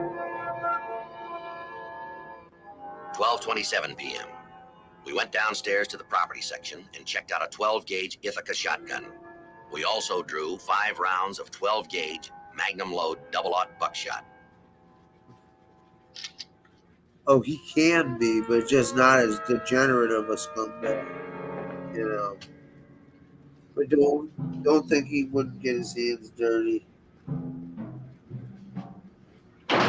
But yeah, compared to some of these other people. Down 5th Street. Now get those hands out where I can see them and climb out of that bed. Move! Police officers, you're under arrest. Get your hands up against that wall and get your feet back.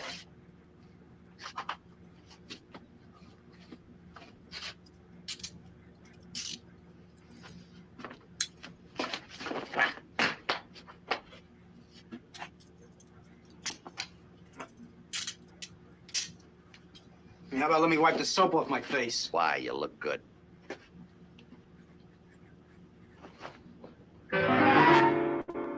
Why the roast? What's the charge? Sleeping with a shotgun will do.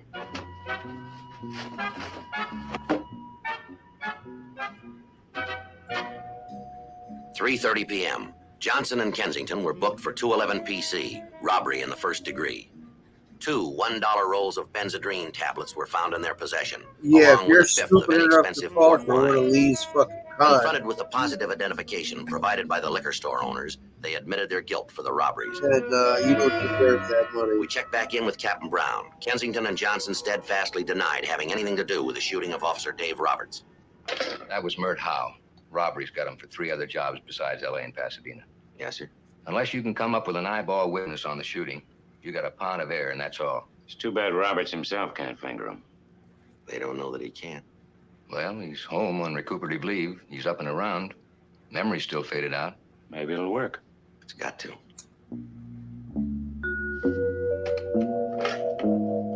Wednesday, January 17th, 4:15 p.m. Look here, Harry. They sent in the first team.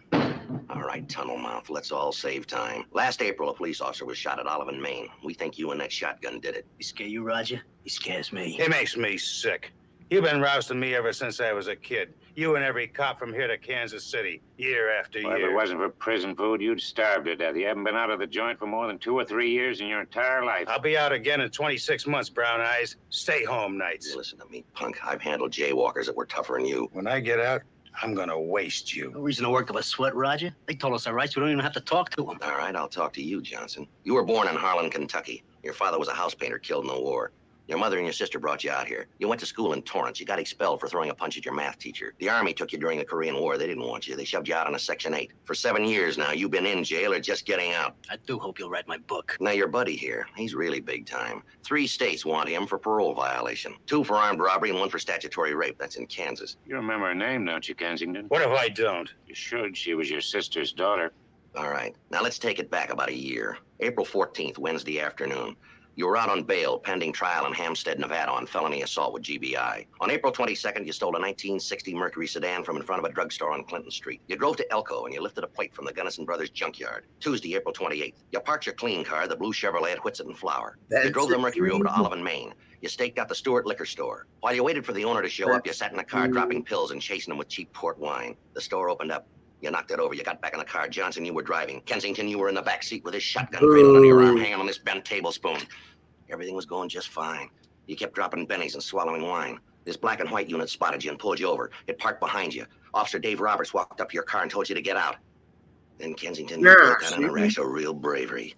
You swung this shotgun out from under your coat, stuck it in Roberts' middle, pulled the trigger, and slammed 276 pellets into his stomach. Johnson, you dropped the car into gear and dug out, leaving that officer there with his life draining out in the gutter. That's a good story, cop. But you need a witness, and that you ain't got. Ain't we?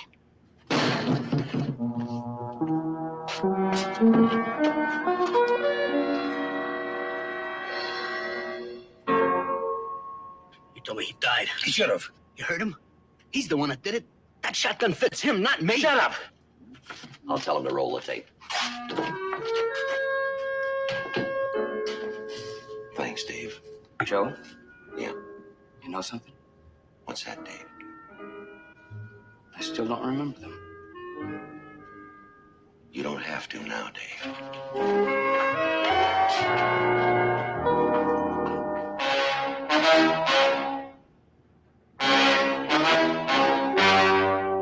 The story you have just seen is true. The names were changed to protect the innocent. On March 23rd, trial was held in Department 186, Superior Court of the State of California, California, in and for the County of Los Angeles. In a moment, the results of that trial.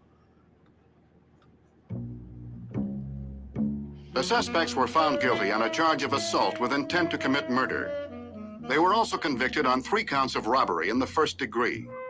Assault with intent to commit murder is punishable by imprisonment in the state prison for not less than 1 nor more than 14 years.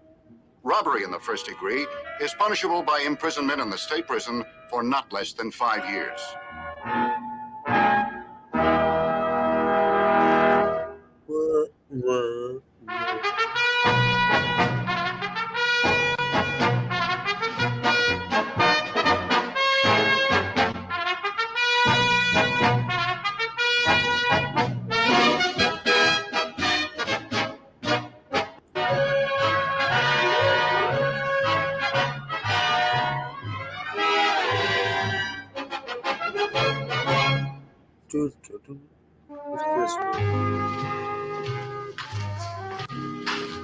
How'd it go, Bill? No bomb? No bomb. This heat keeps up, the whole town's gonna blow. Yeah. I sound the same good. For me? From the 5th floor. Credit union. Pink slip on my car. Paid off your loan, huh? Finally. Now I gotta see Bob Fennell again. What for? Another loan. Now I have to get it fixed. Transmission went out. Friday, Gannon? Yes, sir. Close to quitting time, I know, but here's one to go on. I'll sign you out. Yes, sir. 1104 West Garden. Dead body. Don't know what I'm gonna do with all the overtime I'm piling up. Buy a yacht. 4:23 p.m. Before we left PAB, we made the notifications, and then we headed across town for the West Garden address. Crazy.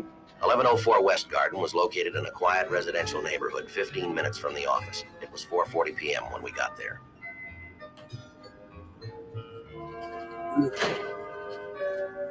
Friday and Gannon homicide. Fisher, 1L36. The body's in the bedroom. Here's your DOA slip. Right, thanks, Fisher.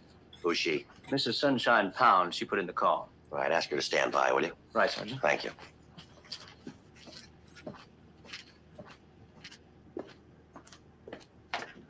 Joe, Bill. All right, Blake. What do you got? 2 gunshots. I hear you Where? have a In the heart area. homicide. Those 2 slugs weigh I more than she have did. an Tiny little thing. informant that'll help covered you the out. body. Woman out there in the I front have room. 2 You let us know when you pull the informants. slugs, Bob. Right, Gannon. All right, Ed. Well, Besides the usual low shots, I level, want 2 but lateral, 2 vertical, I'm and 1 willing head to down do and in color. anything. Okay, Sergeant. Can't weigh over 90 pounds. Beautiful girl, Joe. A living doll. Not anymore.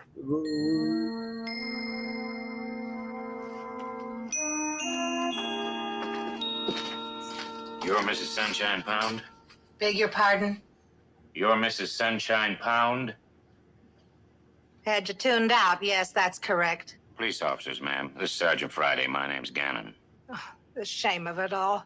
Lovely girl like Reiko. Who could do such a thing? What's her full name, Mrs. Pound? Reiko Hashimoto, 26 years old. She married? She was.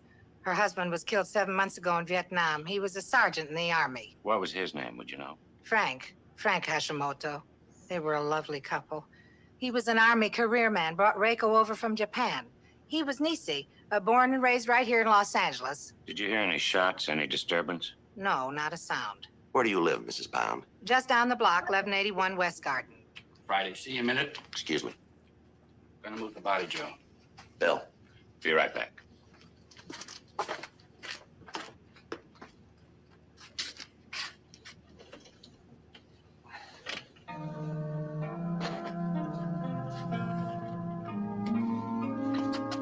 Looks like there was an exit wound.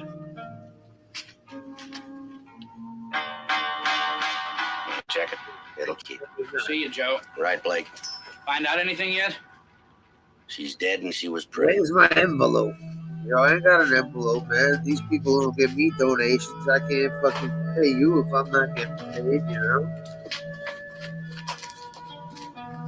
I'd ask for information. We already went down that The road. Hashimoto's have any enemies that you know of? Anyone who might do a thing like this? Not a soul, Sergeant. They were delightful neighbors. Kept pretty much to themselves. Oh, they were friendly, but they loved their home, always sprucing it up. And isn't it lovely? Reiko was so neat and tidy. You say she was from Japan. She have any relatives in this country? Yes, one. Her mother. Would you know her name? It's Mrs. Watanabe. Do you know where we might find her? Not exactly. I only met her once. I think from what Reiko said that she has an apartment someplace down in Japanese town, Little Tokyo.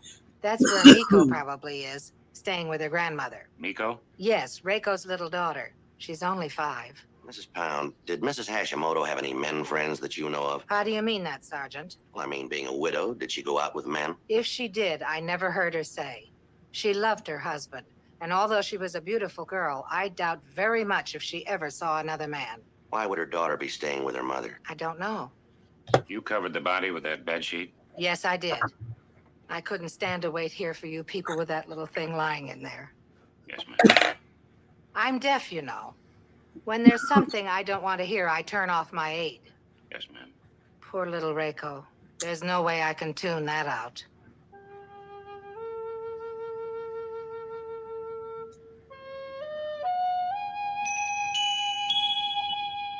"5:35 p.m. Bill called Captain Brown and filled him in. He asked for another 2 teams to begin a house-to-house check of the neighborhood to see if any witnesses could be turned. The captain said they would begin a search for Reiko Hashimoto's mother, Mrs. Watanabe. I talked to Sergeant Dean Bergman from Leighton Prince. Doesn't look too promising, Joe. House is unusually clean. Women must have dusted and waxed the place every 15 minutes. Yeah. Got a few prints, but right now I don't know. I'll work for eliminations. Right, thanks, Dean. Alexander Petrovich Higby and Hanson are on the way out to give us a hand. Good. Let's see if we can turn a photograph of the Hashimoto woman. What's been dusted, Dean? Everything in the room except this table.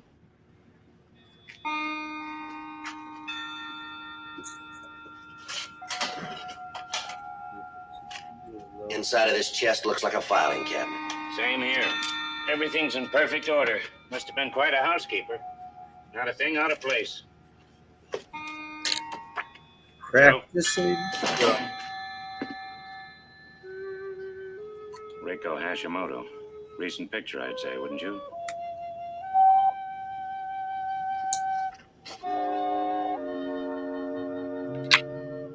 She was pretty, Joe. Let's check on that slug in the bedroom.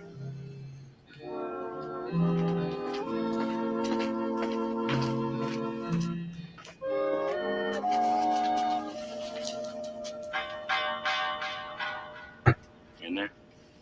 No, it doesn't seem to be. Went on through. Under the house. Yeah, you want to get the flashlights? It's getting dark out. It'll be easy to find it in the morning. It'll still be dark under the house in the morning. 5:55 p.m. While I crawled under the house, Bill waited in the bedroom above. He signaled to me by tapping on the floor. When I reached the area underneath the bedroom, I returned the signal. Okay. I'm bringing the flashlight over the hole. All right. It's on. I see it.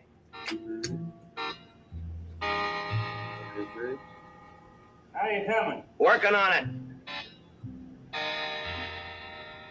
Got it? Got it. 6:10 p.m. Two teams of detectives arrived to assist Bill and me in checking the immediate neighborhood in the hope that we might turn up someone who might know something about Reiko Hashimoto's murder. We gave one of the photographs of Reiko Hashimoto to Chuck Higby and his partner. Bill and I kept the other one. Every house within a 2-block radius would be checked. 9:35 p.m. 3 hours later, we were no further ahead than we were before. About all you can say is we took a long walk on a warm summer evening. Did you pull up anything, Chuck? Woman whose property backs up on this house thinks she heard a couple of shots. Thinks it was around 11:30. Yeah. She also said it could have been a car backfiring. She's not sure, Joe. Well, couldn't you pin her down on whether they sounded like shots or backfiring? Yeah, Joe, I tried. She just wasn't sure, that's all. Yeah, well, you'd think people would try to be a little more sure. Anything else, Chuck? Hanson talked to a woman by the name of Cordell. Lurleen Cordell. She lives a couple blocks from here, 908 South Wallace. What about her? She was attacked by some guy driving a yellow Dodge pickup truck. Said she reported it. Yeah. Said the truck was full of house painter's gear. Said she remembers a ladder painted red and green. Threatened her with a gun. She didn't know the caliber. Anything else? Nope. That's about it. Well, then what's the connection? I didn't say there was, Joe. Just giving you what we turned. Yeah, with all that, Higby, we ought to break it in about an hour. Something wrong, Joe? No, Chuck. There's nothing Very wrong. chill with the cover act. 100 pounds of young woman was shot through the head and the heart. 10 to 1 she was mauled by whoever did it. She's got a 5-year-old kid and a mother who are floating around somewhere in this city they don't even know she's bought in. We can't buy a piece of anything to pick up and run with. Some case of arrested development can walk into a home like this, destroy a human life, waltz out and leave nothing behind but his memory. And you can't run a make on that. We're all tired. Let's grab something to eat and hit it again first thing in the morning. You two go ahead. I'll see you at the office tomorrow. Wife's holding dinner. See you in the morning, Joe. Bill? Right. Thanks, Chuck. Come on, Joe. Nothing more we can do here tonight. I'll hang a while longer. What's bugging you? You're getting that first lecture at the academy. Yeah, what's that? The business of not letting yourself get personally involved in a case. Who says I am? I do. I know it's a useless killing. They all are. I know we haven't got 8 cents to go on. We seldom do. But don't let this one eat at you, Joe. Here are the car keys. I'll catch a ride with Higby. Thanks, Bill. Smoke a cigarette and go home.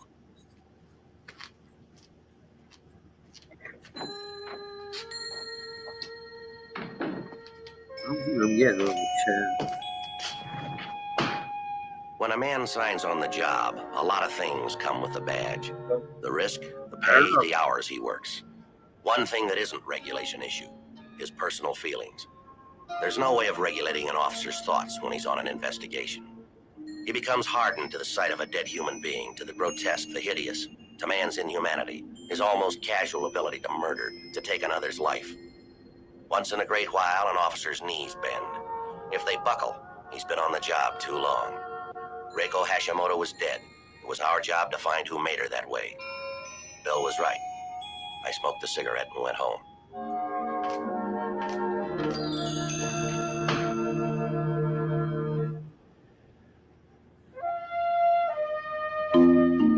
Wednesday, August 17th, 8:10 a.m. Bill and I reported to the coroner's office for the post-mortem on Reiko Hashimoto.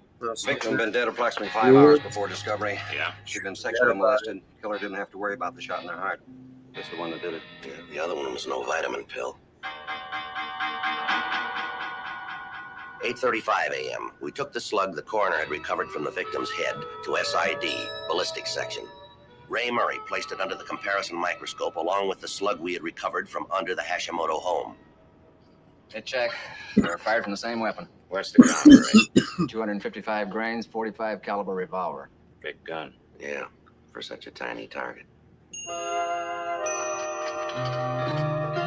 a.m. We met with Captain Hugh Brown in the homicide squad room. The 2 slugs match up and that's it, huh? That's it. You sure about the general location on that Watanabe woman, Hashimoto girl's mother? Yes, sir. Mrs. Pound says she lives somewhere down around Little Tokyo. If she does, she's rolled up tighter than a fortune cookie. We can't find her. Well, the story made all the papers this morning. If she reads them, she'll know about it. How about your callbacks? Last night when you made your house to house, everybody home? No, sir. 3 houses were dark in the Hashimoto block. Thought we'd tag them now. Get to it. We got to turn somebody else who can tell us how this woman lived. Being a widow, attractive. Good chance she might have had men in her life. Maybe one of them rang her doorbell with a 45. My guess is no. Well, let's find out anyway. Yes, sir. And Friday?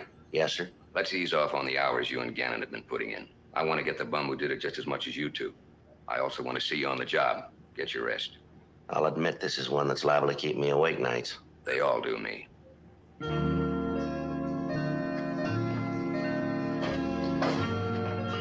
10:20 a.m. Bill and I returned to West Garden Street to check the 3 houses where there was no answer the night before. 2 of the places said they didn't know Reiko Hashimoto and had nothing unusual to report. We tried the 3rd and last home on the block. I heard the entire story on the news. It was his will, of course. Whose will, ma'am? Our Heavenly Shepherd. When he summons his flock, we must respond. Yes, ma'am. I wonder if we could have your full name, please. Sister Agatha Edney, E-D-N-E-Y. The Reverend Anointed Goodlang of the flock of our Heavenly Shepherd Tabernacle of the Angels will vouch for me. There's nothing to be vouched for, Miss Edney. We just want a little information. About my little departed Japanese neighbor. Yes, ma'am. Were you home yesterday morning? I think she did it. Until 9. You left the house at 9? Tuesday Bible class begins at 9:30. I do not drive a car. I walk. I think see. she did What it. time did you return home? That's my Midnight. that's I my stayed for the guess. church social and supper. When was the last time you saw Mrs. Hashimoto, ma'am? I can't say. I seldom saw her. She's not church people. Can you tell us anything at all about Mrs. Hashimoto? Did you ever see any visitors come to her house, anything like that? I rarely go outside of my home, and then not to spy. Spying is the work of the devil. Yes, ma'am. Does anyone else live here? Oh, yes. Who would that be, ma'am? Our Heavenly Shepherd dwells in the house of all who believe.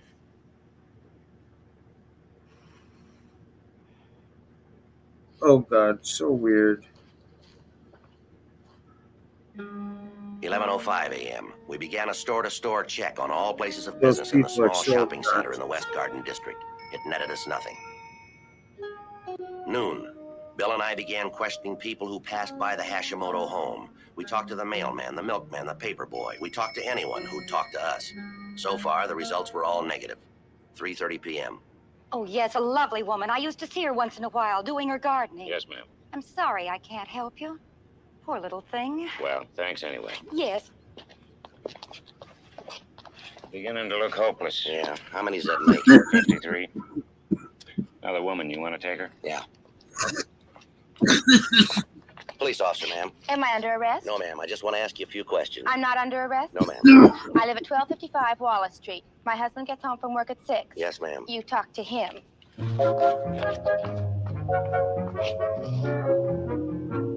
Monday, August 29th, 12:05 p.m. We kept at it for 12 days, watching, waiting.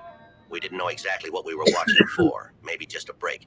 Anything that might shed some light on whoever murdered Reiko Hashimoto. You sure you don't want this last hot dog? Okay, so go ahead. You think I should? Why not? I've had 4. Good God.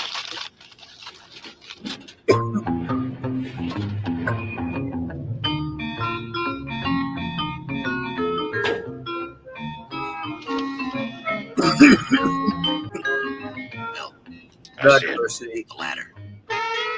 You got that shit tattooed on. Woman Higby talked to, what was her name, Cordell? Lurleen Cordell, 908 South Wallace. That's 3 minutes from here. I'll see if I can make it in 2.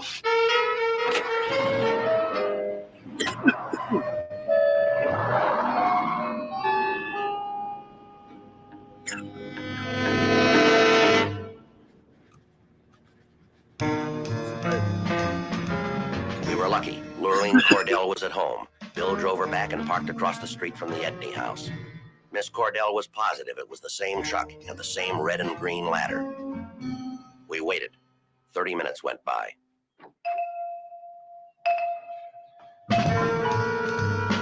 I'd Never forget that face in a million years. That's him.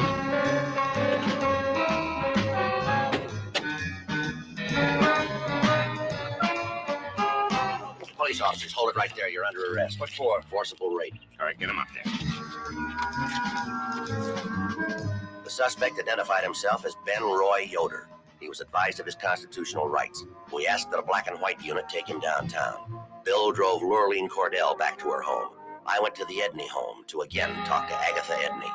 It was his will, and his will be done. How long has Yoder lived here? 3 years now. Why didn't you tell us before he lived here? Ben Roy is my sister's boy. He is fighting the devil. He is on parole. He said he is always under suspicion by the police, so he hid to keep fighting the devil.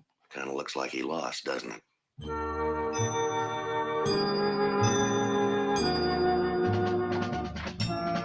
"3:30 p.m. Ben Roy Yoder was booked under Section 261.3 PC, forcible rape.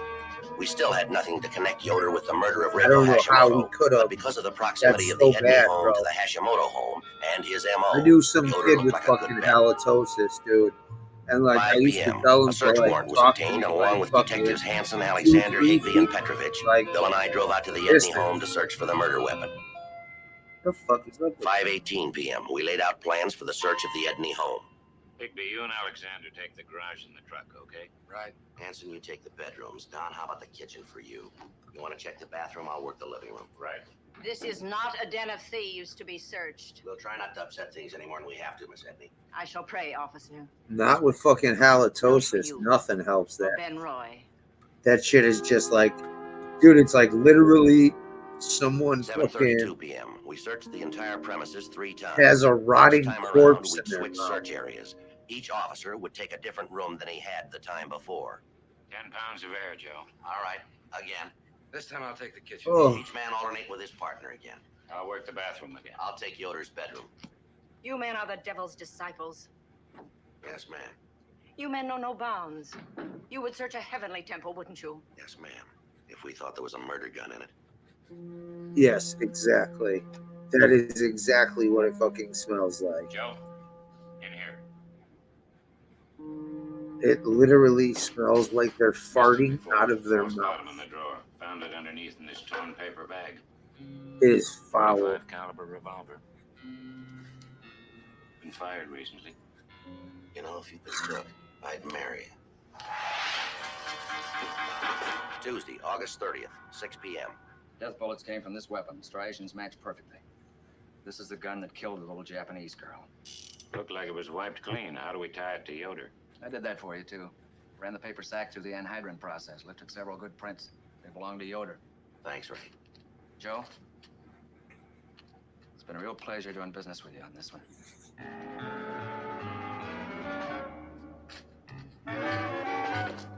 6:10 p.m. Bill and I went downstairs to homicide to check out for the day.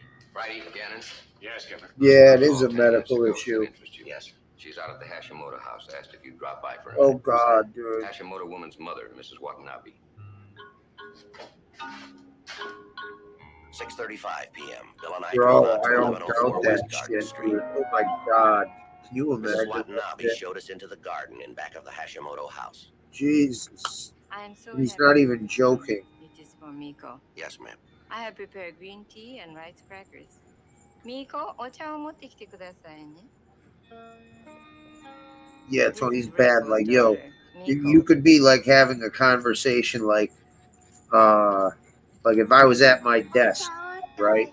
And someone was sitting across my desk at a chair. No, thank you. The And reason I did fucking, not call you before is I I could did smell not their know breath of my from daughter's there. dying. Miko and me, we were staying Like with 3 friends feet on away, 5 dude, that's Imperial bad. Valley. I finally read Rakushinbo, Japanese paper, and I learned Ugh. of my sadness. Yes, ma'am. Ms. Watanabe, we'd like you to know we believe we've caught And the this man that kid killed would your eat daughter. fucking so Doritos, spicy You have fucking man in prison. Doritos or whatever the fuck, the Why Cool would he Ranch want my Doritos daughter's on life? top of We it. don't know, Mrs. Watanabe. So fucking bad, Oh, dude. yes. In Japan, we have same, but not so many. Yes, ma'am. Miko, she has a gift for you. She know you work hard to find the man who took her mother's life. Miko, おまわりさんへの贈り物を持ってきなさい。はい、おばあちゃん。Very nice tea, Mrs. Watanabe. I'm so happy you like it. It is from Japan.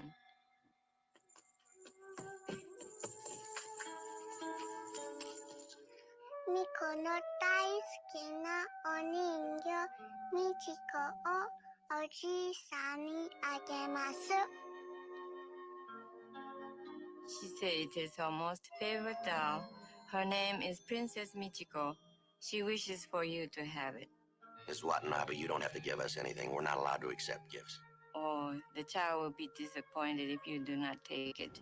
Tony, you have no idea. Like JR is not kidding when you fucking Please tell her when this thank you. dude's talking Tell her about, just I as had long to as it ring matters. up my boy Is it and not see a if good she was enough there. doll? You tell her, just like her mistress, Yes? Shit. Princess Michiko is a living doll.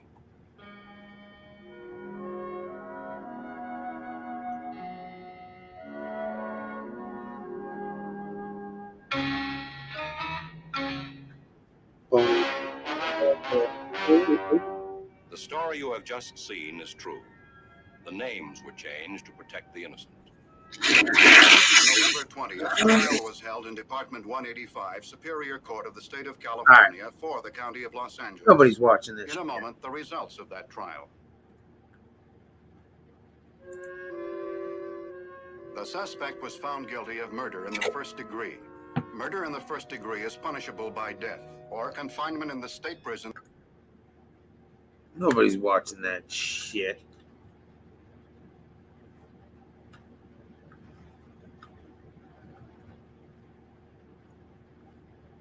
Cheers. I would put a fucking thing of Cheers on, but it'd strike me. You can only do certain shows.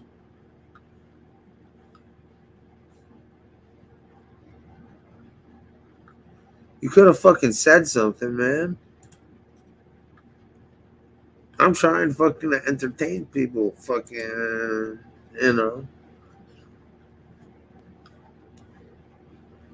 trying different things out.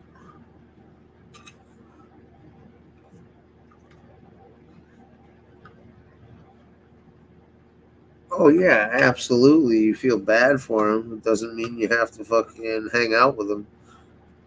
Oof.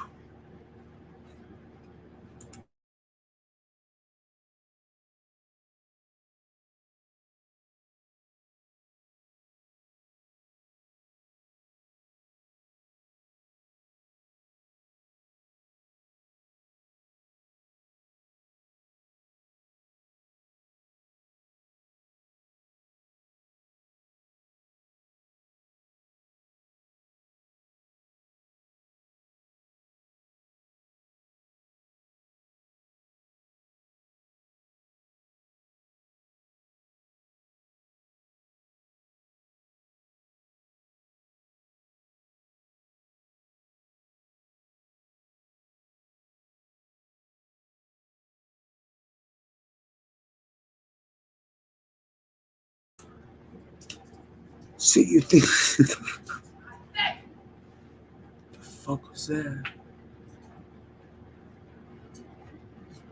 Fucking crackheads. That was pretty fucking loud.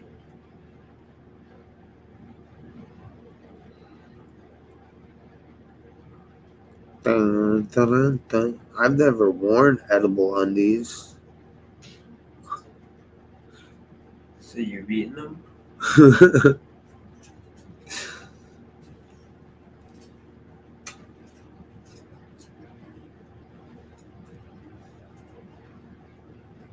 From the old hotel, this new hotel isn't entertaining. Yeah, fuck that. It's mostly peaceful for the 85% of it, yo. It's nice. It's maybe like $200 more than what a fucking 1-bedroom apartment would be for a month. Fucking, I don't know. I can deal with this. Oh yeah, no shit, huh? Cool. Yo, you need to be in 3. You need to get 3 credits to have your Actors Guild card. Bro, I don't miss those fucking crackheads one fucking bit. I think we got some crackhead action right now, though. Yeah, they're fighting. Oh, we got some crack. Who? Hold on a sec. Who's fighting, to the left or to the right?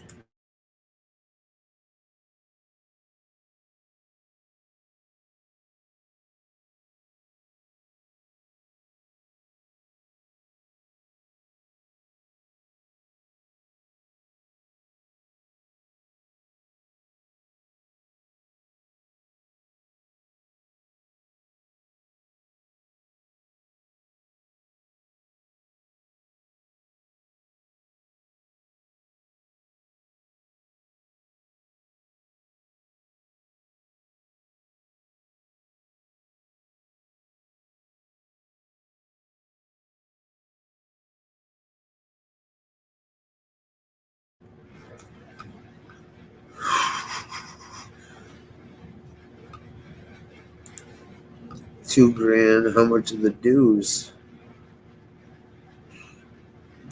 And how beneficial is it to have that shit?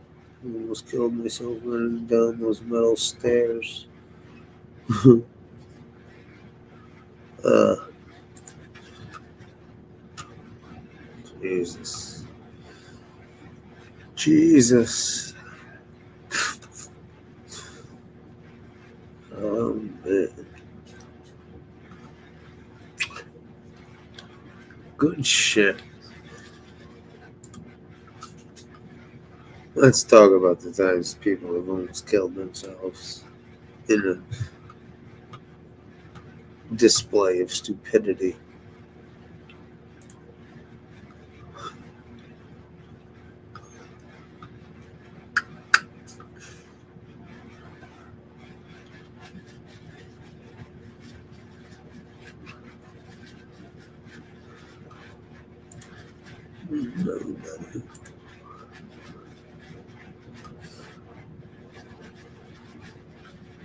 You know, pretty good. Eat like a king.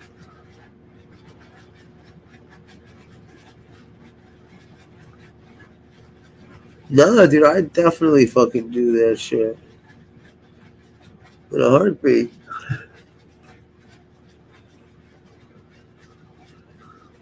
Make some kind of fucking impact in the world with what life I have left, however short.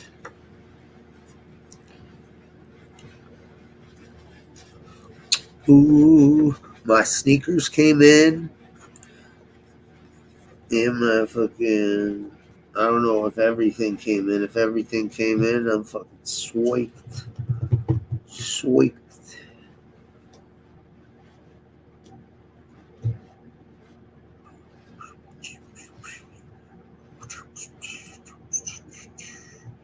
Scooby Dooby Doo, where are you?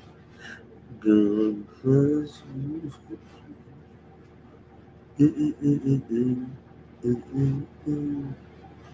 Grizzly scene as couch surfer bludgeons NYC man, bites all over his body. Jesus.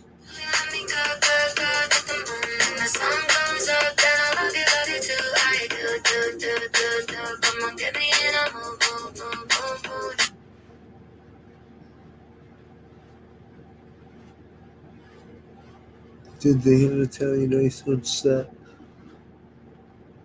Nah, Fish ain't fucking in there. You know, he's on the outside looking in. Wearing one of those weird fucking furry costumes.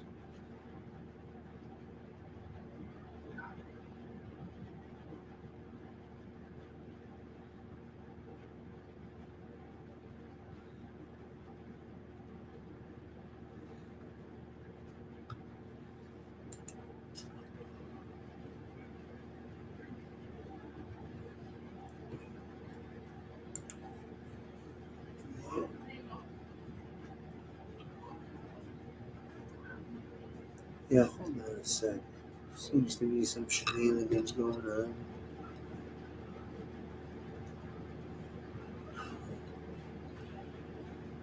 Been smoking way too many cigarettes lately.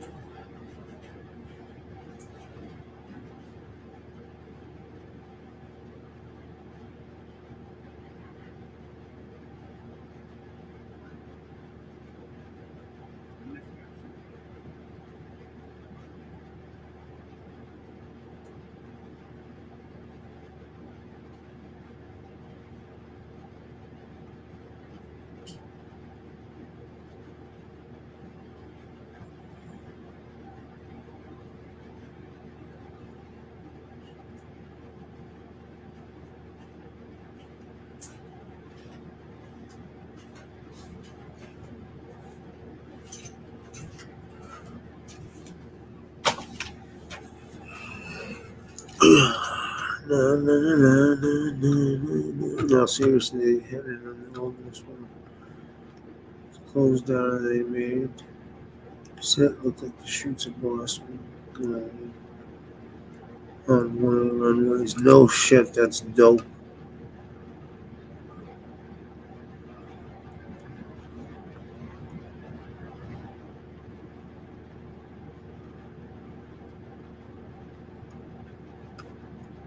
Oh god, don't you love that shit, dude?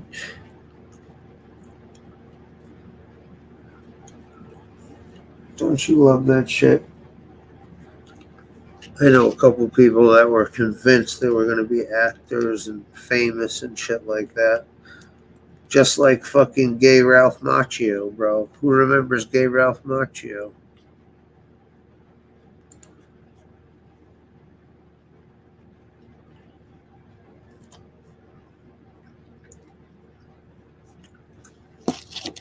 Fucking gay Ralph Macchio.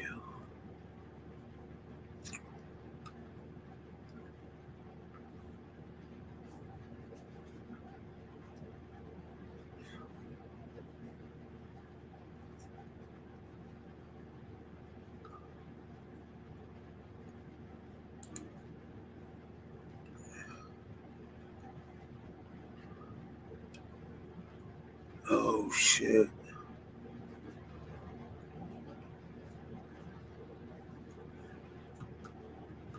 Yeah.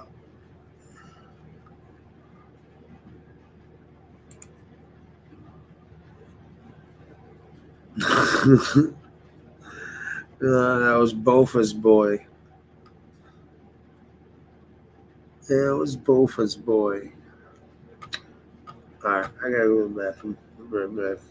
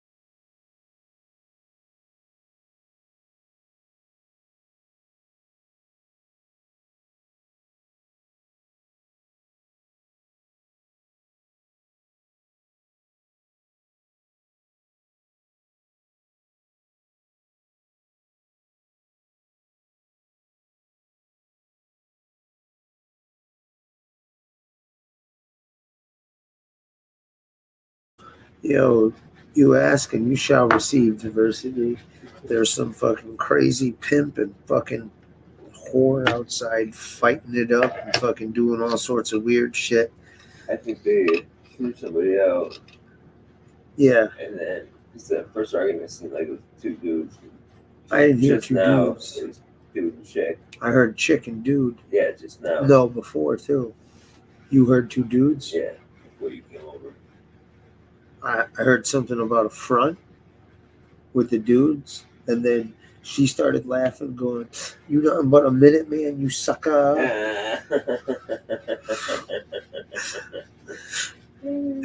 Fuck. No family drama in house. I don't know. No, I'm saying like it I'm was saying in your nah, CGI was fucking shitty as hell. Yo, bro, you don't know? That's how FBS got his start, yo. He was Pookie's stand-in. I think I still got some film roll from that.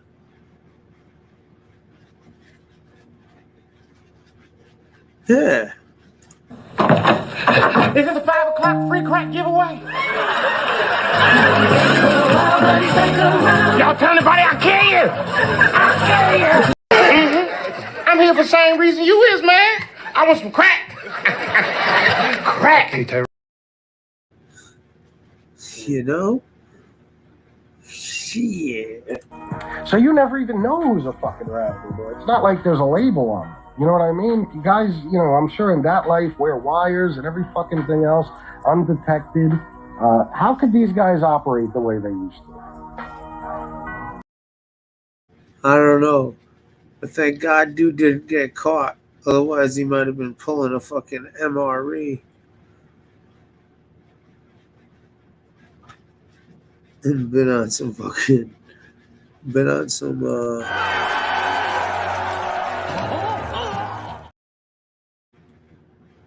clear.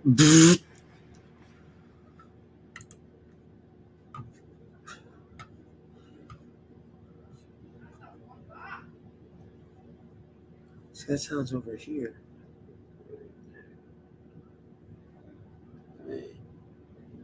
To you, that sounds over there. See, I'm hearing it. Outdoors.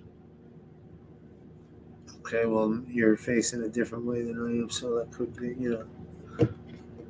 I'm hearing it fucking maybe bounce off here. It sounds like fucking from there. Doesn't sound like it's coming from there. I'm usually really good at that shit too. Yeah, you need to watch New Jack City, Tony. I'm gonna have to give you a laundry list of movies.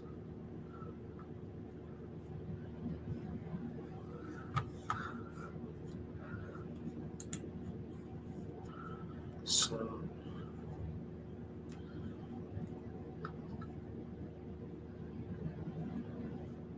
Pimps and Hoes.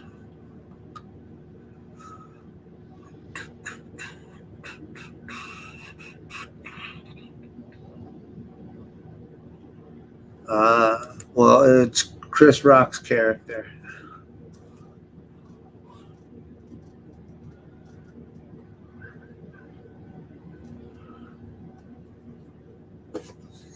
It's filthy.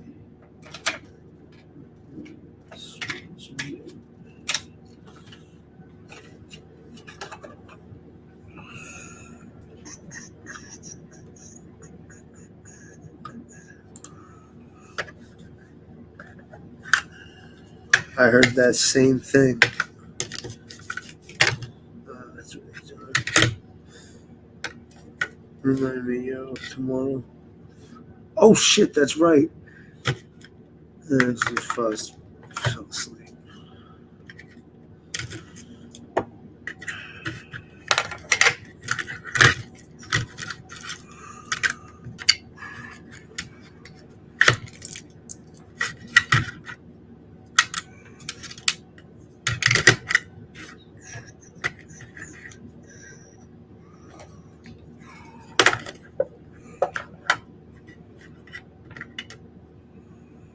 Really? Pain in my ass.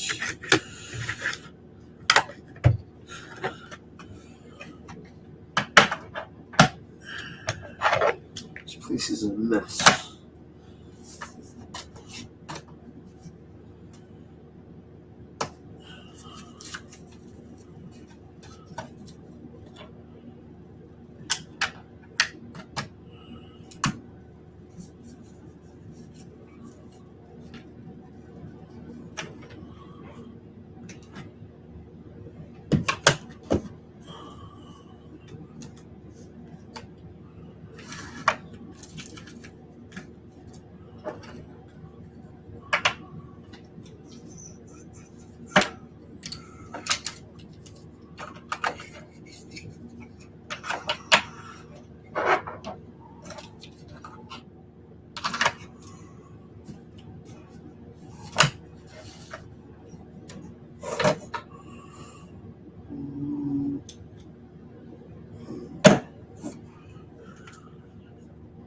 Anyways,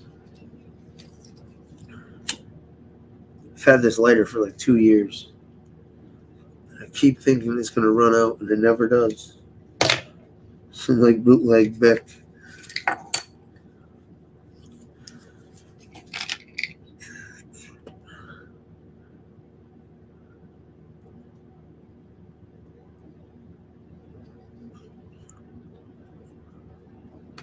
Who's fading from us? Who? Who are you speaking of?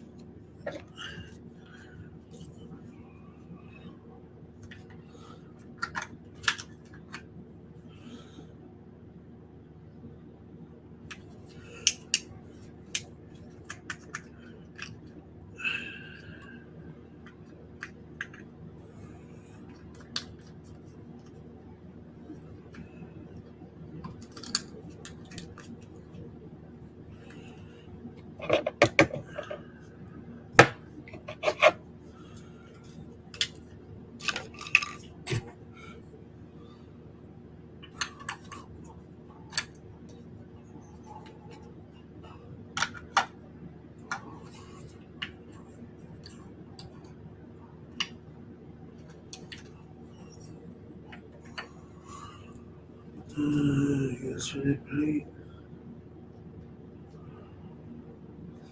So,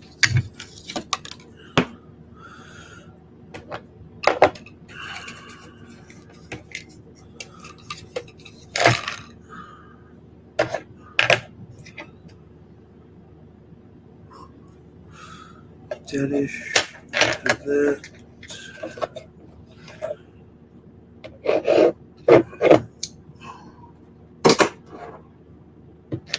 Sorry, smear clutter and shit.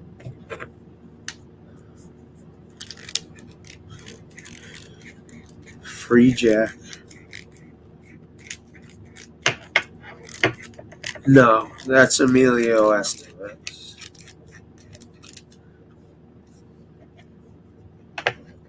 Yeah, it was a bunch of black people selling crack.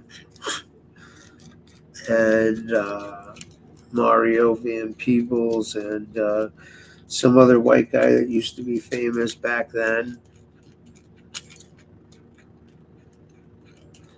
Awful fucking movie. Terrible fucking movie.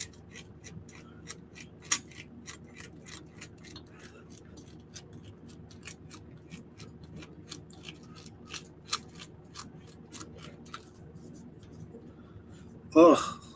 I remember that movie. Just fucking rotten.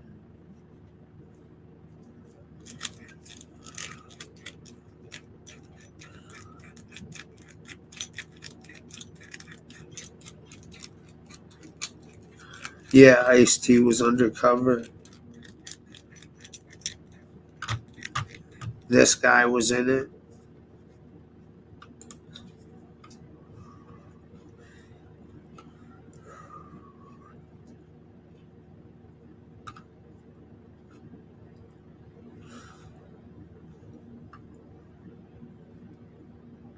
Oh, wrong. I'm not toxic. I'm classy. So I'm toxique. Wrong person, my bad. It's this guy. I'm here for the same reason you is, man. I want some crack. Crack. Crickety crack. What you need?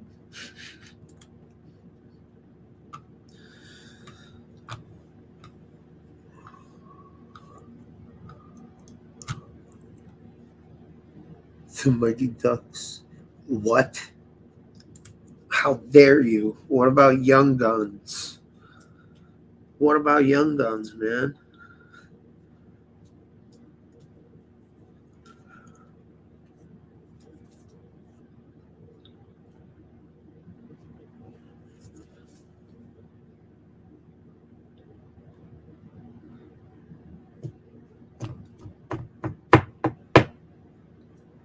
Excuse me? What? What? You've never seen Young Guns? Yeah, Huh? I've seen Young Guns. I'm not talking to you, dummy. Were we just having a conversation? Stu just wakes up like, I've seen Young Guns. What the fuck are you talking about? Of course I've seen Young Guns. Repo Men. Bro, what you need to do immediately is go rent or fucking go watch Young Guns 1 and 2, my friend. Indeed. It's a necessity. Go back to bed, Darren. Diversity said. I'm on it.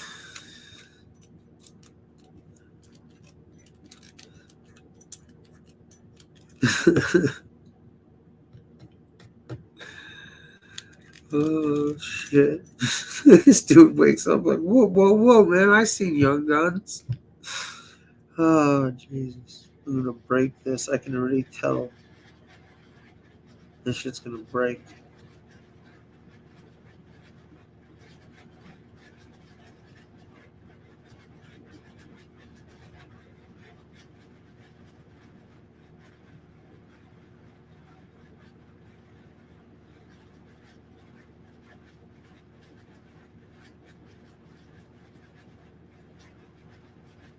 Tell me I'm wrong. Because I'm not going to keep using it if this shit's going to break on me. Yo. Huh? Alright, we're back to sleep. Fucking ass.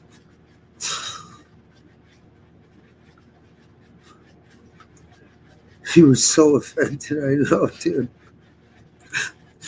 He's like, whoa. Nah, that's not on your list, son. That's like fucking. That's like, I need to go watch this shit immediately.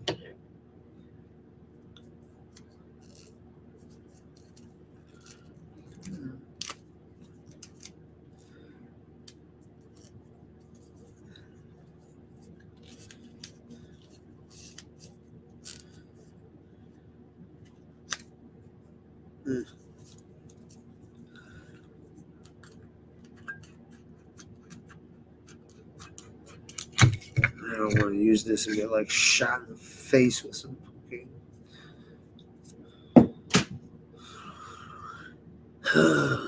Damn, those are great, for fucking ADD. I'm like, yes. Fucking choke the Hulk right now.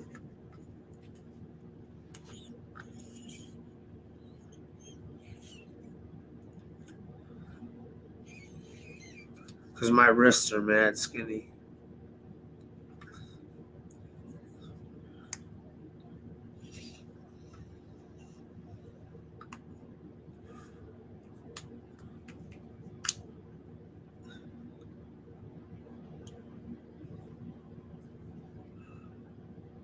Jason Statham? I thought so.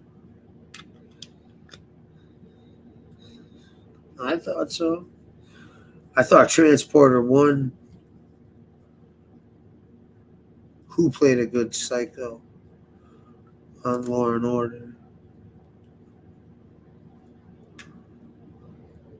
Lou Diamond Phillips. You like dogs, do you? You like dogs? You like dogs? I can't believe I don't have any fucking of those on the fucking goddamn.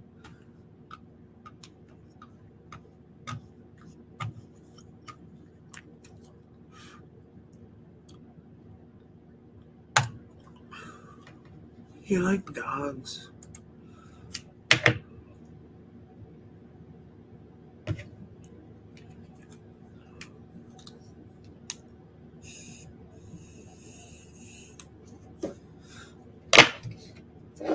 Garbage.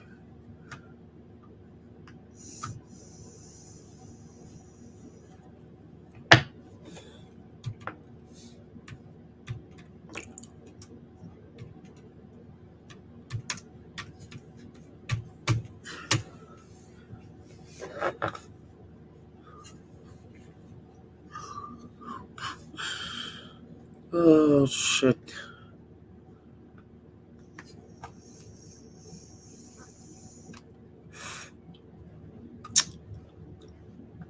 I don't know if I did.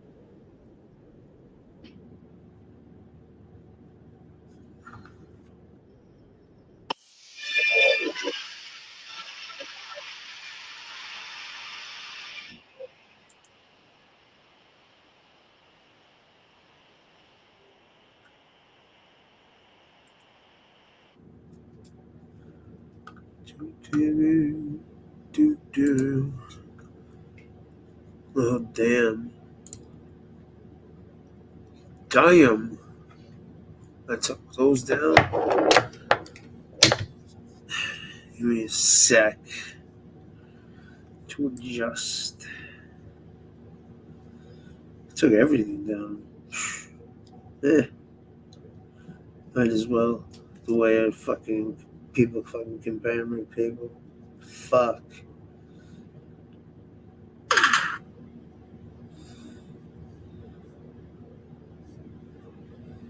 Oh man, thank you, K-Mac.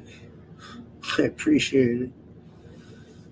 It's not like I get them donations often. Appreciate the love, man, for real.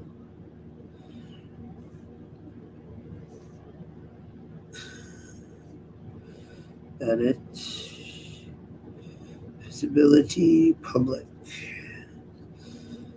Save.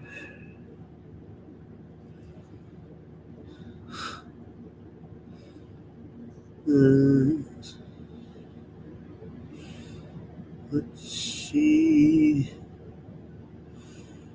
There's a whole bunch of Lee. Edit.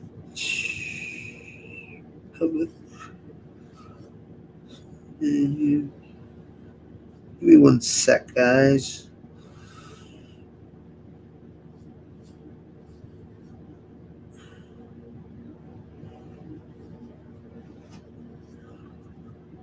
Put a couple of these things out here.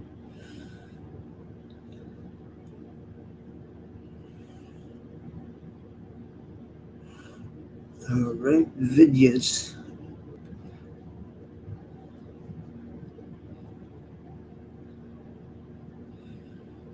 Videos.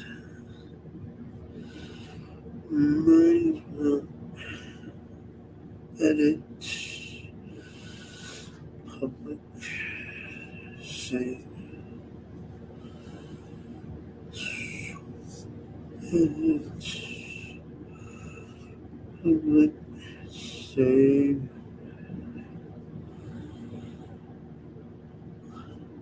Edit. Sorry, I'm getting preoccupied. I'm trying to fucking find those snatch fucking videos. Wait. Yeah.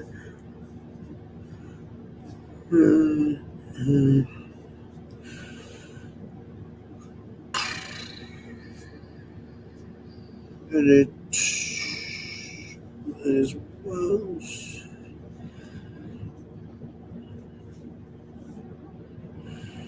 Edit.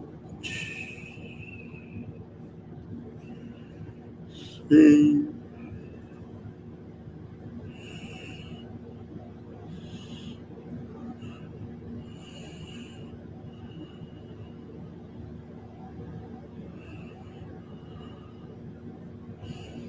Alright, they're gonna be way down here.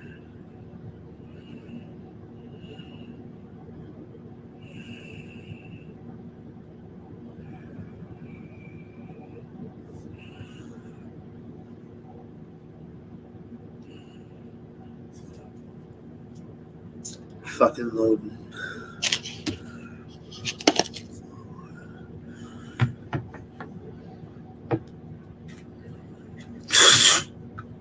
Oh my god. Yo, Banshee. Oh, that shit is fucking awesome show. The fuck? Come on.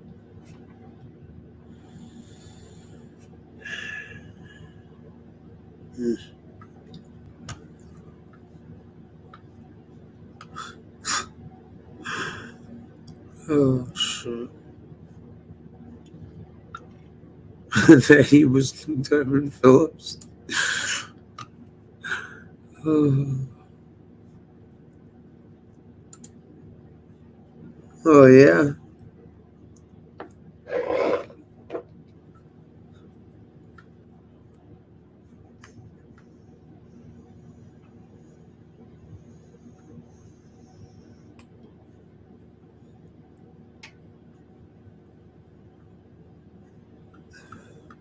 The night manager.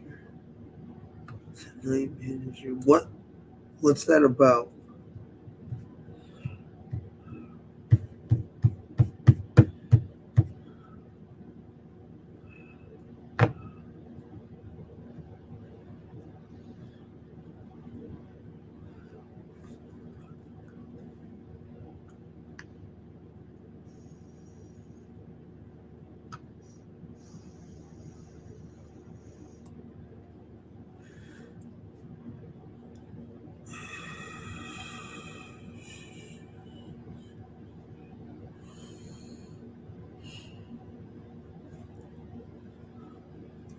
Anyways, it's 3:30.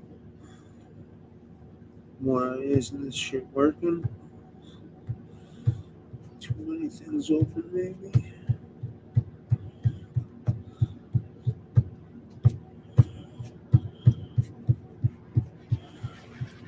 Fat puppy. Maybe I gotta call for a haircut and shit tonight.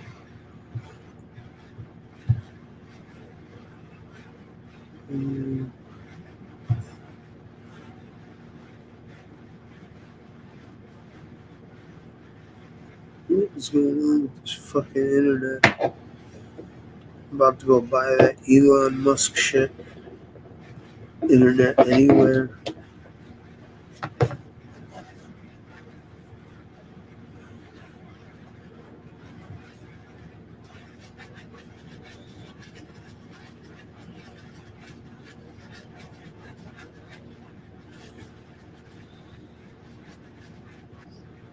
Videos.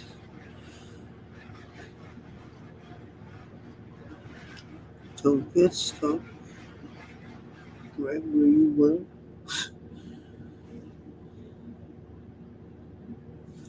I don't know, I'm about to just give up.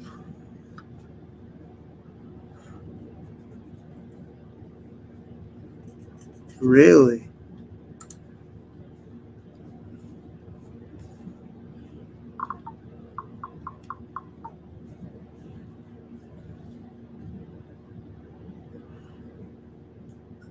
Oh.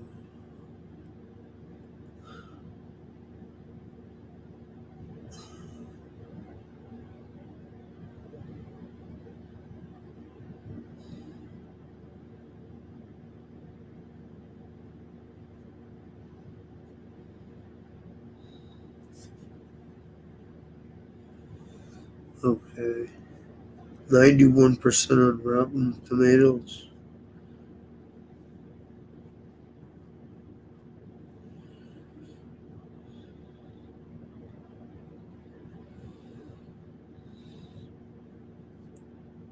Yeah, I think this is gonna be the fucking shit I watch with Tom Hiddleston, right?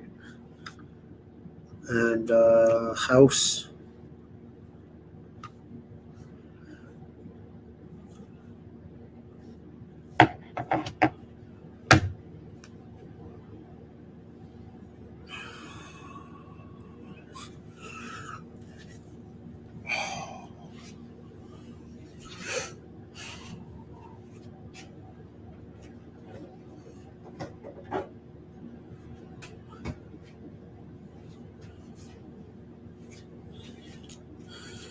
Alright, guys.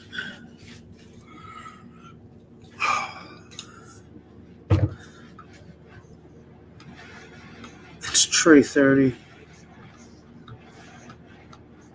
Been on here for like 5 hours. I'm out. Take care. You know the thing. You know the rules. You don't have to go home, but you can't stay here. And you definitely can't stay at FBS's unless you got $1,000 to spend the night. He's opening his house for Airbnbs. Just a rumor.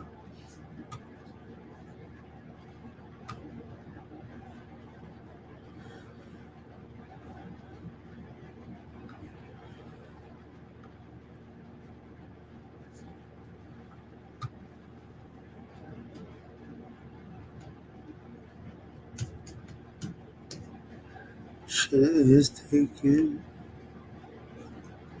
Having trouble connecting. Oh fuck. Yes, and the stream. The fuck kind of shit is that?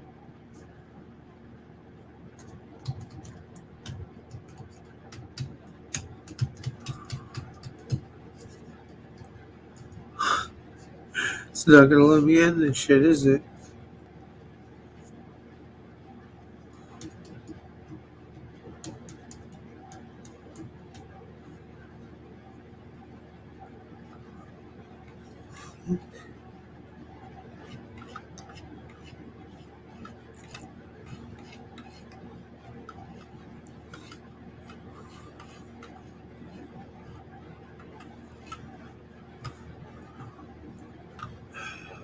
Jesus Christ.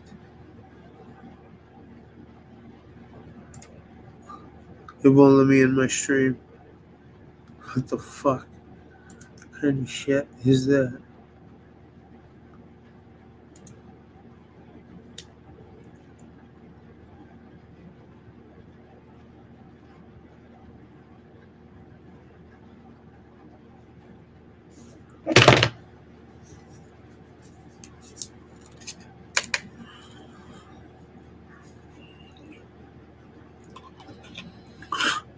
Let me on. Yo, it really won't let me end my stream. It's fucking bonkers.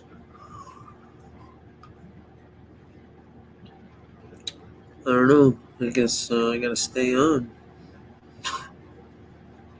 I'm not even fucking around.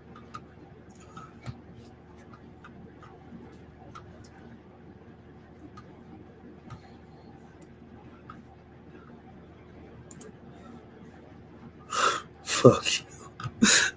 It won't let me fucking end my stream. What the fuck?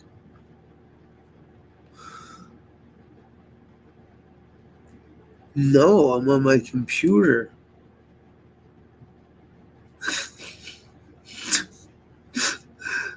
Oh, Jesus. It's too funny.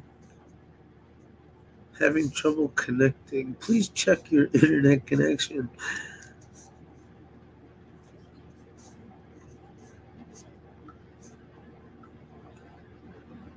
Yeah, that still won't end the stream. That'll just kick me off the fucking show.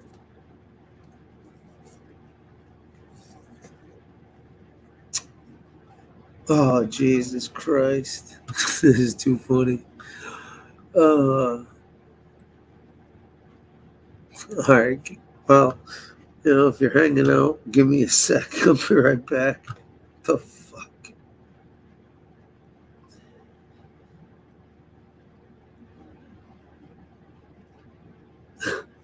No, it ain't even a fucking laptop, yo. It's a fucking Apple desktop, 27-inch.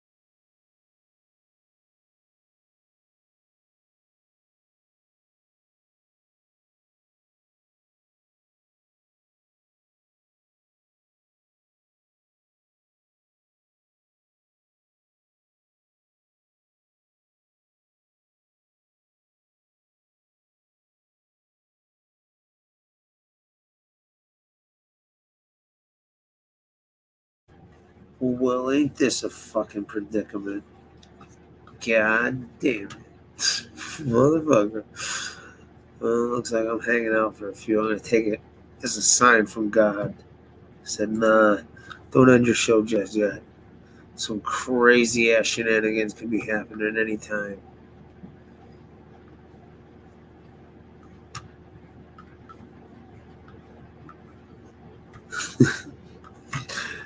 We'll call him fucking. See if I can't buy it. Now the chat just disappeared. What the fuck? What is going on? Heebie jeebie fucking goddamn boogie woogie. Yo, what time is it? 3 cigarettes. Hey, if I'm stuck on here, fucking homeboy's definitely waking up and going to get some cigarettes. No, I don't need cigarettes. Cigarettes are bad. Maybe just one.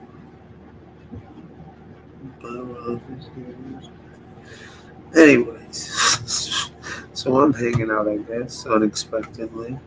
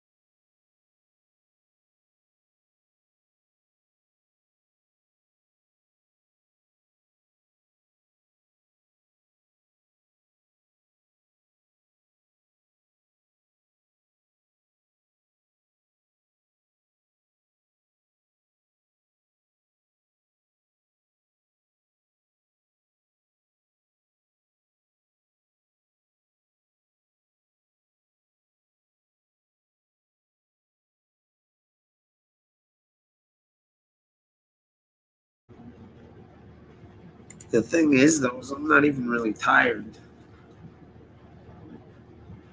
I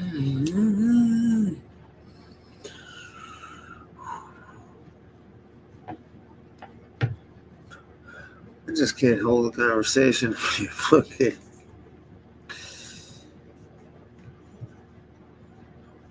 Yeah.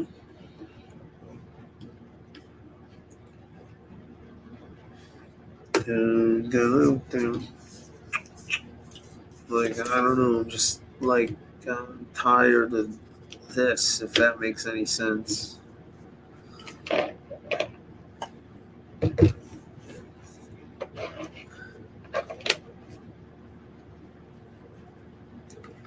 Good night, Tony.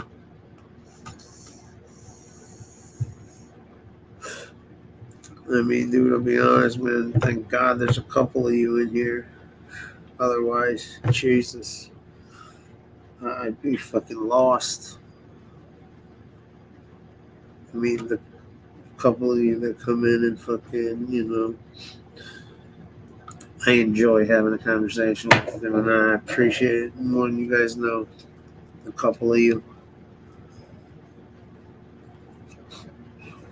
Absolutely fucking keeps me fucking on a semi-even keel. Like, for real. Like, even if I have no desire to come on here for fucking a few days and shit, like, I almost have to after a while, just because fucking, like, I'll get fucking irritable as fuck, get on edge and shit. For real, like, I don't know, this shit does definitely, I could say in the past has kept me fucking sane in an otherwise fucking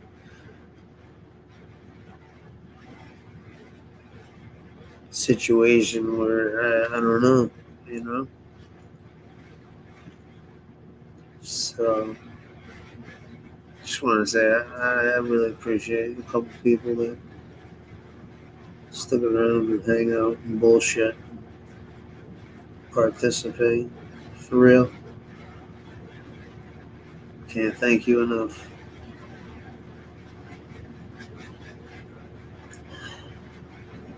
Give me a minute.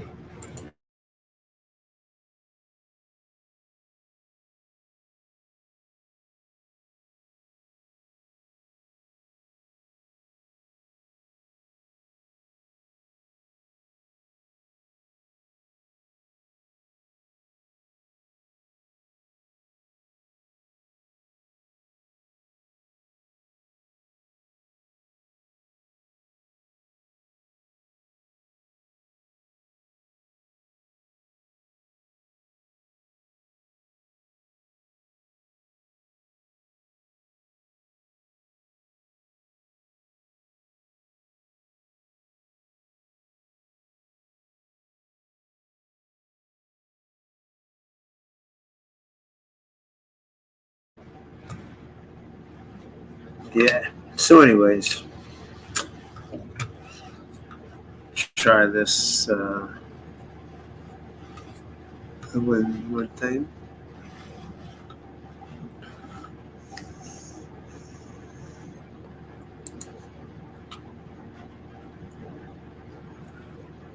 Let's see.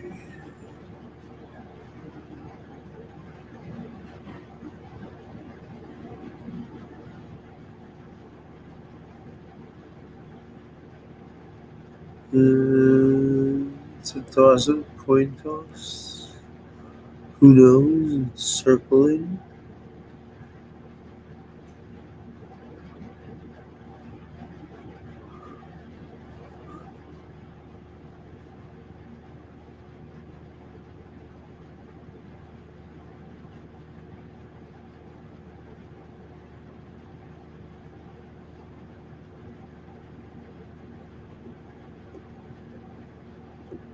No, dude, it still won't fucking let me in this shit. Okay, maybe I can set it on my phone and just exit out of this. Why won't you let me fucking leave?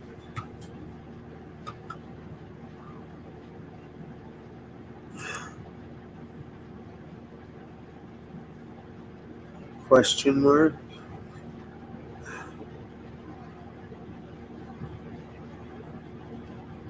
Four.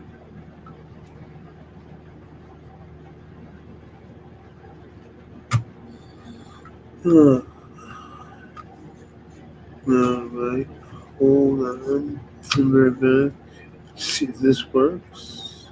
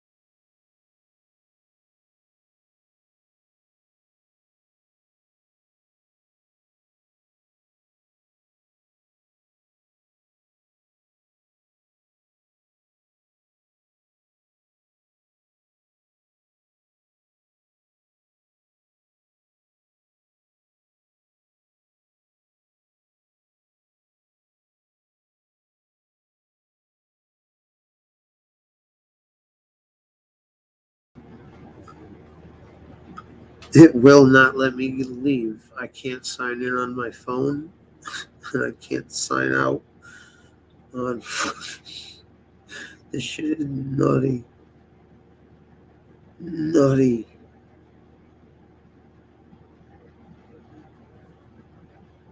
Oof. Here's the time to restart my phone now.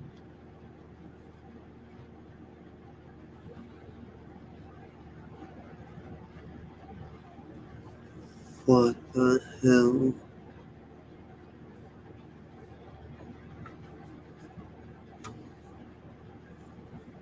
Trevor? How in the...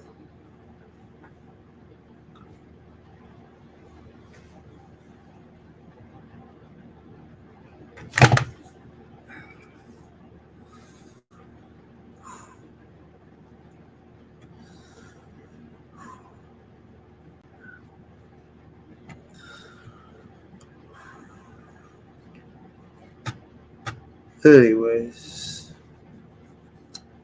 I'd never be talking about Trevor. Ever.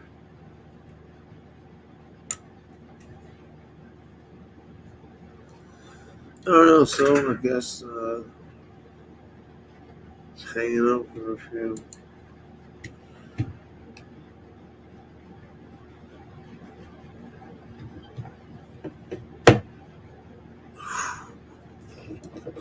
So what we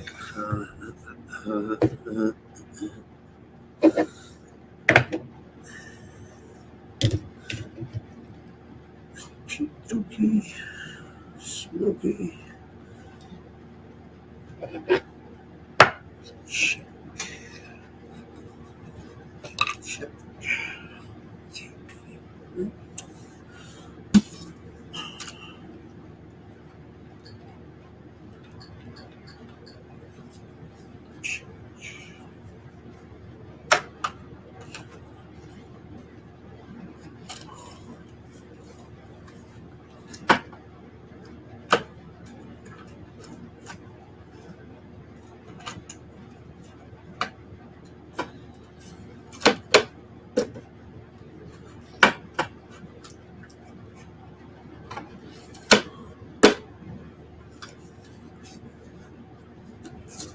Whoever fucking besmirched Trevor fucking Smith's name, they'd have to be fucking crazy. Crazy to do so.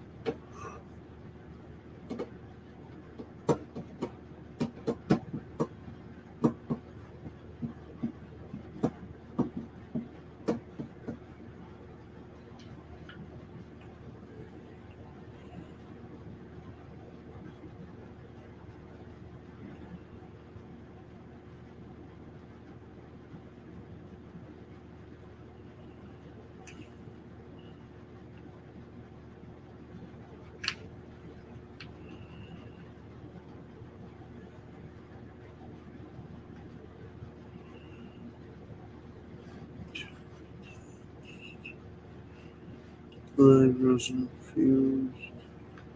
That's why these things are so fucking harsh.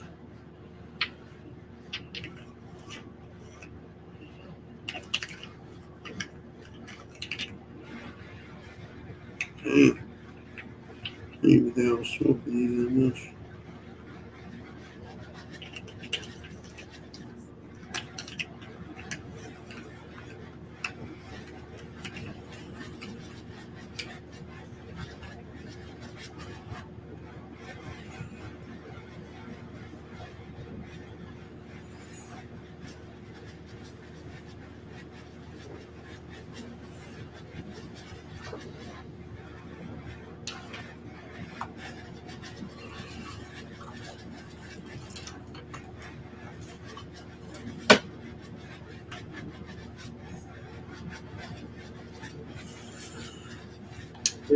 Oh, you gotta be fucking kidding me, dude. Updating? What kind of shit is this, dude? This is so fucked up. Why?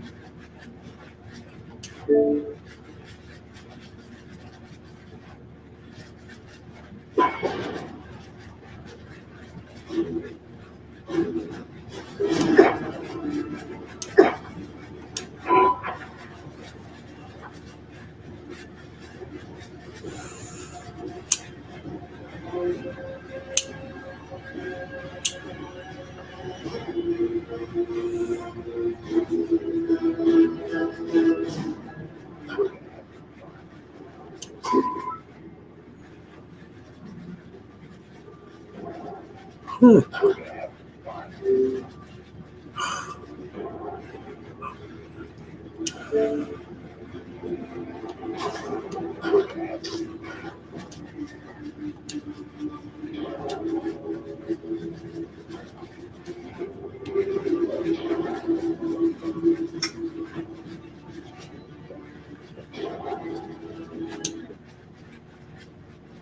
Let's see. My camera just cut out.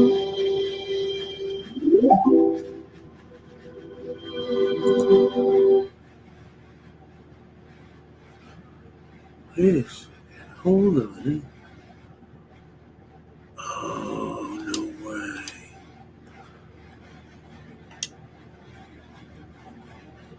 I gotta see if that's possible.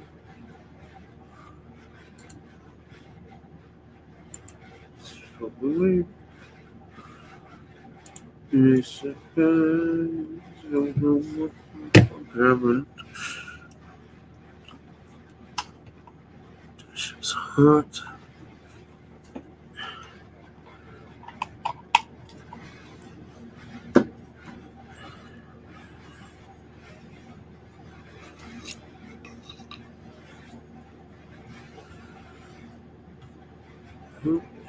Okay. Technical difficulties here, so stay with me if you aren't still here.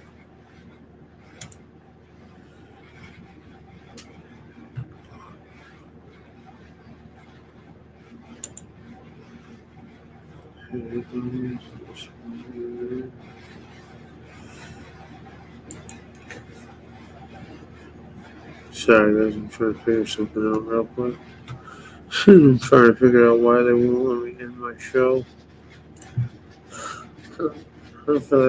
For once, I want to end my show, and they won't let me fucking do it.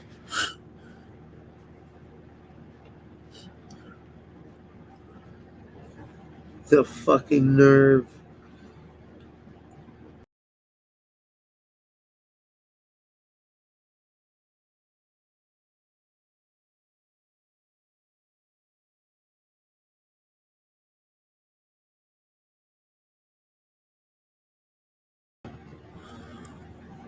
My bad. Fucking nerve. See, these aren't too fucking harsh. Yeah. Experiment again. Is it gonna keep me up? No, it doesn't keep me up. Okay, so that was just a weird time. You go back.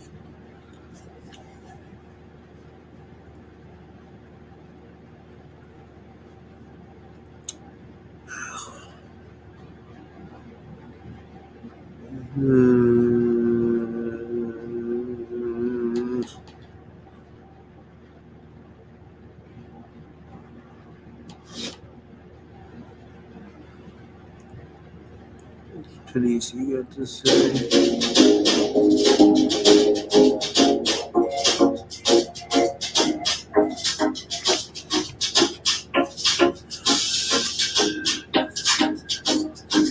I like Denise,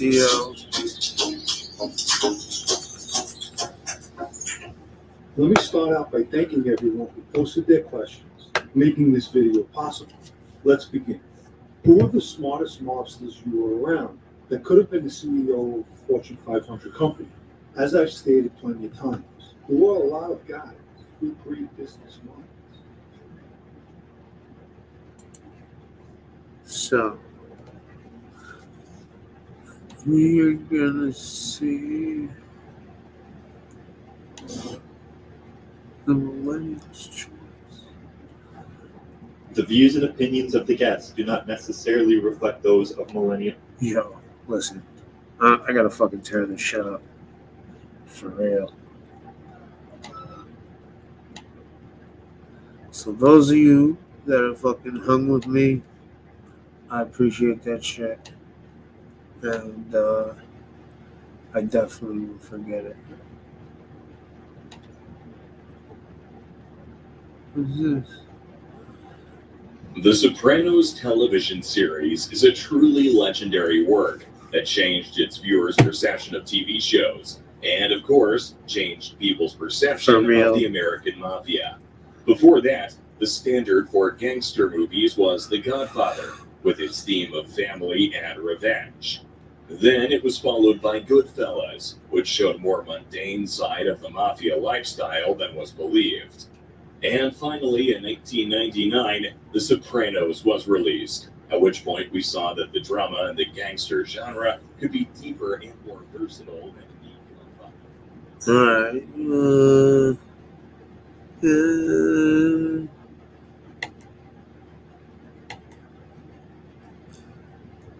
When bullies and trash talkers get humbled like a boss. Alright. You guys gotta watch this shit. I'll share this shit. Since I'm stuck on here. We're gonna do this.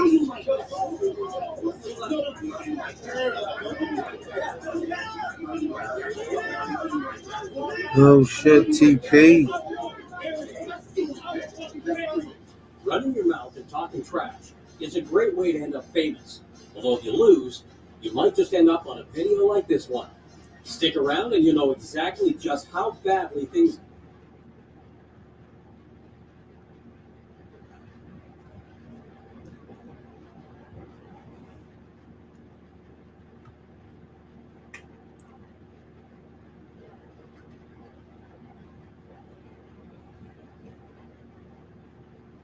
Let's see.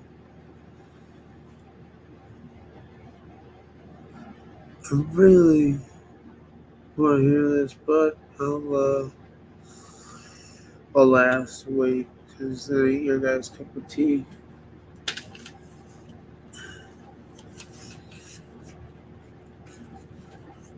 Let's see, history. How the fuck is... I didn't click on that. And where the fuck is this thing?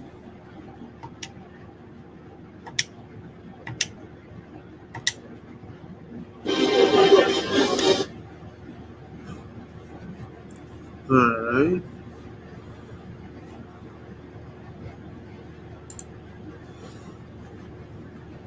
Don't want my videos. So much. Appreciate it. Sorry guys, I'm trying to figure some shit out. Since I'm not here.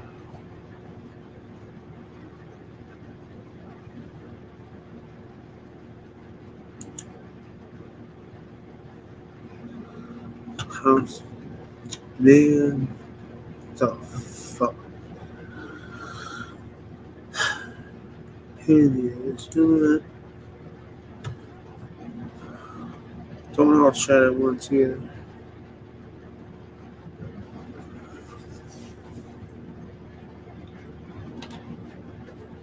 Let's see. Without spending any money, Hammer could have told him, I know who Hammer was affiliated with, and he wouldn't have to pay to tell somebody else. Because people would just do it. We're from Oakland. Oh, you gonna talk about my dancing pants? I see. And he will whoop a nigga out. Hammer beat you. Come on, and run up on Hammer. Whoever was on the phone said, hey, is Third Base still coming to LA? And she said yes. And the voice said, good, they're dead. You know, Hammer was a big guy, man. He got respect in the streets. He had respect in the streets. MC Hammer. Gangster pants. That's what they used to call it, MC Hammer. Yeah, it was gangster pants. I know, it's hard to believe.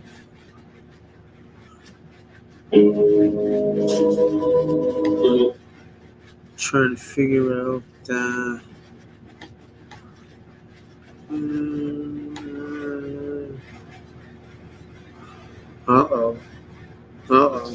And welcome back to Shark's Hat. On today's show, we are going to go over a couple of surfers. We're going to go over life-saving drill attack. We're also Who wants to learn how to evade professional military tracking and counter tracking? Hey? Come on, dude, we got 200 moving on us. We gotta go right now.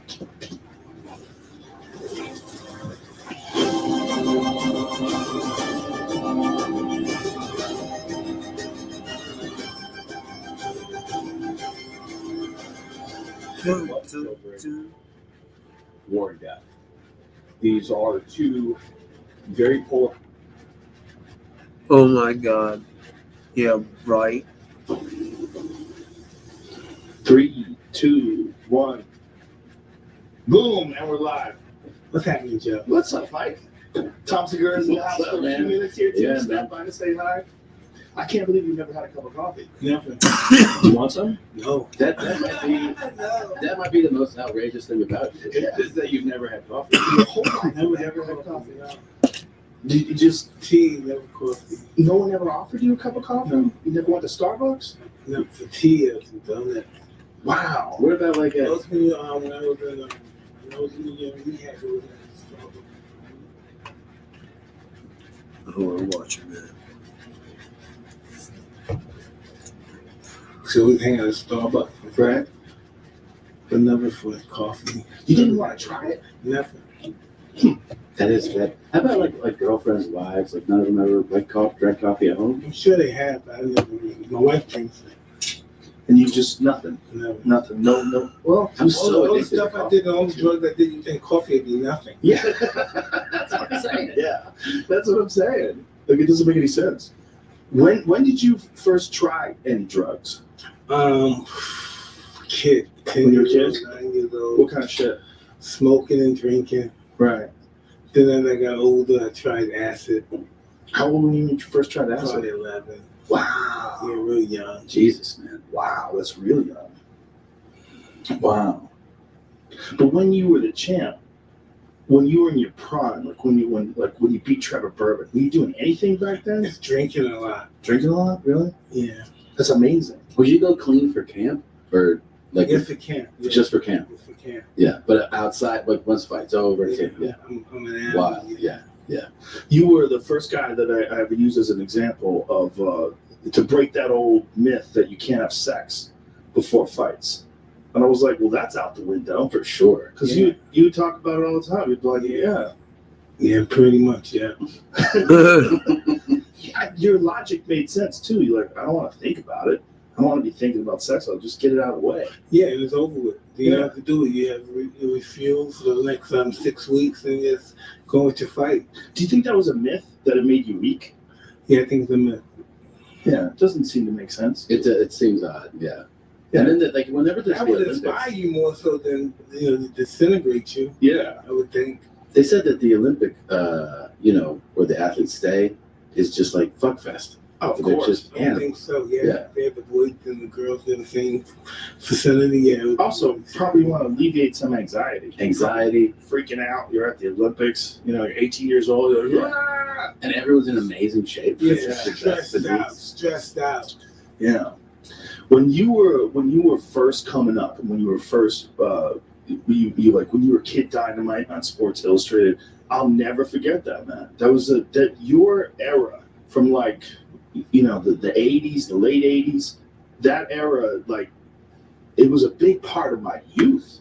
You being the champ it was a change of things, because when Larry Holmes was the champ, as a boxing fan, I loved Larry Holmes. There's that cover. You were 19 years old, right?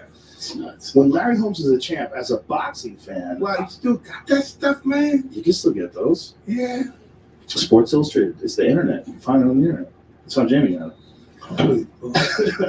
I had that Sports Illustrated. But when Larry Holmes was a champ, as a boxing fan, I appreciated him. I knew he was a great fighter. We'd get together with friends and watch the Michael Spinks fight with Larry Holmes. Yeah. When Spinks beat him for the title, it was a big deal, but it wasn't a big deal culturally. Yeah. People didn't care as much. But then you came around. When you came around, all of a sudden, everybody's watching heavyweight boxing.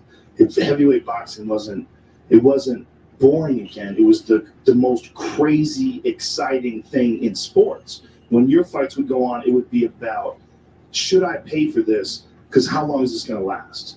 But that had never that's existed. pretty weird. People tell me about that all the time. They all shit there and Yeah. trying to fight on this over. I never think about it like that. You know, sometimes when it comes to my realization of the situation, I forget that I'm that guy. I forget that I trained that hard and I became a fighter and stuff. Yeah, that's what I was going to ask you. Like, does it seem like a dream? Yeah, pretty much like a blur. Because I couldn't imagine what it would be like to be 19 years old, 20 years old, and be that fucking famous.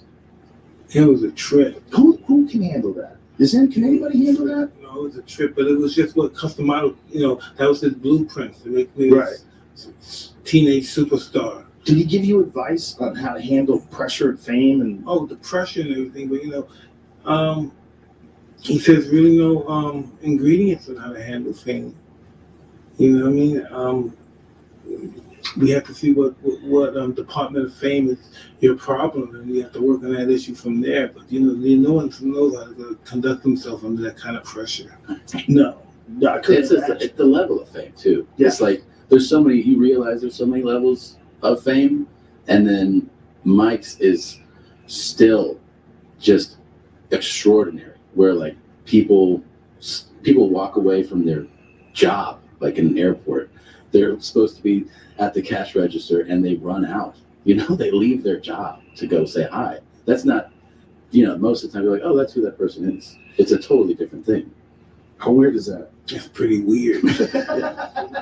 Well, it took time for me to get used to that stuff. I used to be one of those, get the fuck away from me, man. What are you doing, creep? You know, I never knew how to conduct myself. Like, Mike, come here. Take a picture of my mother. Take a picture of my kid. Take a picture here. Take a picture here. I love you, this and that. I'm like, whoa, dude, cool out. You know what I mean? But now, I understand this is just what it is. It is what it is, and you're not going to be able to stop it. Yeah, I've seen you at the UFC before. You're very calm around people. When people grabbing at you, want to take pictures. I'm going to eat your babies. I swear to God, I'm going to eat your children. Yeah, it's definitely a wild environment. What do you think Khabib's going to do now? What I think, who? Khabib? Yeah. Well, he does whatever the fuck he wants to do. That's what I think. I think that guy's probably the best lightweight of all time. He's a monster. Incredible. I think he's probably going to have some fights at 170 pounds eventually, if I'd imagine. At 155, there's good fights for him. Tony Ferguson's a great fight for him. I'm really interested in seeing that. I'm really interested in seeing him going up. I'm really interested in seeing him fight at 170 pounds. Who's up there from the fight? Well, first of all, Tyron Woodley, who's the champ at 170, that would be an insane fight. George St. Pierre, if he decided to come back and make a big super fight, that would be an insane fight. I think 170 has a lot of opportunities for him, but I think 155 does too. They just have to figure out who's going to fight him. He's an international superstar now. Khabib, especially the way he smashed Conor. Conor's such a superstar already that the way Khabib won and did it so dominant, I think he's through the roof now. I think when he comes back and people see the pay-per-view numbers of his fights, you're gonna realize how huge this guy is. Because he's so interesting. He's very humble, he's very polite, very well spoken, very religious guy, lives with his family, lives with his parents. Lives with his parents and his family, I believe. Yeah. I hope I'm not speaking out of school. I believe that's true. And obviously doesn't have to for money. He's rich as shit now. Yeah. But he's just a monster. Best grappler I've ever seen inside the 155-pound division. He just smashes people. What do you think about John Jones, though? In what way? In his skills. He's phenomenal. Incredible. The best ever at using distance. He knows distance better than anybody. He's a master at knowing when he can hit you and you can't. John Bones. He's not fighting much anymore. He's back. He just won. Just won the title again. Just What? won Alexander Gustafsson. Yeah? Yeah, a couple Oh, weeks this ago. is 5 years Yeah. ago. The foot vacant title? It was Daniel Cormier relinquished his title. And it was like, it's weird, right? Like Cormier is the champ because John Jones tested positive for something, so they stripped him, and then Cormier became the champ.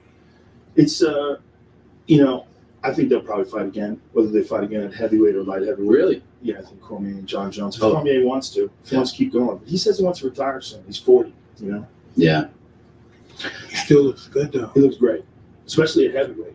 At heavyweight, he doesn't have to cut weight. He's got so much strength and he's just so agile. He's such an unbelievable wrestler too. I mean, his wrestling skill, his skill level and understanding of wrestling is so high, so above most people. Anybody fight outside of John Jones, he dominated.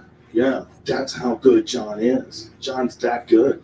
He's that good. I mean, it just sucks that he's had so many controversies in his life, but I'm hoping he puts all that shit behind him. Have you ever spoken with him about that? Yeah, it's none about his personal life. We met before and talk.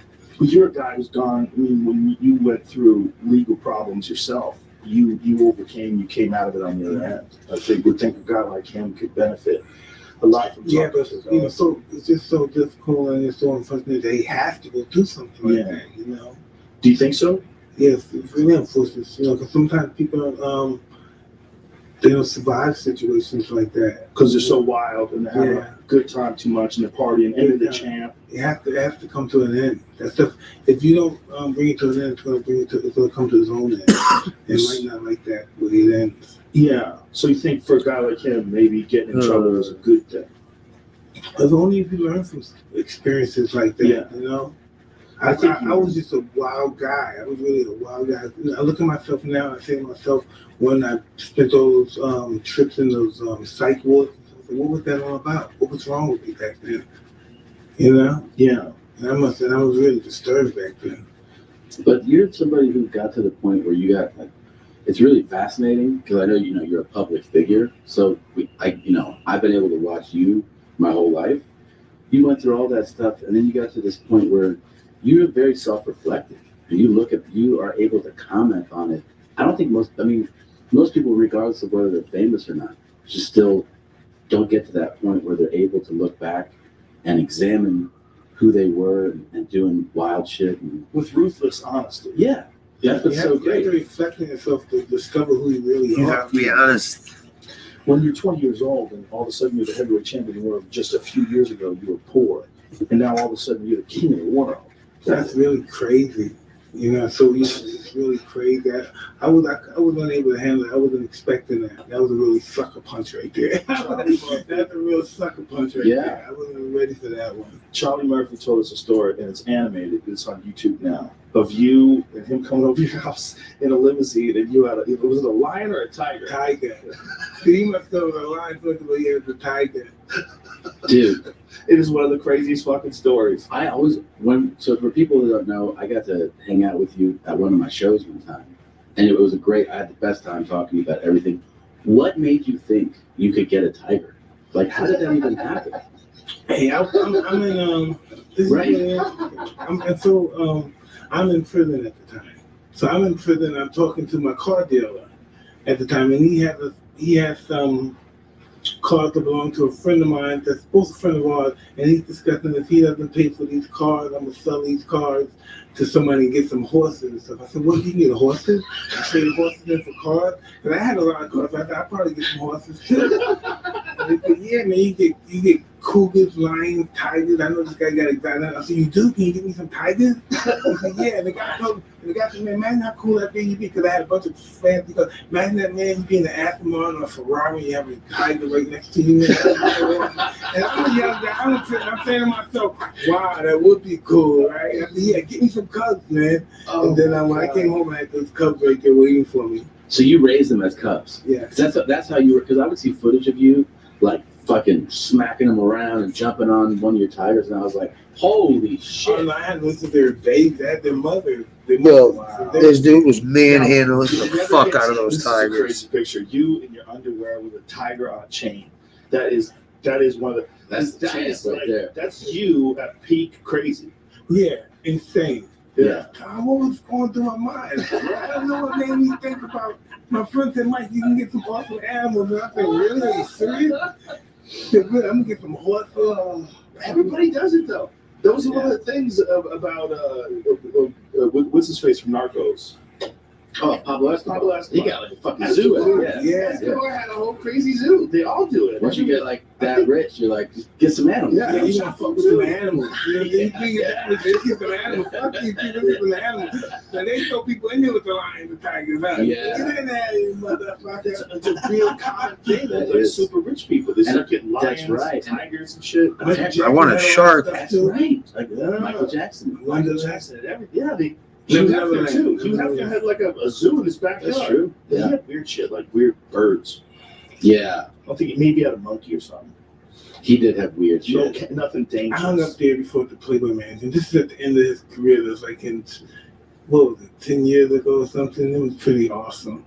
Yeah, that guy, man, what a life he lived. Hugh? Yeah. Oh. In his pajamas. They're Yeah, sucking his like, balls and he's 80 and shit. They're like, oh yeah, he no. was 80s, deep into his 80s, Deep, yeah. even his 90s. Yeah, that's Yeah. He really. Here's the thing. That dude lived the lifestyle he was talking about. You know, a lot of people talk shit. Yeah. He was really.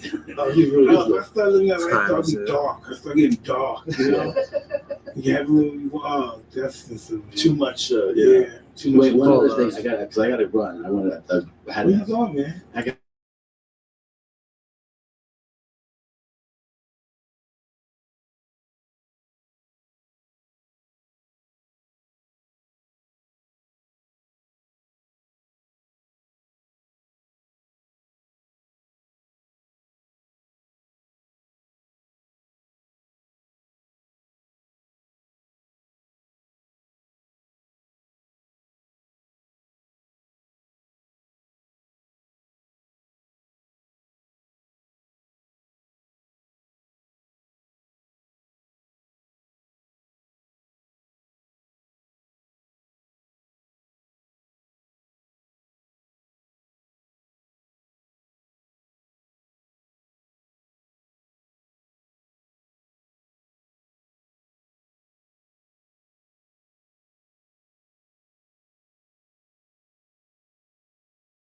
He was like, "Oh, Yeah, Tom Segura, Mike Tyson, and Joe Rogan.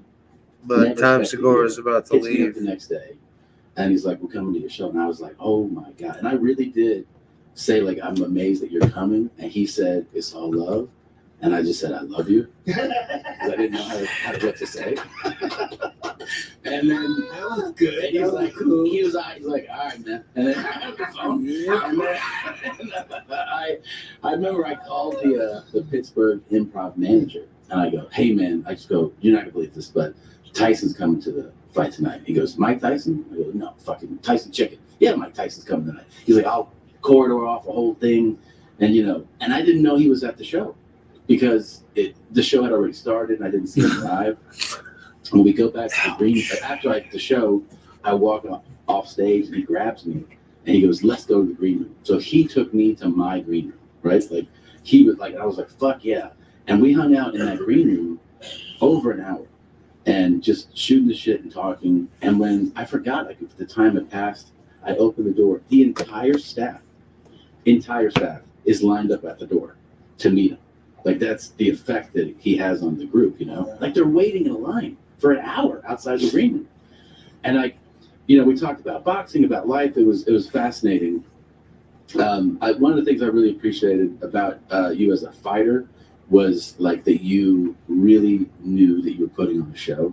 So that's something that I feel like I miss. There's no one that put on the show the way you did. Like you knew that people bought tickets and paid for the pay-per-view. And then it's still like one of my great memories, man. It was a thrill to meet you. So I just wanted to stop by and say hi. Sounds like you're wrapping it up. Yeah, he has to go. I do. Oh, by the way, did you buy 7 Bentleys that were the same color? No, but I put on 7 Bentleys before. Damn. They're Rolls Royces. I wanted to ask you. Did give away one when you crashed it, right?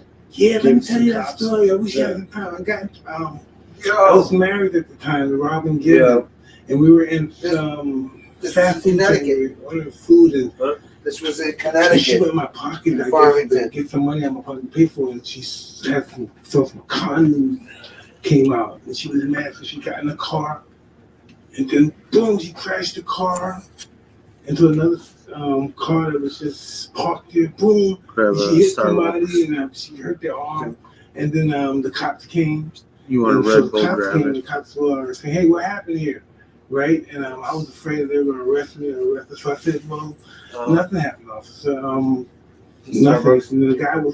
And then it was the guy with broken arm. I said, "Sir, why don't you just take the car? You deserve it because you've been doing a lot." Because I didn't want to get arrested. I didn't have license, anything. And I didn't want my wife to get in trouble. I said, "Why don't you just take it?" It was around 230 at the time. So why don't you just take it? It'll be okay. And the guy said, "Hey, don't tell me that." And then once he said that, I said, "Got him." I got him. Hey man, take him and do this, man. You deserve this. Take it. And they took it. But before that, some guy arm was broken, and I gave him my money, and I take the money, and then he came back to the police. My arm is broken. Now you get away from me. I'm not going to tell you to get away from me no more, because he didn't want to mess this deal up with his car. Because the guy complained he's not going to get his car. That's so the cops don't fucking come near me again. Oh shit! So the guy is backed off, and I say, "Go ahead, man. I'll see you later." And I took off my way. I didn't want him to get in trouble. But they made him give away the car, right? They made him go. He could I went back to my office and give my fucking car back. Went to the really? Yeah. He got fired. He did? Yeah.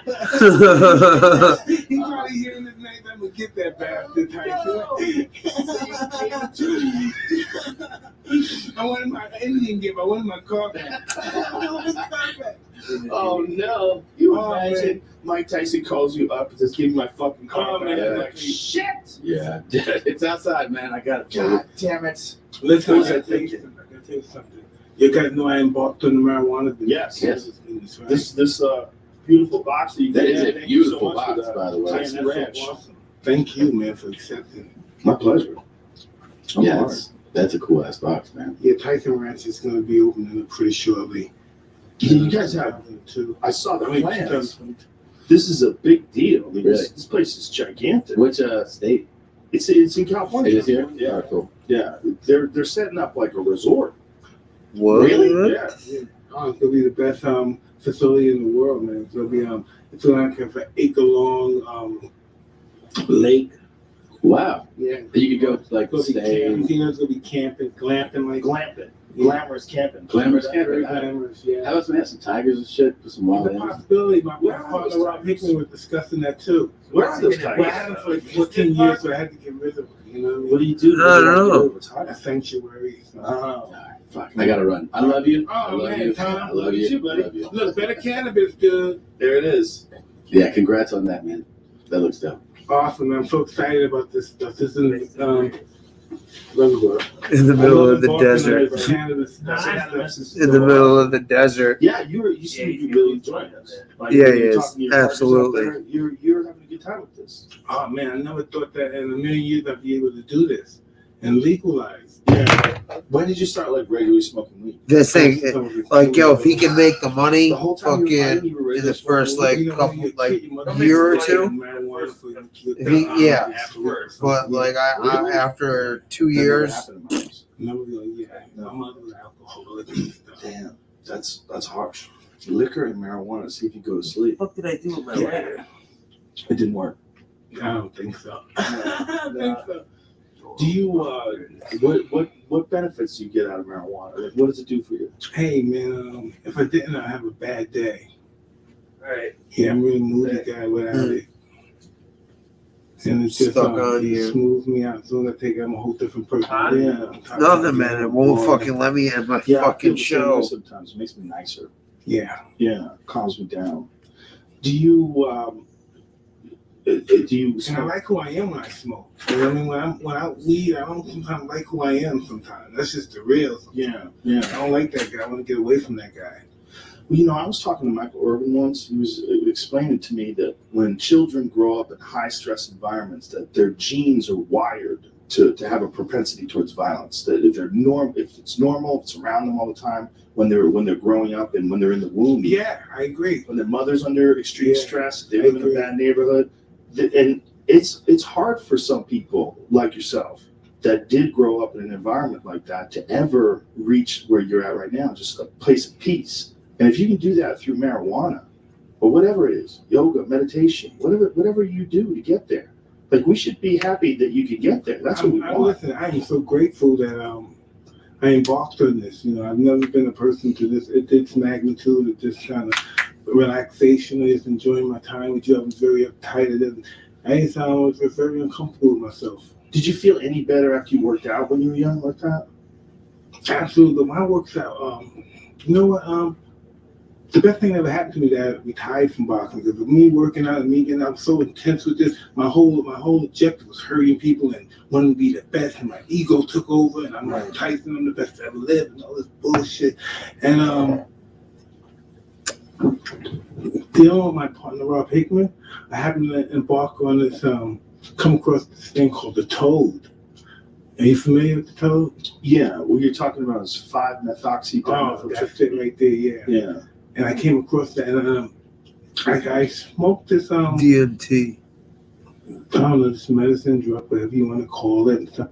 And I've never been the same. I look at life different. I look at people differently. And the experience I can't even express, really. It's almost like dying and being reborn. Yeah, I had the exact same experience. That's what it felt like to me, too. Like you stop existing. The 5-methoxys, there's two. Tell me what's the deal with it. What the hell's going on here? 5-methoxy is produced by your brain, but what it is it's DMT with an oxygen molecule attached to it. So regular DMT is N-dimethyltryptamine, and then 5-methoxy dimethyltryptamine is DMT with there's a very subtle change to the molecule, and that subtle change, for some reason, takes away the visuals. You've done regular DMT too, right? Yeah. Regular DMT is rich with visuals, very strange, bright, colorful, impossible to describe visuals. It's inconceivable. Inconceivable is the best way to put it. Inconceivable. Yeah. But I try to explain it to some people, my wives, and it's just I don't have the words to explain it. That's exactly what I would say. I've done a terrible job explaining it to everybody every time I've tried. It just doesn't work. But all those things, they give you perspective. It's almost like you're dying. You're submissive. You're humble. You're vulnerable, but you're invincible still in all. It's just that weird feeling. But you feel like you're part of the universe. When you're separate from your ego, you realize this whole thing, you're part of this whole thing. This whole thing's unstoppable. It's a gigantic, huge, all-encompassing, almost like a living thing. John, this is what I also realized too after going through the experience. You realize how insignificant you are sometimes without your ego. Yes. You realize why you're not really much that you really thought you were. Yeah, you are and you aren't. Obviously, you are in everyday life. When you go places, you have a dramatic effect on people. You mean a lot. You mean a lot to those people that you run into. You mean a lot to the people that you love and that love you. But we all do. And when it's all relative. No one is irreplaceable. But everyone is special to someone or something, at least to themselves. I think it's a little too short. We're all a part of this weird, crazy, gigantic organism. That's the human race. So odd that you said it. My mentor custom out of think of nothing. You're nothing. Nothing's nothing but the objective, the job, and that was the psychological warfare. in the morning. Nothing matters. You're nothing. Nothing. The only thing that matters is the objective, and getting to accomplishing that objective by going through these methods of boxing. Did you ever stop and think about how fortunate it was you ran into that guy? Listen, to this day, I really don't understand that. So how did this happen? Because so many people. Listen, by the time I was born, he was 66 years old. By the time I was born,